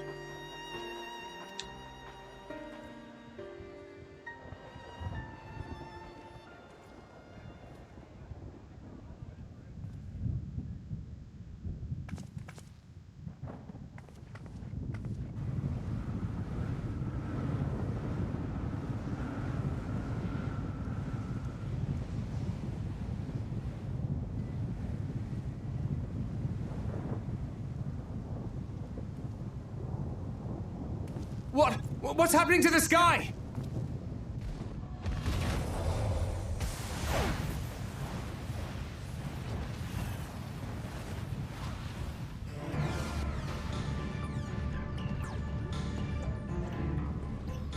What?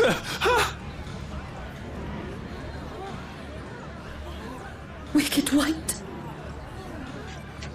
Oh no.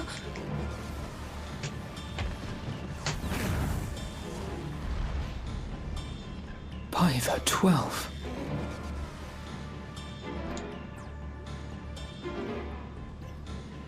A star shower.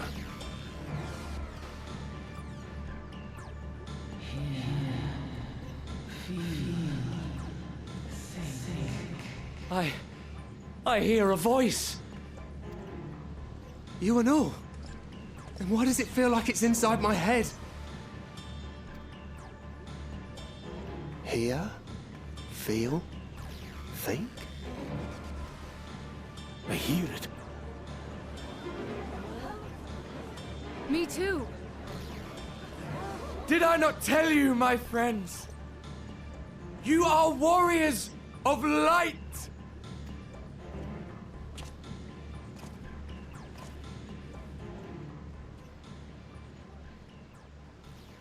You're back!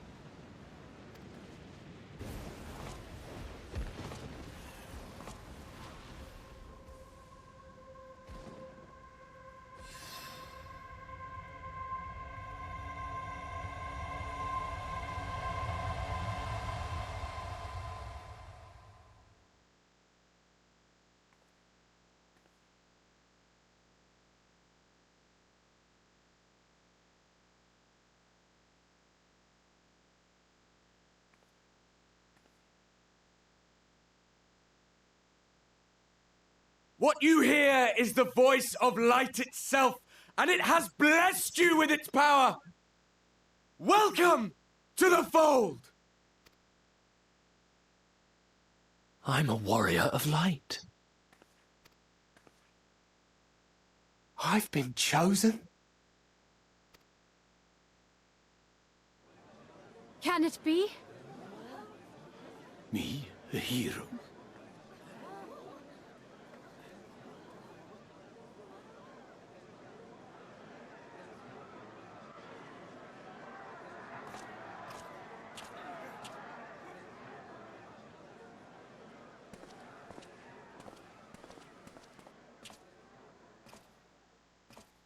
Wait!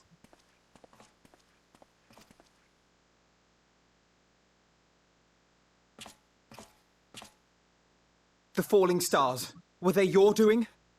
And why do you need warriors of light? What, am I to reveal my plans simply because you asked? Nay, I think not. Though the stars, I acknowledge mine. A convenient illusion, apt to awaken what little is left of the power that once resided in your sundered souls.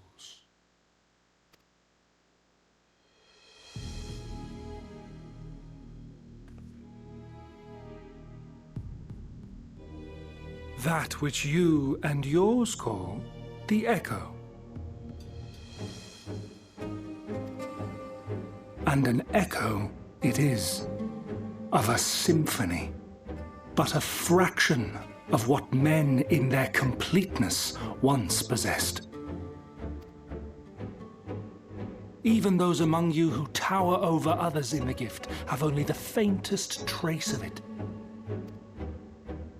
But though sundered and forgotten through death and mocking rebirth, it has persisted.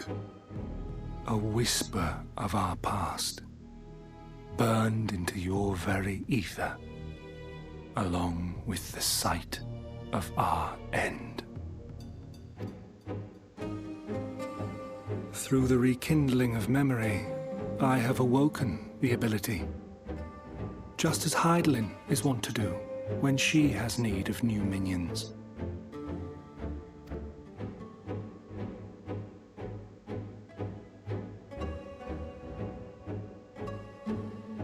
The Echo hath ever been thought a gift from Heidelin, a boon granted solely to her chosen.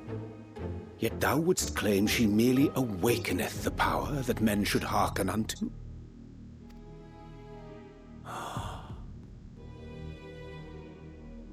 Her voice. Given the perceived simultaneity of her call and the awakening of her chosen's capacity to hear it, it is only natural that we thus attributed the source of the gift. Yet if, in truth, the Echo is a prerequisite for hearing her voice,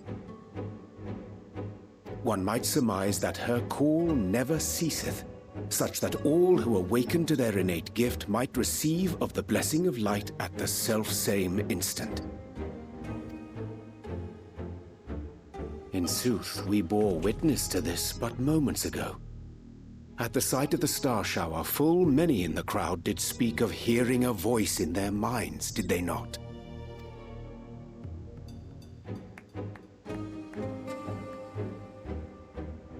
Just so. And whenever Heidelin has need of new servants, she is quick to pluck comets from the heavens or create illusions of the same. Why, then, didst thou conjure this vision, full knowing that thine age-old foe would thus claim those awakened to the gift? Foe? You must be mistaken. As you see, I am a warrior of light. And together with my comrades in arms, I shall save the world. Just like you.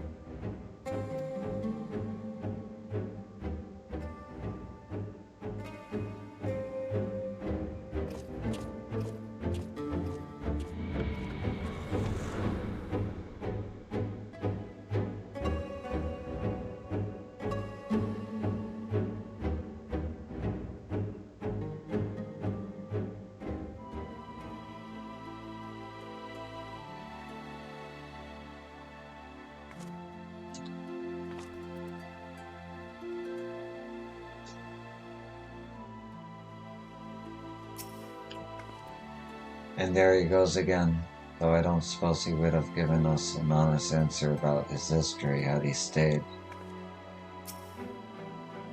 Though I like not what it portendeth, having been treated to so unambiguous a demonstration, I cannot well conclude aught but that star showers are indeed instrumental in awakening the Echo.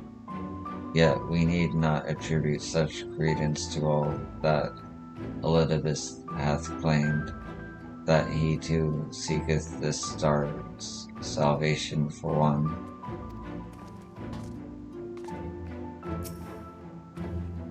Unsettling though this is, I'm certain our friends in the guard will use the Echo well, or with good intentions at least. It did remind me of it, Amara, I mean, all the fear and the sadness. The more Elidibus reveals, the less I understand. But that he has made a fine mess of things is plain.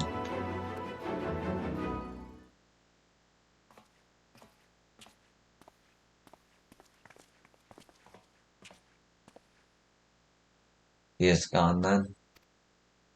I've managed to persuade a number of our would-be deserters to reconsider, or at least delay their departure, but as many are deaf to my entreaties. Young Thaler and Vaughn are among them, I am sorry to say. They have quit the guard. Nevertheless, I wish them well, whatever Elidibus' plans for them might be. The pair have only ever had the best of intentions. One can hardly blame them for thinking themselves heroes elect, not after having been blessed with the echo. It's not as if they haven't shown the requisite spirit. I quite agree, though the impetus for their sudden departure may have been words falsely spoken. The men and women in whose footsteps they would follow, and the heroes in truth. Warriors of light, Ardbert, yourself most of all.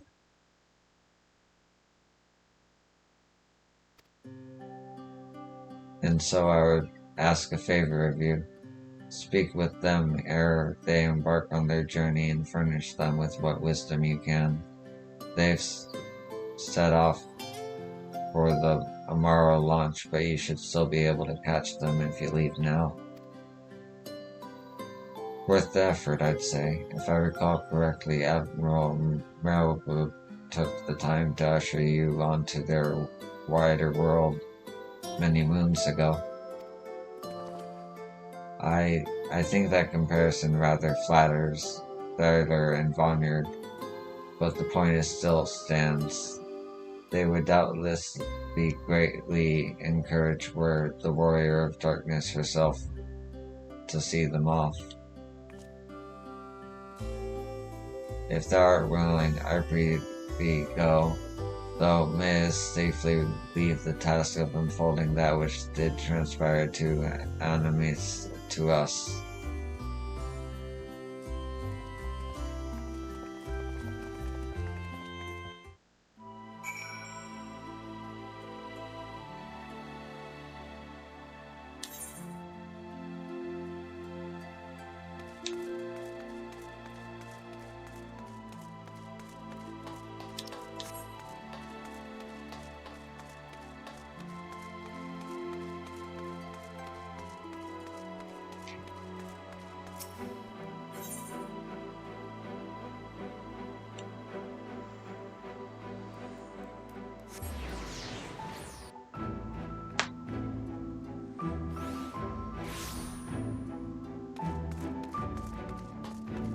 Alright.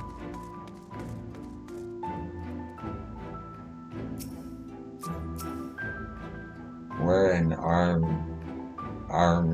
I mean, you know, around.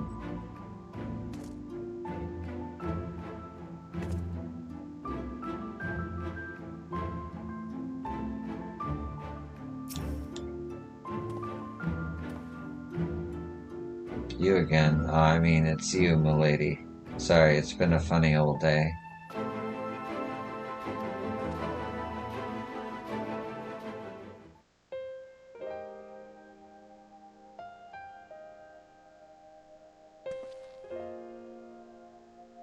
You can be sure we'll take those words to heart. I still can't believe it, you coming all this way just to speak to us. I swear we won't let you down, so long as it helps someone, we'll do what we need doing out there, no matter how small. And when larger threats loom, we'll be ready to face them. You see if we aren't.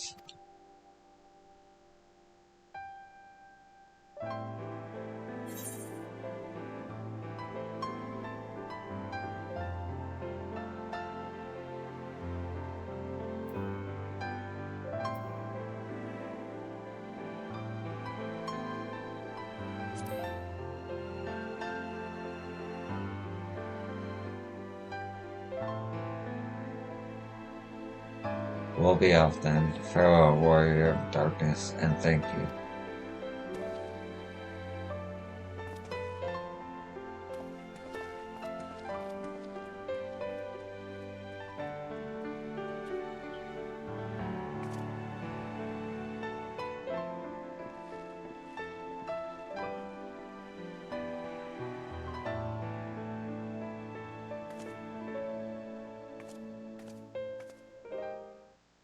Okay. That's a good place to call it. It's been a long stream. And I have to drive for 12 hours. Luckily I slept before this, but yeah. I'll see you in the next one. I'm not going to be streaming for 3 days. But yeah, thank you for watching. Peace.